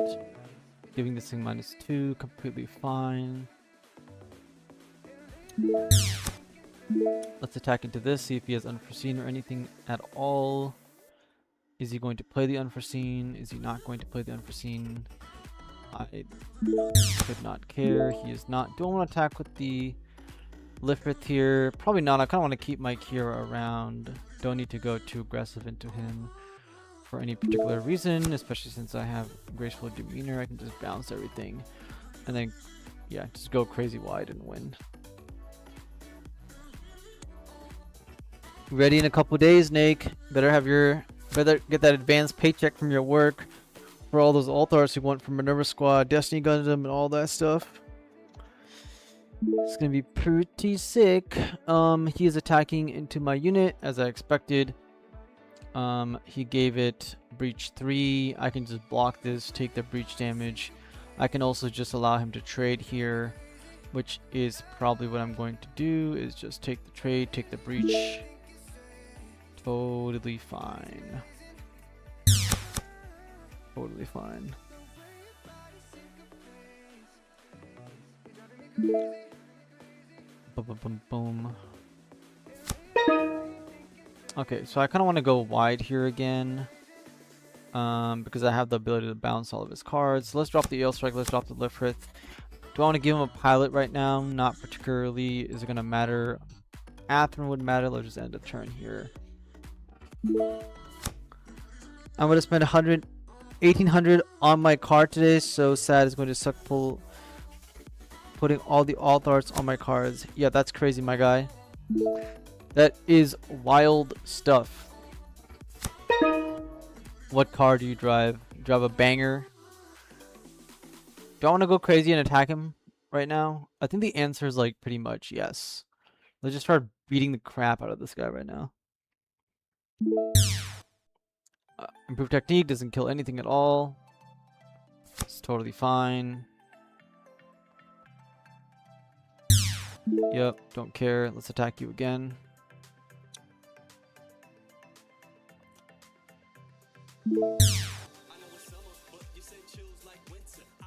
Again, hopefully some of you guys that reached out to me for coaching, sign up for coaching with me. I'll be very happy if I can get a couple clients today for coaching. That'll be a amazing thing to happen.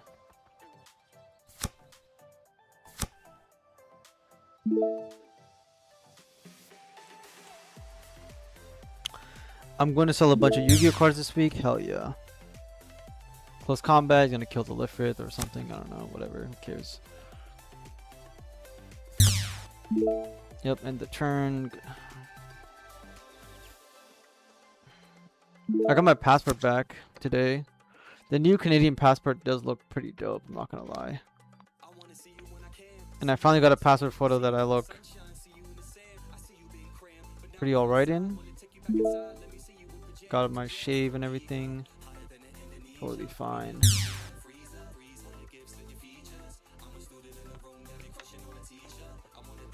What's this guy doing? I drive a BMW. Shit part is it's a V8 twin turbo, so there's a lot of expensive components and no small jobs, only expensive ones. Yeah. If you're driving a Beamer, I mean at that point, I think a Mercedes-Benz goes longer distance than a Beamer does. I'm pretty sure, but Beamer is like all the cool kids drive, right? You're a Beamer guy. Probably a nice car though. Make like 60, 80 grand a year.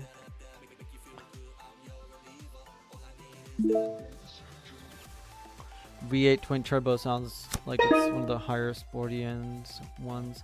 I can play a Wing Zero here and just nuke his entire board, which is honestly fantastic. So let's just do that.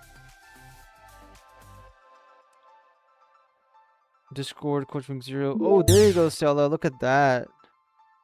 Stella is awesome. You guys see that? You guys see what she just did?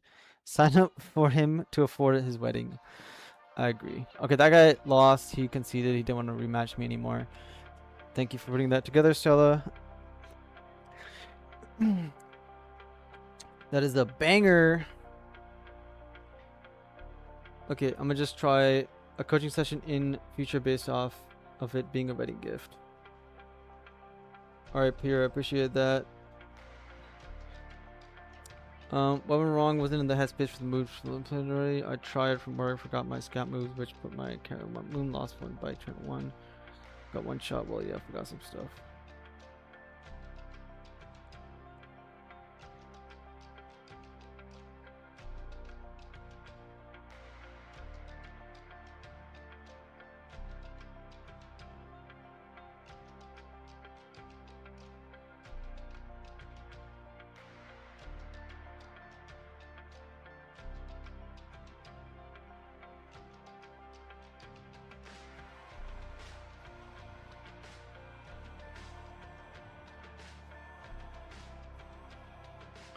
Alright. Impulse deck with Blitz and Exia. Alright. We'll do it again. We'll do it again. Let's go grab the Blitz Impulse deck. More Minerva Squad testing. Where's Minerva Squad? For my boy. Minerva Zombies. Here we go. Export. Copy. Clipboard. Go here.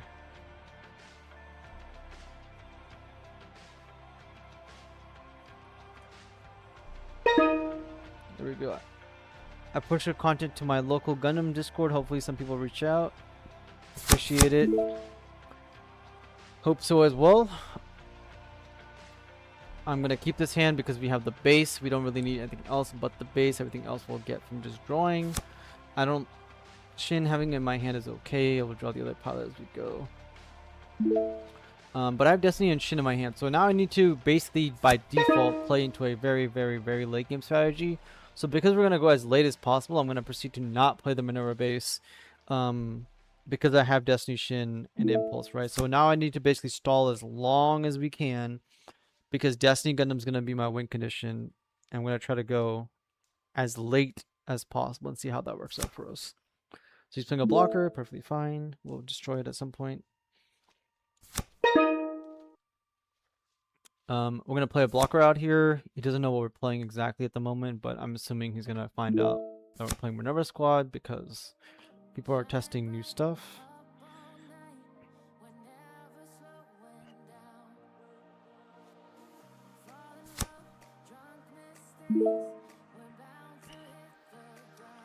Dun, dun, dun, dun, dun, dun. He's playing more blockers, completely irrelevant. Do we need to play the Phantom Doctor right now? I think we'll drop it from our hand. I actually don't want him to find out that I'm playing Minerva Squad just yet. We gotta use the art of doing nothing. Hide information so our opponent does not know how to play correctly into us. There's no rush. We have full shields. They have basically 0 cards on the board because these blockers cannot attack us. We are perfectly happy. Okay, so here's the token deck. Right here's the token deck. Let's see how we can completely obliterate it. He's playing a token deck. He's going to build up a lot of value. So the question is now, do we attack him very aggressively? with the Phantom Zoc pair or not? The answer is going to be no. Do I want to trade this for this? The answer is also no. We just kind of need to go late game, gain a huge amount of value off Destiny Gundam if we can. We have a lot of ways to get Destiny Gundam back into our hand or onto the board. He's going to be his ability to gain a bunch of value. Right, he draws a card off of this card. You have 3 or more League military units, you draw a card. Excellent.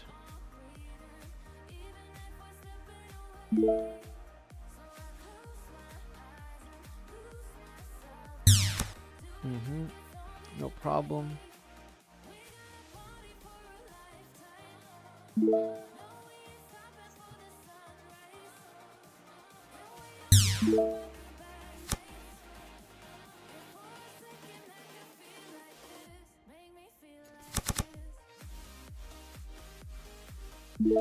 Okay, there's this very first token, and it is a blocker.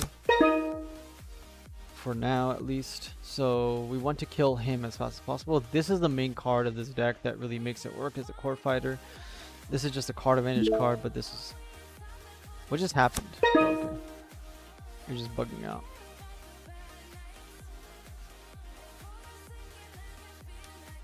Okay, we definitely want to play Justice Gundam on when we can. We need to play blockers. We need to basically force him to block into us. We have many ways of playing blockers out. So let's play this. Let's play this guy. I'm going to swing into this unit.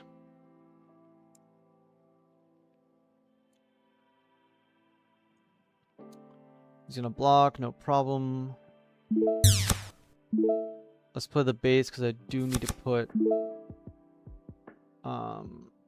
the sword strike into my trash. There we go. And then I can attack with him into one of his units. It really won't kill anything, so I probably should just keep it around till later.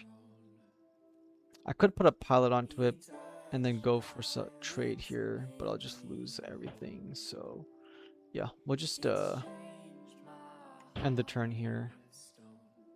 He'll take out my shields, he'll take out a bunch of stuff if he can. I don't think he has any way of resting me unless he plays Gundam Amuro, obviously, which he might do. What do you think will be the meta deck? Zeong, aggro. One of your wars, Zeong, will be the meta deck. Anything that has Zeong in it. This blocker deck I'm playing against cannot be the meta deck, because if I was playing a wing deck right now, look at my hand, I would just start dropping wing zeros and blowing up the whole board over and over again. Especially if I was playing blockers as well, which I'll still start clearing up his board here soon. He luckily had the armor link to get rid of my blocker. He's going to do a bunch of damage to my shields, but I'm still going to be able to, maybe not kill everything, but, you know, we're going to get low here. We might lose the game right about now, because I can't kill everything. He's drawn so many cards off of this and gotten so much value that I just... Yeah, he's just drawing a bunch of cards. And I don't have enough things to actually kill him. What the fuck is this shit? Like, I can only destroy 2 units next turn and then I lose, so... there's really no point of playing this out. I'm gonna concede. Garbage game, let's play again, because that game was basically useless. Not mulliganing was the wrong call. I didn't need a mulligan. I had all the cards in my hand. I had the card in my trash that I needed. I drew larger cards, but again, he had Gundam Amuro and the other guy to keep tapping my shit, so it is what it is. It doesn't really matter. It does not matter. We just got aggro Gundam down.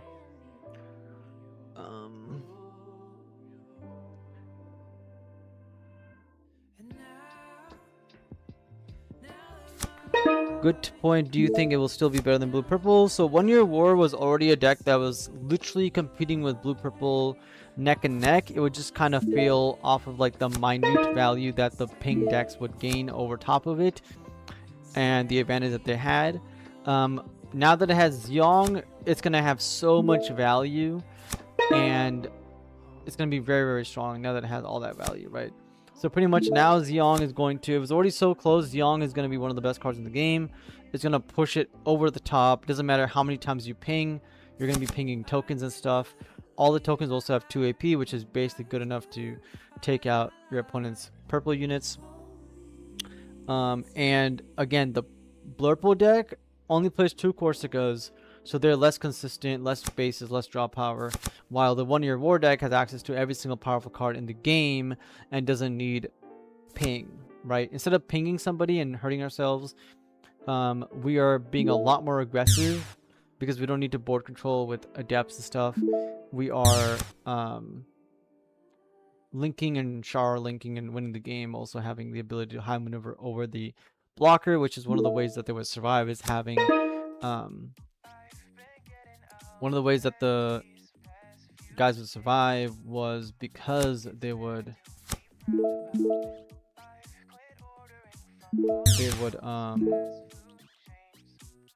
play out their 3/5 blocker in purple, and then the other Blurple decks wouldn't be able to get over them, but with Char you can use high maneuver into their shields. So yeah, I think 1 Year War is stronger. I'm more scared about 1 Year War than I am about Blurple. 1 Year War was also the most highest win rate deck in the game. And yeah, so it's up to you whether you want to play the highest win rate deck or the most tournament winning deck. And again, it's one of those things where half of every single tournament is Blurple, but if half of every single tournament was 1 Year War, 1 Year War would also be in the top 50% of the meta, and it might even be stronger than Blurple overall, or at least, you know, you would see more of it on the top.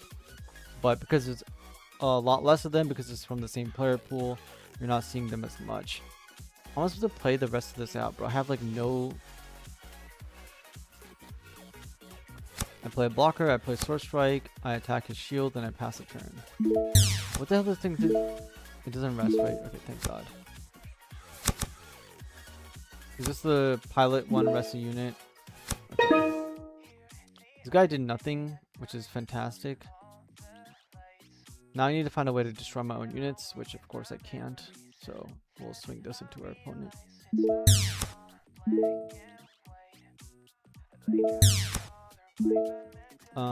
Following that, we're gonna go with the Impulse Gundam. We're gonna go Impulse Gundam, and we're gonna end the turn.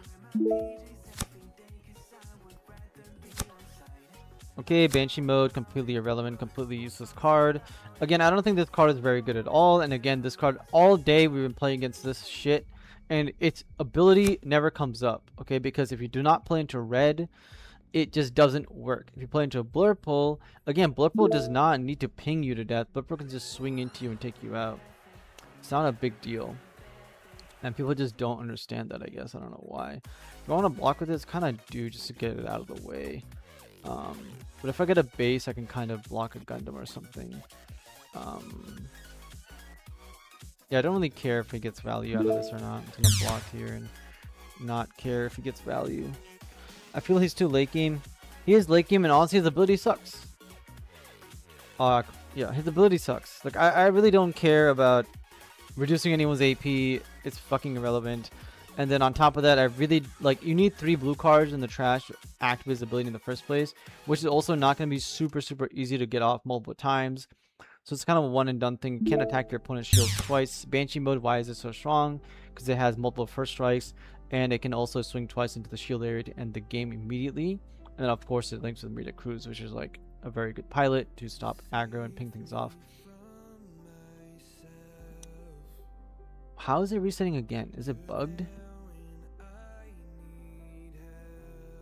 It has okay, I guess he has more blue cards. Okay, again, I don't really care.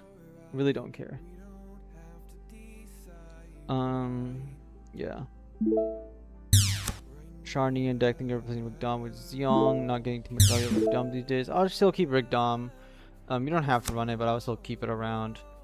Okay, we have the Destiny Gundam link. Can this guy stop attacking me? Like, just die or something?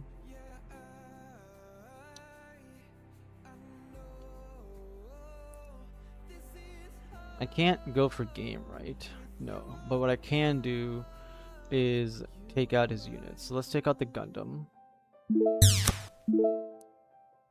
Let's add a blocker back to my hand. And then we're pretty much going to swing this guy, take this guy out.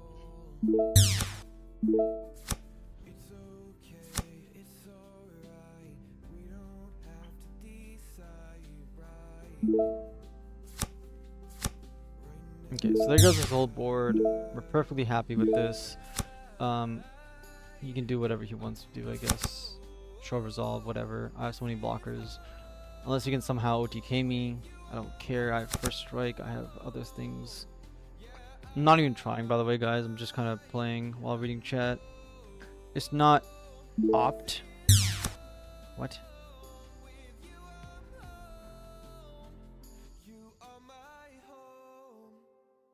What is he doing? Guntang, ping that guy. No, he just swung at me. Awesome turn. Yeah. Pretty good. It's not, I mean, it's whatever.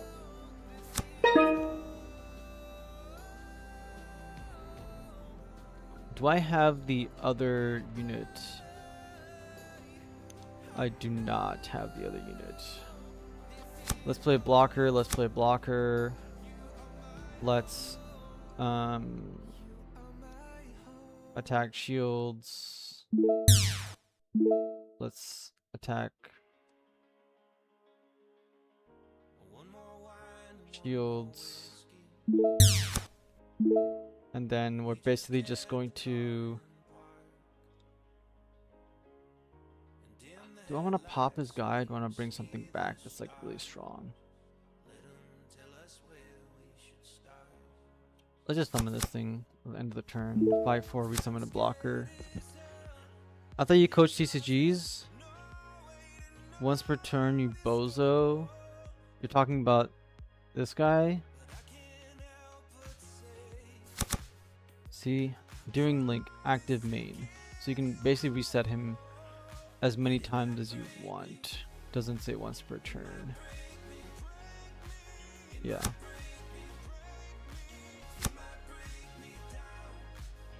I'm back to 30 viewers. Welcome in, guys. Been streaming for God knows how long. 4 hours? I think 4 hours and 13 minutes or something. I don't know how long I've been streaming.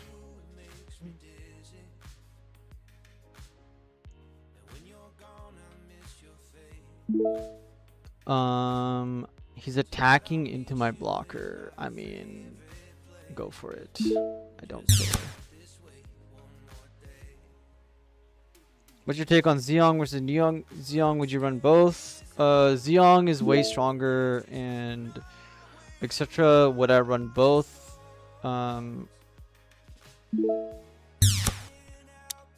Yeah, 4 hours. Yeah, would I run both? You can try running both. You could run like Sharzaka 2, right? All the Sharzaka 2 stuff to gain a bunch of value, keep going, and then eventually get to Neo Zeong by default, which an aggro deck 100% do. Is the game over if I attack him? Is he playing blue? He's playing blue-white, right? So he might have unforeseen in his deck. So we'll attack him anyway, see if he unforeseens this or not. If he doesn't, then we're gonna attack his shields here. And then we're just gonna link for game. Attack for game. Yeah, so you can run both in the deck if you wanted to. Obviously, it's very easy to do so. Neo Zeong and Zeong. Up to you if you want to do that or not. It might be very, very strong. I haven't playtested that version of it, but I feel like if you're playing an aggro deck into an aggro deck, you might not actually get to level 9. And if you're playing an aggro deck like that, you're basically gonna be a lot slower and it become like more mid-rangey or late game. You don't want to do that. You have a much better chance if all those Neo Zeong and full frontal cards in your deck were just like Amoray Gundams and you can just kill your opponent. So you don't want to lower your win rate.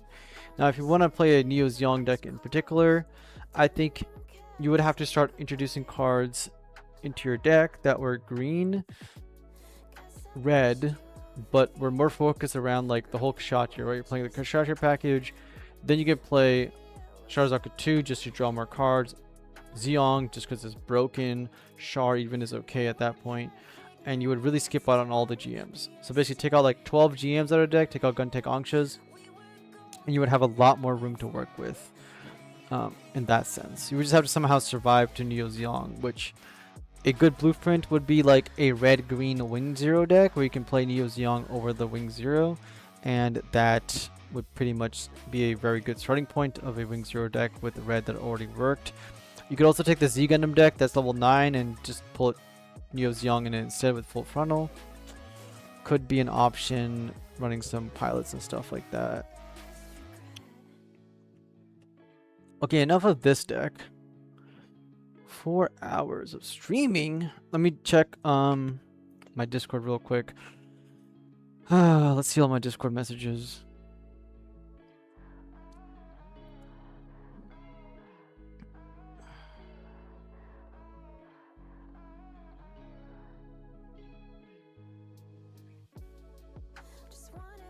I'm good for now. Just like your videos of your insight. Alright, Kundal Bear. If you want to sign up for coaching, just let me know. Would appreciate you signing up with me. Okay.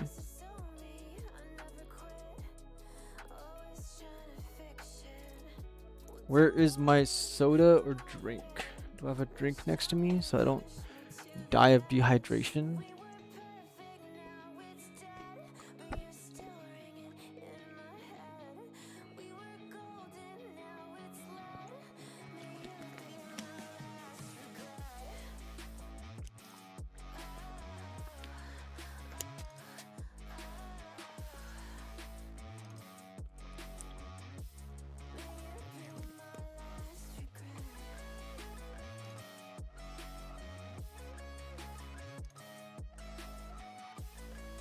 What should I play next? No.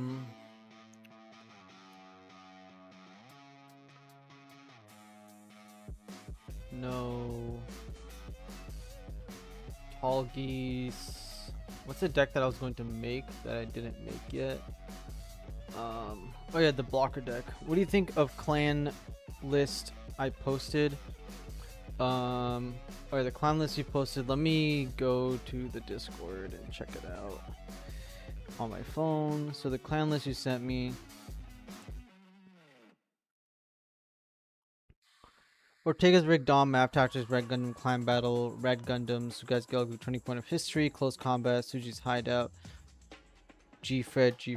Yeah, I think this deck, like, it's an aggro deck. G-Fred never works, pretty much. You can link it with Nyan if you want to. You're only running 3 Nyans. I just don't think it's good enough. Like, a lot of these cards are not very good. And with the new GD04 cards, you can really upgrade this. And also, like, a lot of people played this style of clan deck over and over and over again. They all basically failed multiple times throughout the entire existence of clan. While people that were playing my version of clan actually probably did a lot better. And I think a lot of people watching my videos, like, you guys found it to be more, interesting. One, number two, maybe more fun to play than just playing a bunch of GMs and being very, very aggressive and then still losing anyways. You also had a lot more play into blocker decks with mine, I feel like, once you understood how to play it correctly. It was literally designed to beat blockers, and it can outvalue a... I beat 2 players playing Beyond Blue-White deck in GD03 with basically by deck out pretty much, which is crazy. So yeah, I'm not a big fan of that clan list in particular. Maybe I should play some clan on here. Zeong deck. You know what? I should probably build the clan. Wait, are these blue guys new types by chance? They are new type, so you can also play the token deck with this guy in new type, because he's when paired, but only when... Okay, never mind. Let's try and go find my clan deck. Now, if you want to include Zeong into the deck list, I think one of the easiest ways to do that is to remove Red Gundam from the list completely, because it's something that you don't really need. And if you're trying to beat aggro, I mean, Schoolgirl, we're definitely going to keep Schoolgirl, but if you're playing Schoolgirl, we would be putting Zeongs to the bottom. I guess you don't need that many. If we're going to be playing aggressively instead of getting value, we might be able to get rid of G-Corp from the list completely and build value off of that. But we're putting so many cards to the bottom of the deck, we might actually want to replace all these burn spells. Since we have Exia now, we don't need as many battle aces, although battle aces does help with close combat combos and stuff like that. Ugh. Sugai's Gelgoog is a card that we definitely need to have. Schoolgirl Smuggler helps a lot. Red Gundam is very useful. The pink card here is also useful. If we're gonna go wide, it's basically map tactics. When I was playing map tactics, what was I doing? What was I doing playing map tactics? Let me see. Yeah, let's try to include Zeong into this deck list, because it's all new types. We're obviously going to play 4 copies of it because it's broken. If we're going to start off by saying that the card is like basically completely broken, right? We don't need to play as many of the green cards of Suji. We can also play Char Suji. This could be a Char Zeong deck. Would be interesting, of just like basically going a lot of green. The first strike unit we don't exactly need a lot of. Damn, it's only down to $45 now. The first strike unit is not exactly something that we need. It builds a lot of value. But if we're going to go very, very aggressive into our opponent, do we even need it? We might not need the first strike unit. We might not even need to draw a card off the Machu here, but getting a Char Link here is pretty good. We could also play the token generator. We could play the G-Quux green card. Oh, we need 4 cards. I mean, I was only going to remove Red Gundam, so let's start off there.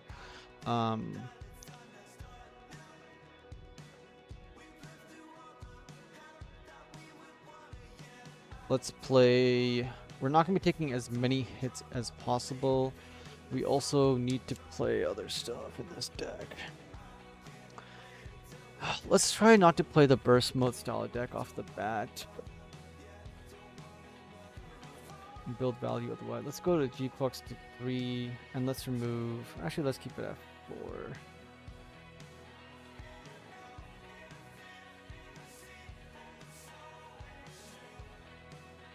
Let's reduce the amount of battle aces we're playing, because this can... Okay, let's remove battle aces. Battle aces will become Exia instead. I still want to play some battle aces, but it is what it is. And let's play a Nyan just for the extra new type possibility.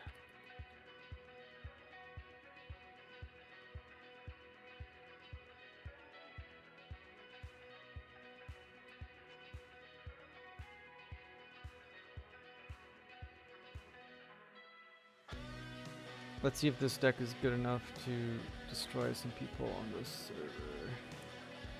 I also don't want to play like an aggro-based clan, although with Zeong included, it could turn into an aggro-based clan and reset the whole engine. Sam, thanks for your tips. Shared in your videos. Codes helped me go undefeated in my starter event last Sunday. Congrats, Kodiak. Hell yes, Kodiak. By the way, guys, Kodiak has been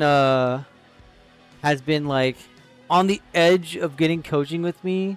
So if you guys want to drop some words of wisdom in chat, or push him towards getting coaching with me, that'd be appreciated. Any day now. I'm gonna mulligan this hand. Congratulations on your win, though. I'm glad that you got a lot of help. Obviously, talking to me in the server as well. I don't know if I want to play School. I'm gonna play it now. Grab this, end the turn.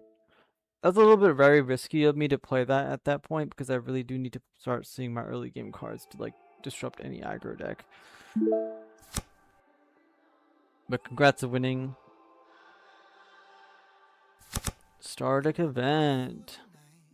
That means you got the What'd you get for winning this Arctic event? You get a base, and did you get the the Haman Karn alternate art? Bro, don't shame me on stream. I'm not shaming you. I'm saying you're this close to getting coaching, and that you should, and that everybody should help you. Get that, get on the coaching train, I guess.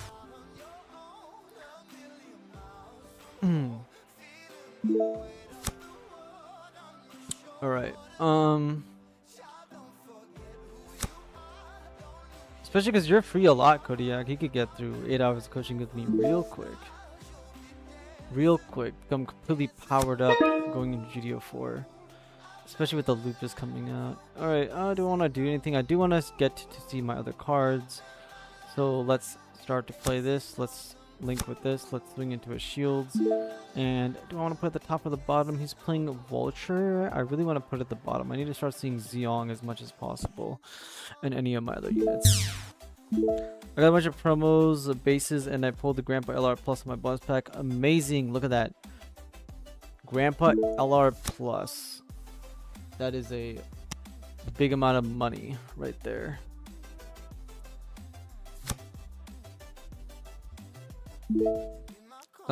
David, wait, are you able to play on MSA? I see your tab open, but for me, new card preview is still unavailable. You want to... One sec, let me post the... There's a link for the beta mobile suit. So there's a beta site of it and the non-beta site. So you want to use the beta site that I just linked in chat, and you can play with the GD04 cards on here. I don't think they're available on the other version at the moment. This guy's playing Vultures.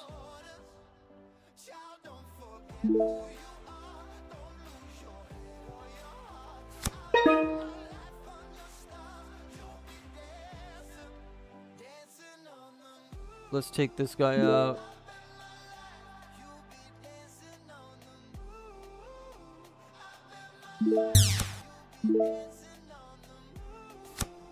Let's ping this. Do I want to link with it or not? That's a tough question. I probably do, just to draw a card off the top, go to the bottom, swing into this, take it out. Don't want to lose too many shields here against a suppression-based deck. Word, thanks, man. No problem, David. No problem.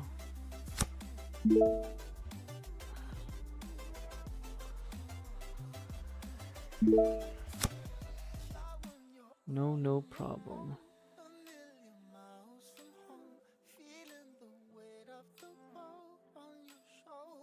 Message pinned. So do pinned messages show up at the top of YouTube? There we go.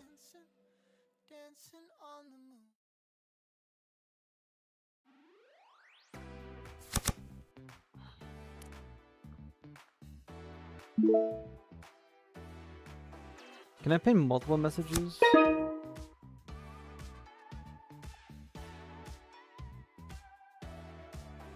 Maybe not. What are we doing here? What are we doing here? Attack shield, look at the top. I really don't want to see this card.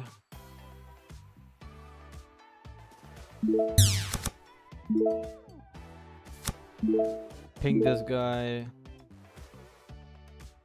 Play it, look at the top, return to the bottom. Don't care about any of those cards. I'm not playing optimally here, I'm just trying to like get to the Zeong so I can play it and deploy a bunch of units. Fail strike, ping one, irrelevant. I'll end my turn here, and then hopefully we draw Zeong into a level 7 into a Red Gundam or something. Would be dope. I'm extremely, like, I'm gonna be so looking forward to us getting any sort of more academy, more clan support down the line. Because I definitely want more of it.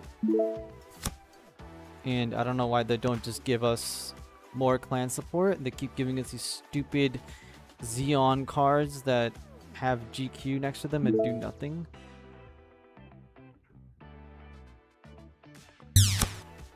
Let's welcome David. David's gonna go test.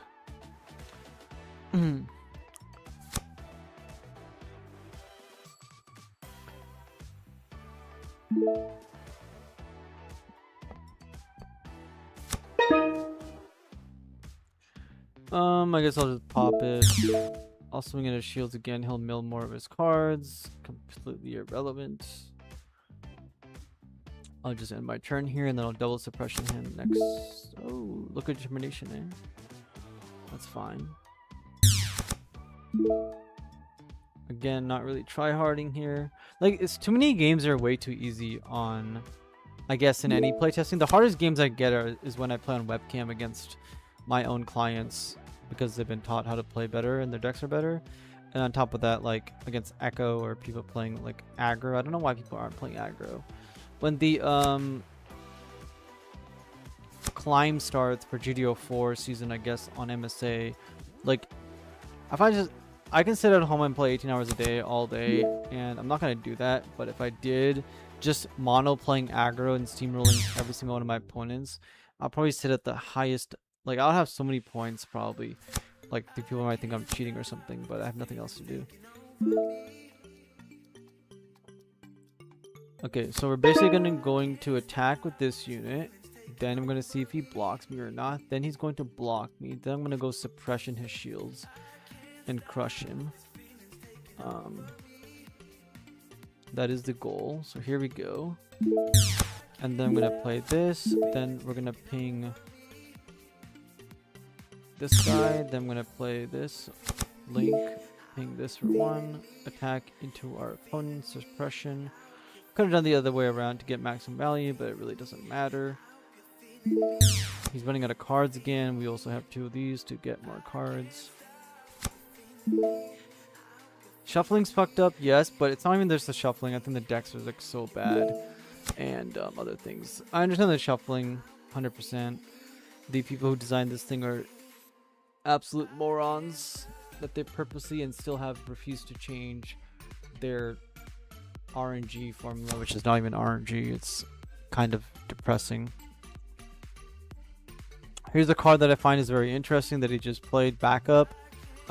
Basically just death touch for one of your units is actually useful and might be seen. Unfortunately, it's may not action, but it's still a solid card.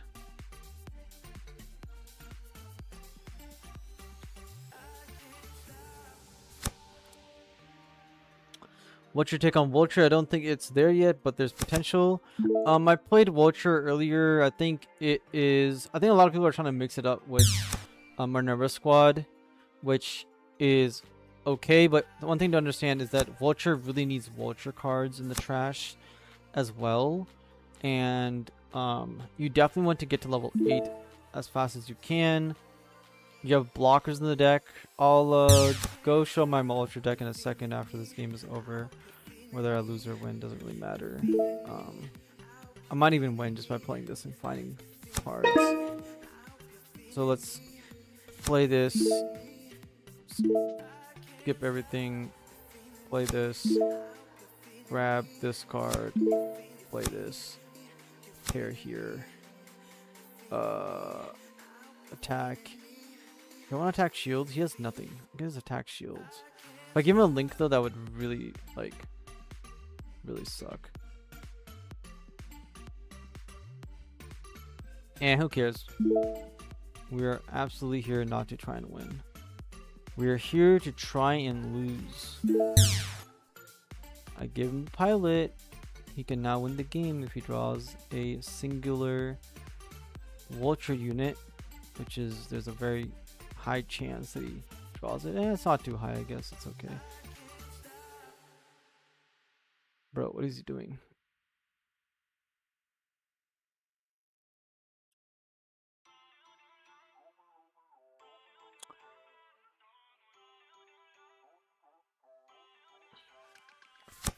I'm gonna test the League Military Token Breach deck when I get home. Hell yes.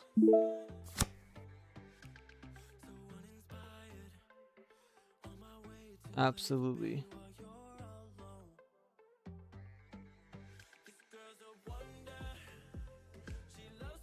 Oh, looks like he might have drawn the link since he's going for my shields.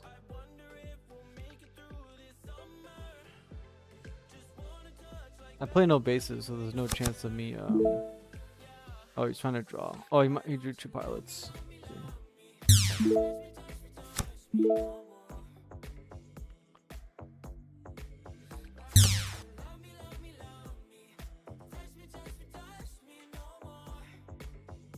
Okay, how slow can you play the game, my guy? Okay. Again, if I didn't give him that card, I would have just won the game, but it is what it is. Like I said, it doesn't matter at all. Again, he does not deserve that win, but it absolutely does not matter. We basically won that game easily. And then this other deck that we're trying to show you, right? My decks, Vulture Madness copy. So I'm playing purple green here because Garrett is the best pilot. So we need a counter to get Garrod or whatever, Garrod, whatever. And then we want to play him out early if we can onto the Jamil's Gundam X so that when he dies, we can get him back to our hand to mill more and more cards, basically. And then we have this whole toolbox situation. And then our early game blockers and everything that has blockers all the way through basically will get us Gundam X, which will start doing a bunch of damage and destroying our opponent. And so this is where the deck is at pretty much right now. Maybe I'll play it after this. We'll keep it.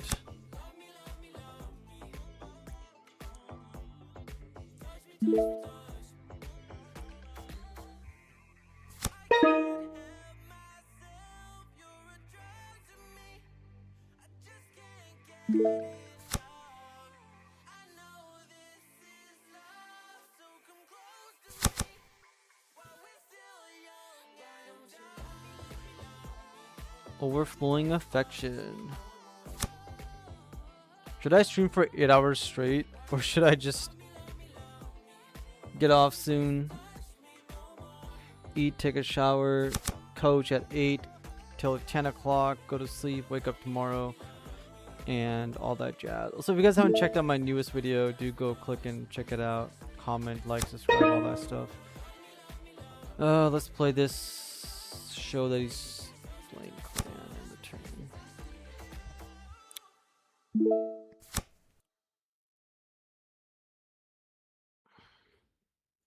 Somebody messaged me on Discord. It's probably going to be my Warhammer client. It is my Warhammer client. I'm walking around in the circle of life, doing the things I know, walking the same ways 100 times. Do I want to double play everything? No, I really don't. I do want to play this and I'll get a first strike, which I also don't need to do.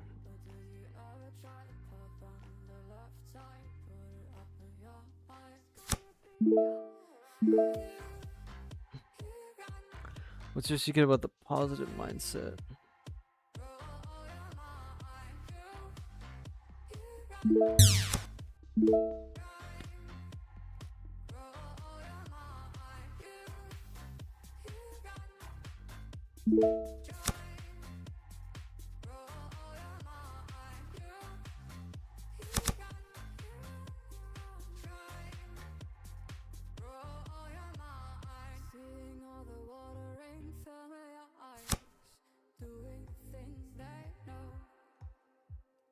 Talking about the same old stories they've heard about the people they think they know.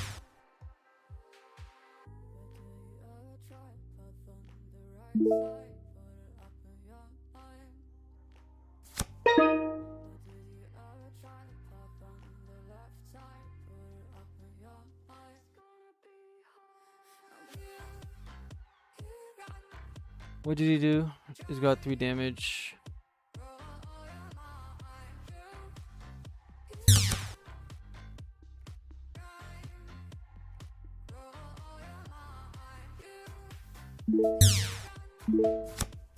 guess we can go with the Zeong link next turn, or Zeong pair next turn.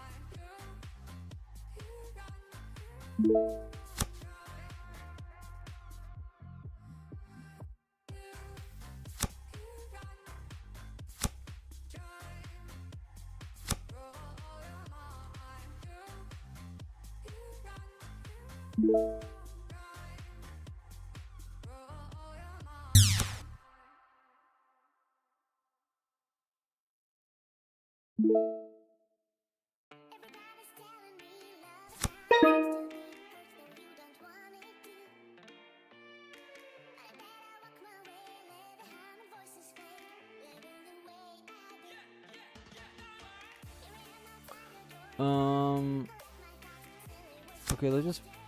Oh shit! There we go. Damn it! Let's first strike his unit. I had to head out for a little bit, no problem. Stella, 8 hours? Yeah, 8 hours. Heck yeah. I'm saying, like, I have coaching at 8 o'clock, which is in 3 hours basically from now. So I can either keep streaming for another 3 hours, which will be an 8-hour stream. Literally, because we're at 4 hours, almost 5 hours. What the fuck happened? Put another ale strike, okay. So we can either do that, or I can stop soon. It depends, I guess, on my viewers if they want me to stream for literally 8 hours straight. It's like, yeah. Let's play close combat, kill this thing. Let's play this guy, and he's playing a blocker deck, right? So I can just kind of play this card out. Like, look how annoying this is. How long is it gonna take for me to actually crack his base? Jesus. Stupid ale strike, man. This guy's played ale strike, blocker, and Akira. Like, disgusting. Like, just die. He has so many cards in his hand because of stupid ale strike. Here we go. He's gonna resurrect what? He's gonna pop my 2/1 guy. Ugh, this is so boring.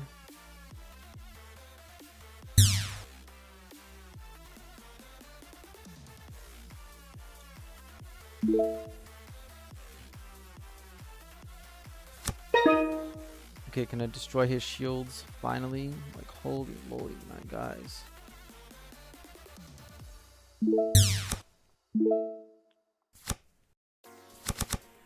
Okay.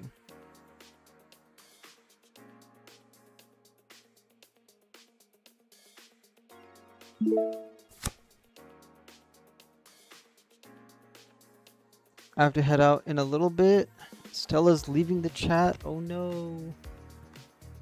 What will I do? I'm getting tired, I'm not gonna lie. Probably because I need to eat chicken or whatever, so.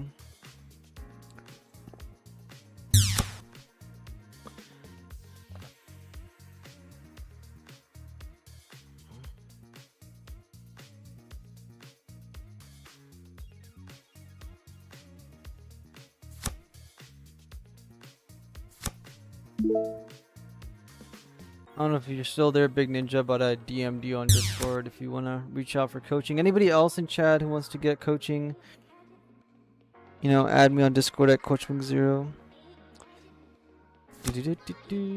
Okay, we got a Blast Impulse. I'm pretty much going to lose because this deck goes late game. It's very strong late game, and I didn't get to do too much in this game overall. Let's attack his Destiny Gundam so he stops resurrecting like his whole trash. General question, but in what instance will you trade unfavorably? Blocker versus blocker matchups are hard. In what matchup will I trade unfavorably? It's all about tempo. If you're gonna close the game out, then it's fine. Also, you can trade unfavorably if you generate more value than your opponent. Okay, so over the course of the game, if I'm going to get 100 cards and my opponent's going to get 50, I can trade 2 for 1 all day long because I'm going to get 100 cards, right? It will be on even question. So it's all about how much value does your deck generate over the course of the game.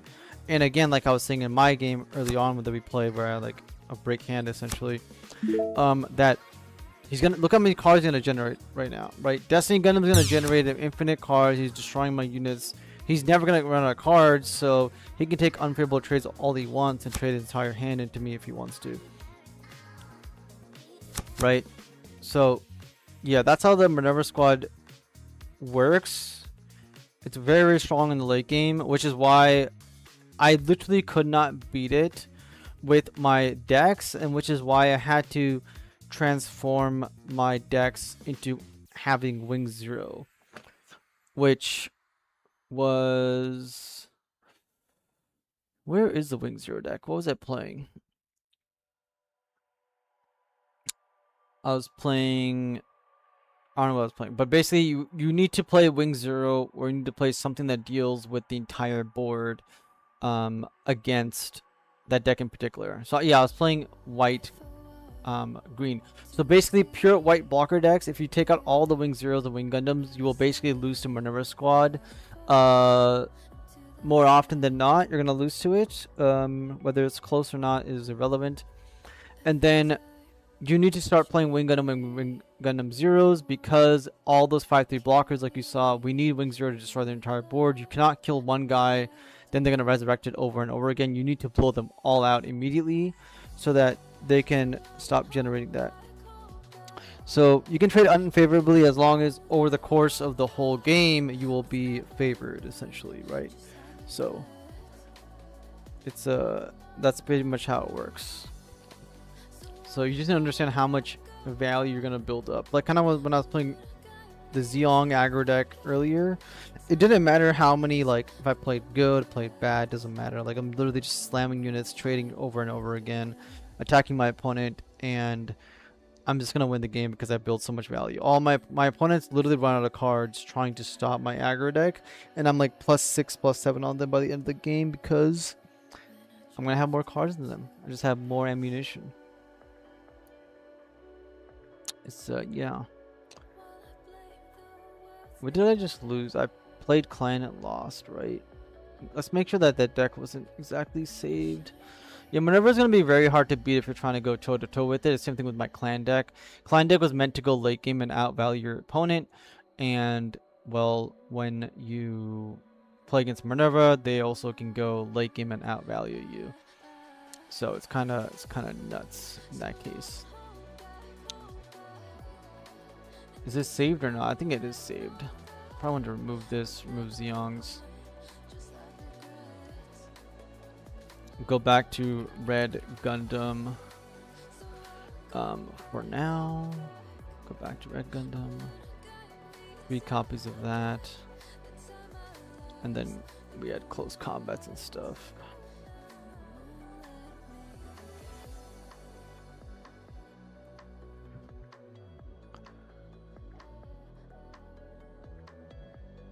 Battle of Aces. 4 copies. Reduce that card and reduce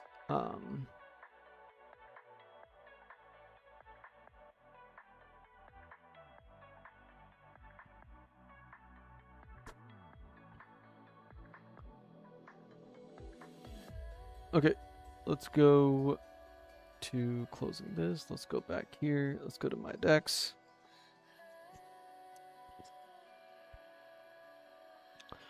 Okay, guys, I think that's going to be my long 5-hour stream that you guys can tune back in later on and see how you guys liked it. Go back and watch some of the decks that I had on there if you guys are just tuning in or have been here the whole time. Lots of interesting stuff. I'll be playtesting more.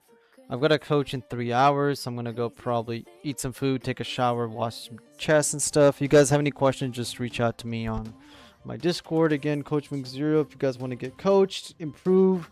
Like, the coaching can be a little bit expensive for some people, but you win a single new type card, you make 3 times the coaching amount of money. You top a new type, you also make basically the entire amount of money back from the pilot card sometimes. So it's very beneficial to get a one-time investment, get the monthly, and then make thousands of dollars back, you know, if you go to multiple new types. As you guys can see from my testimonials, we are doing really well, really popping off, winning new types, lock-ons, all that stuff. You can read these if you guys go down and go to my accomplishments, my community accomplishments, and all my clients. You guys can see here we won like freedom Kira, like that's literally you know, $2,500 right there USD. It's kind of insane. You know, even clan did really well. We had decks from many different people doing really well. More freedoms here in Kira's. Veltum did really well with the decks.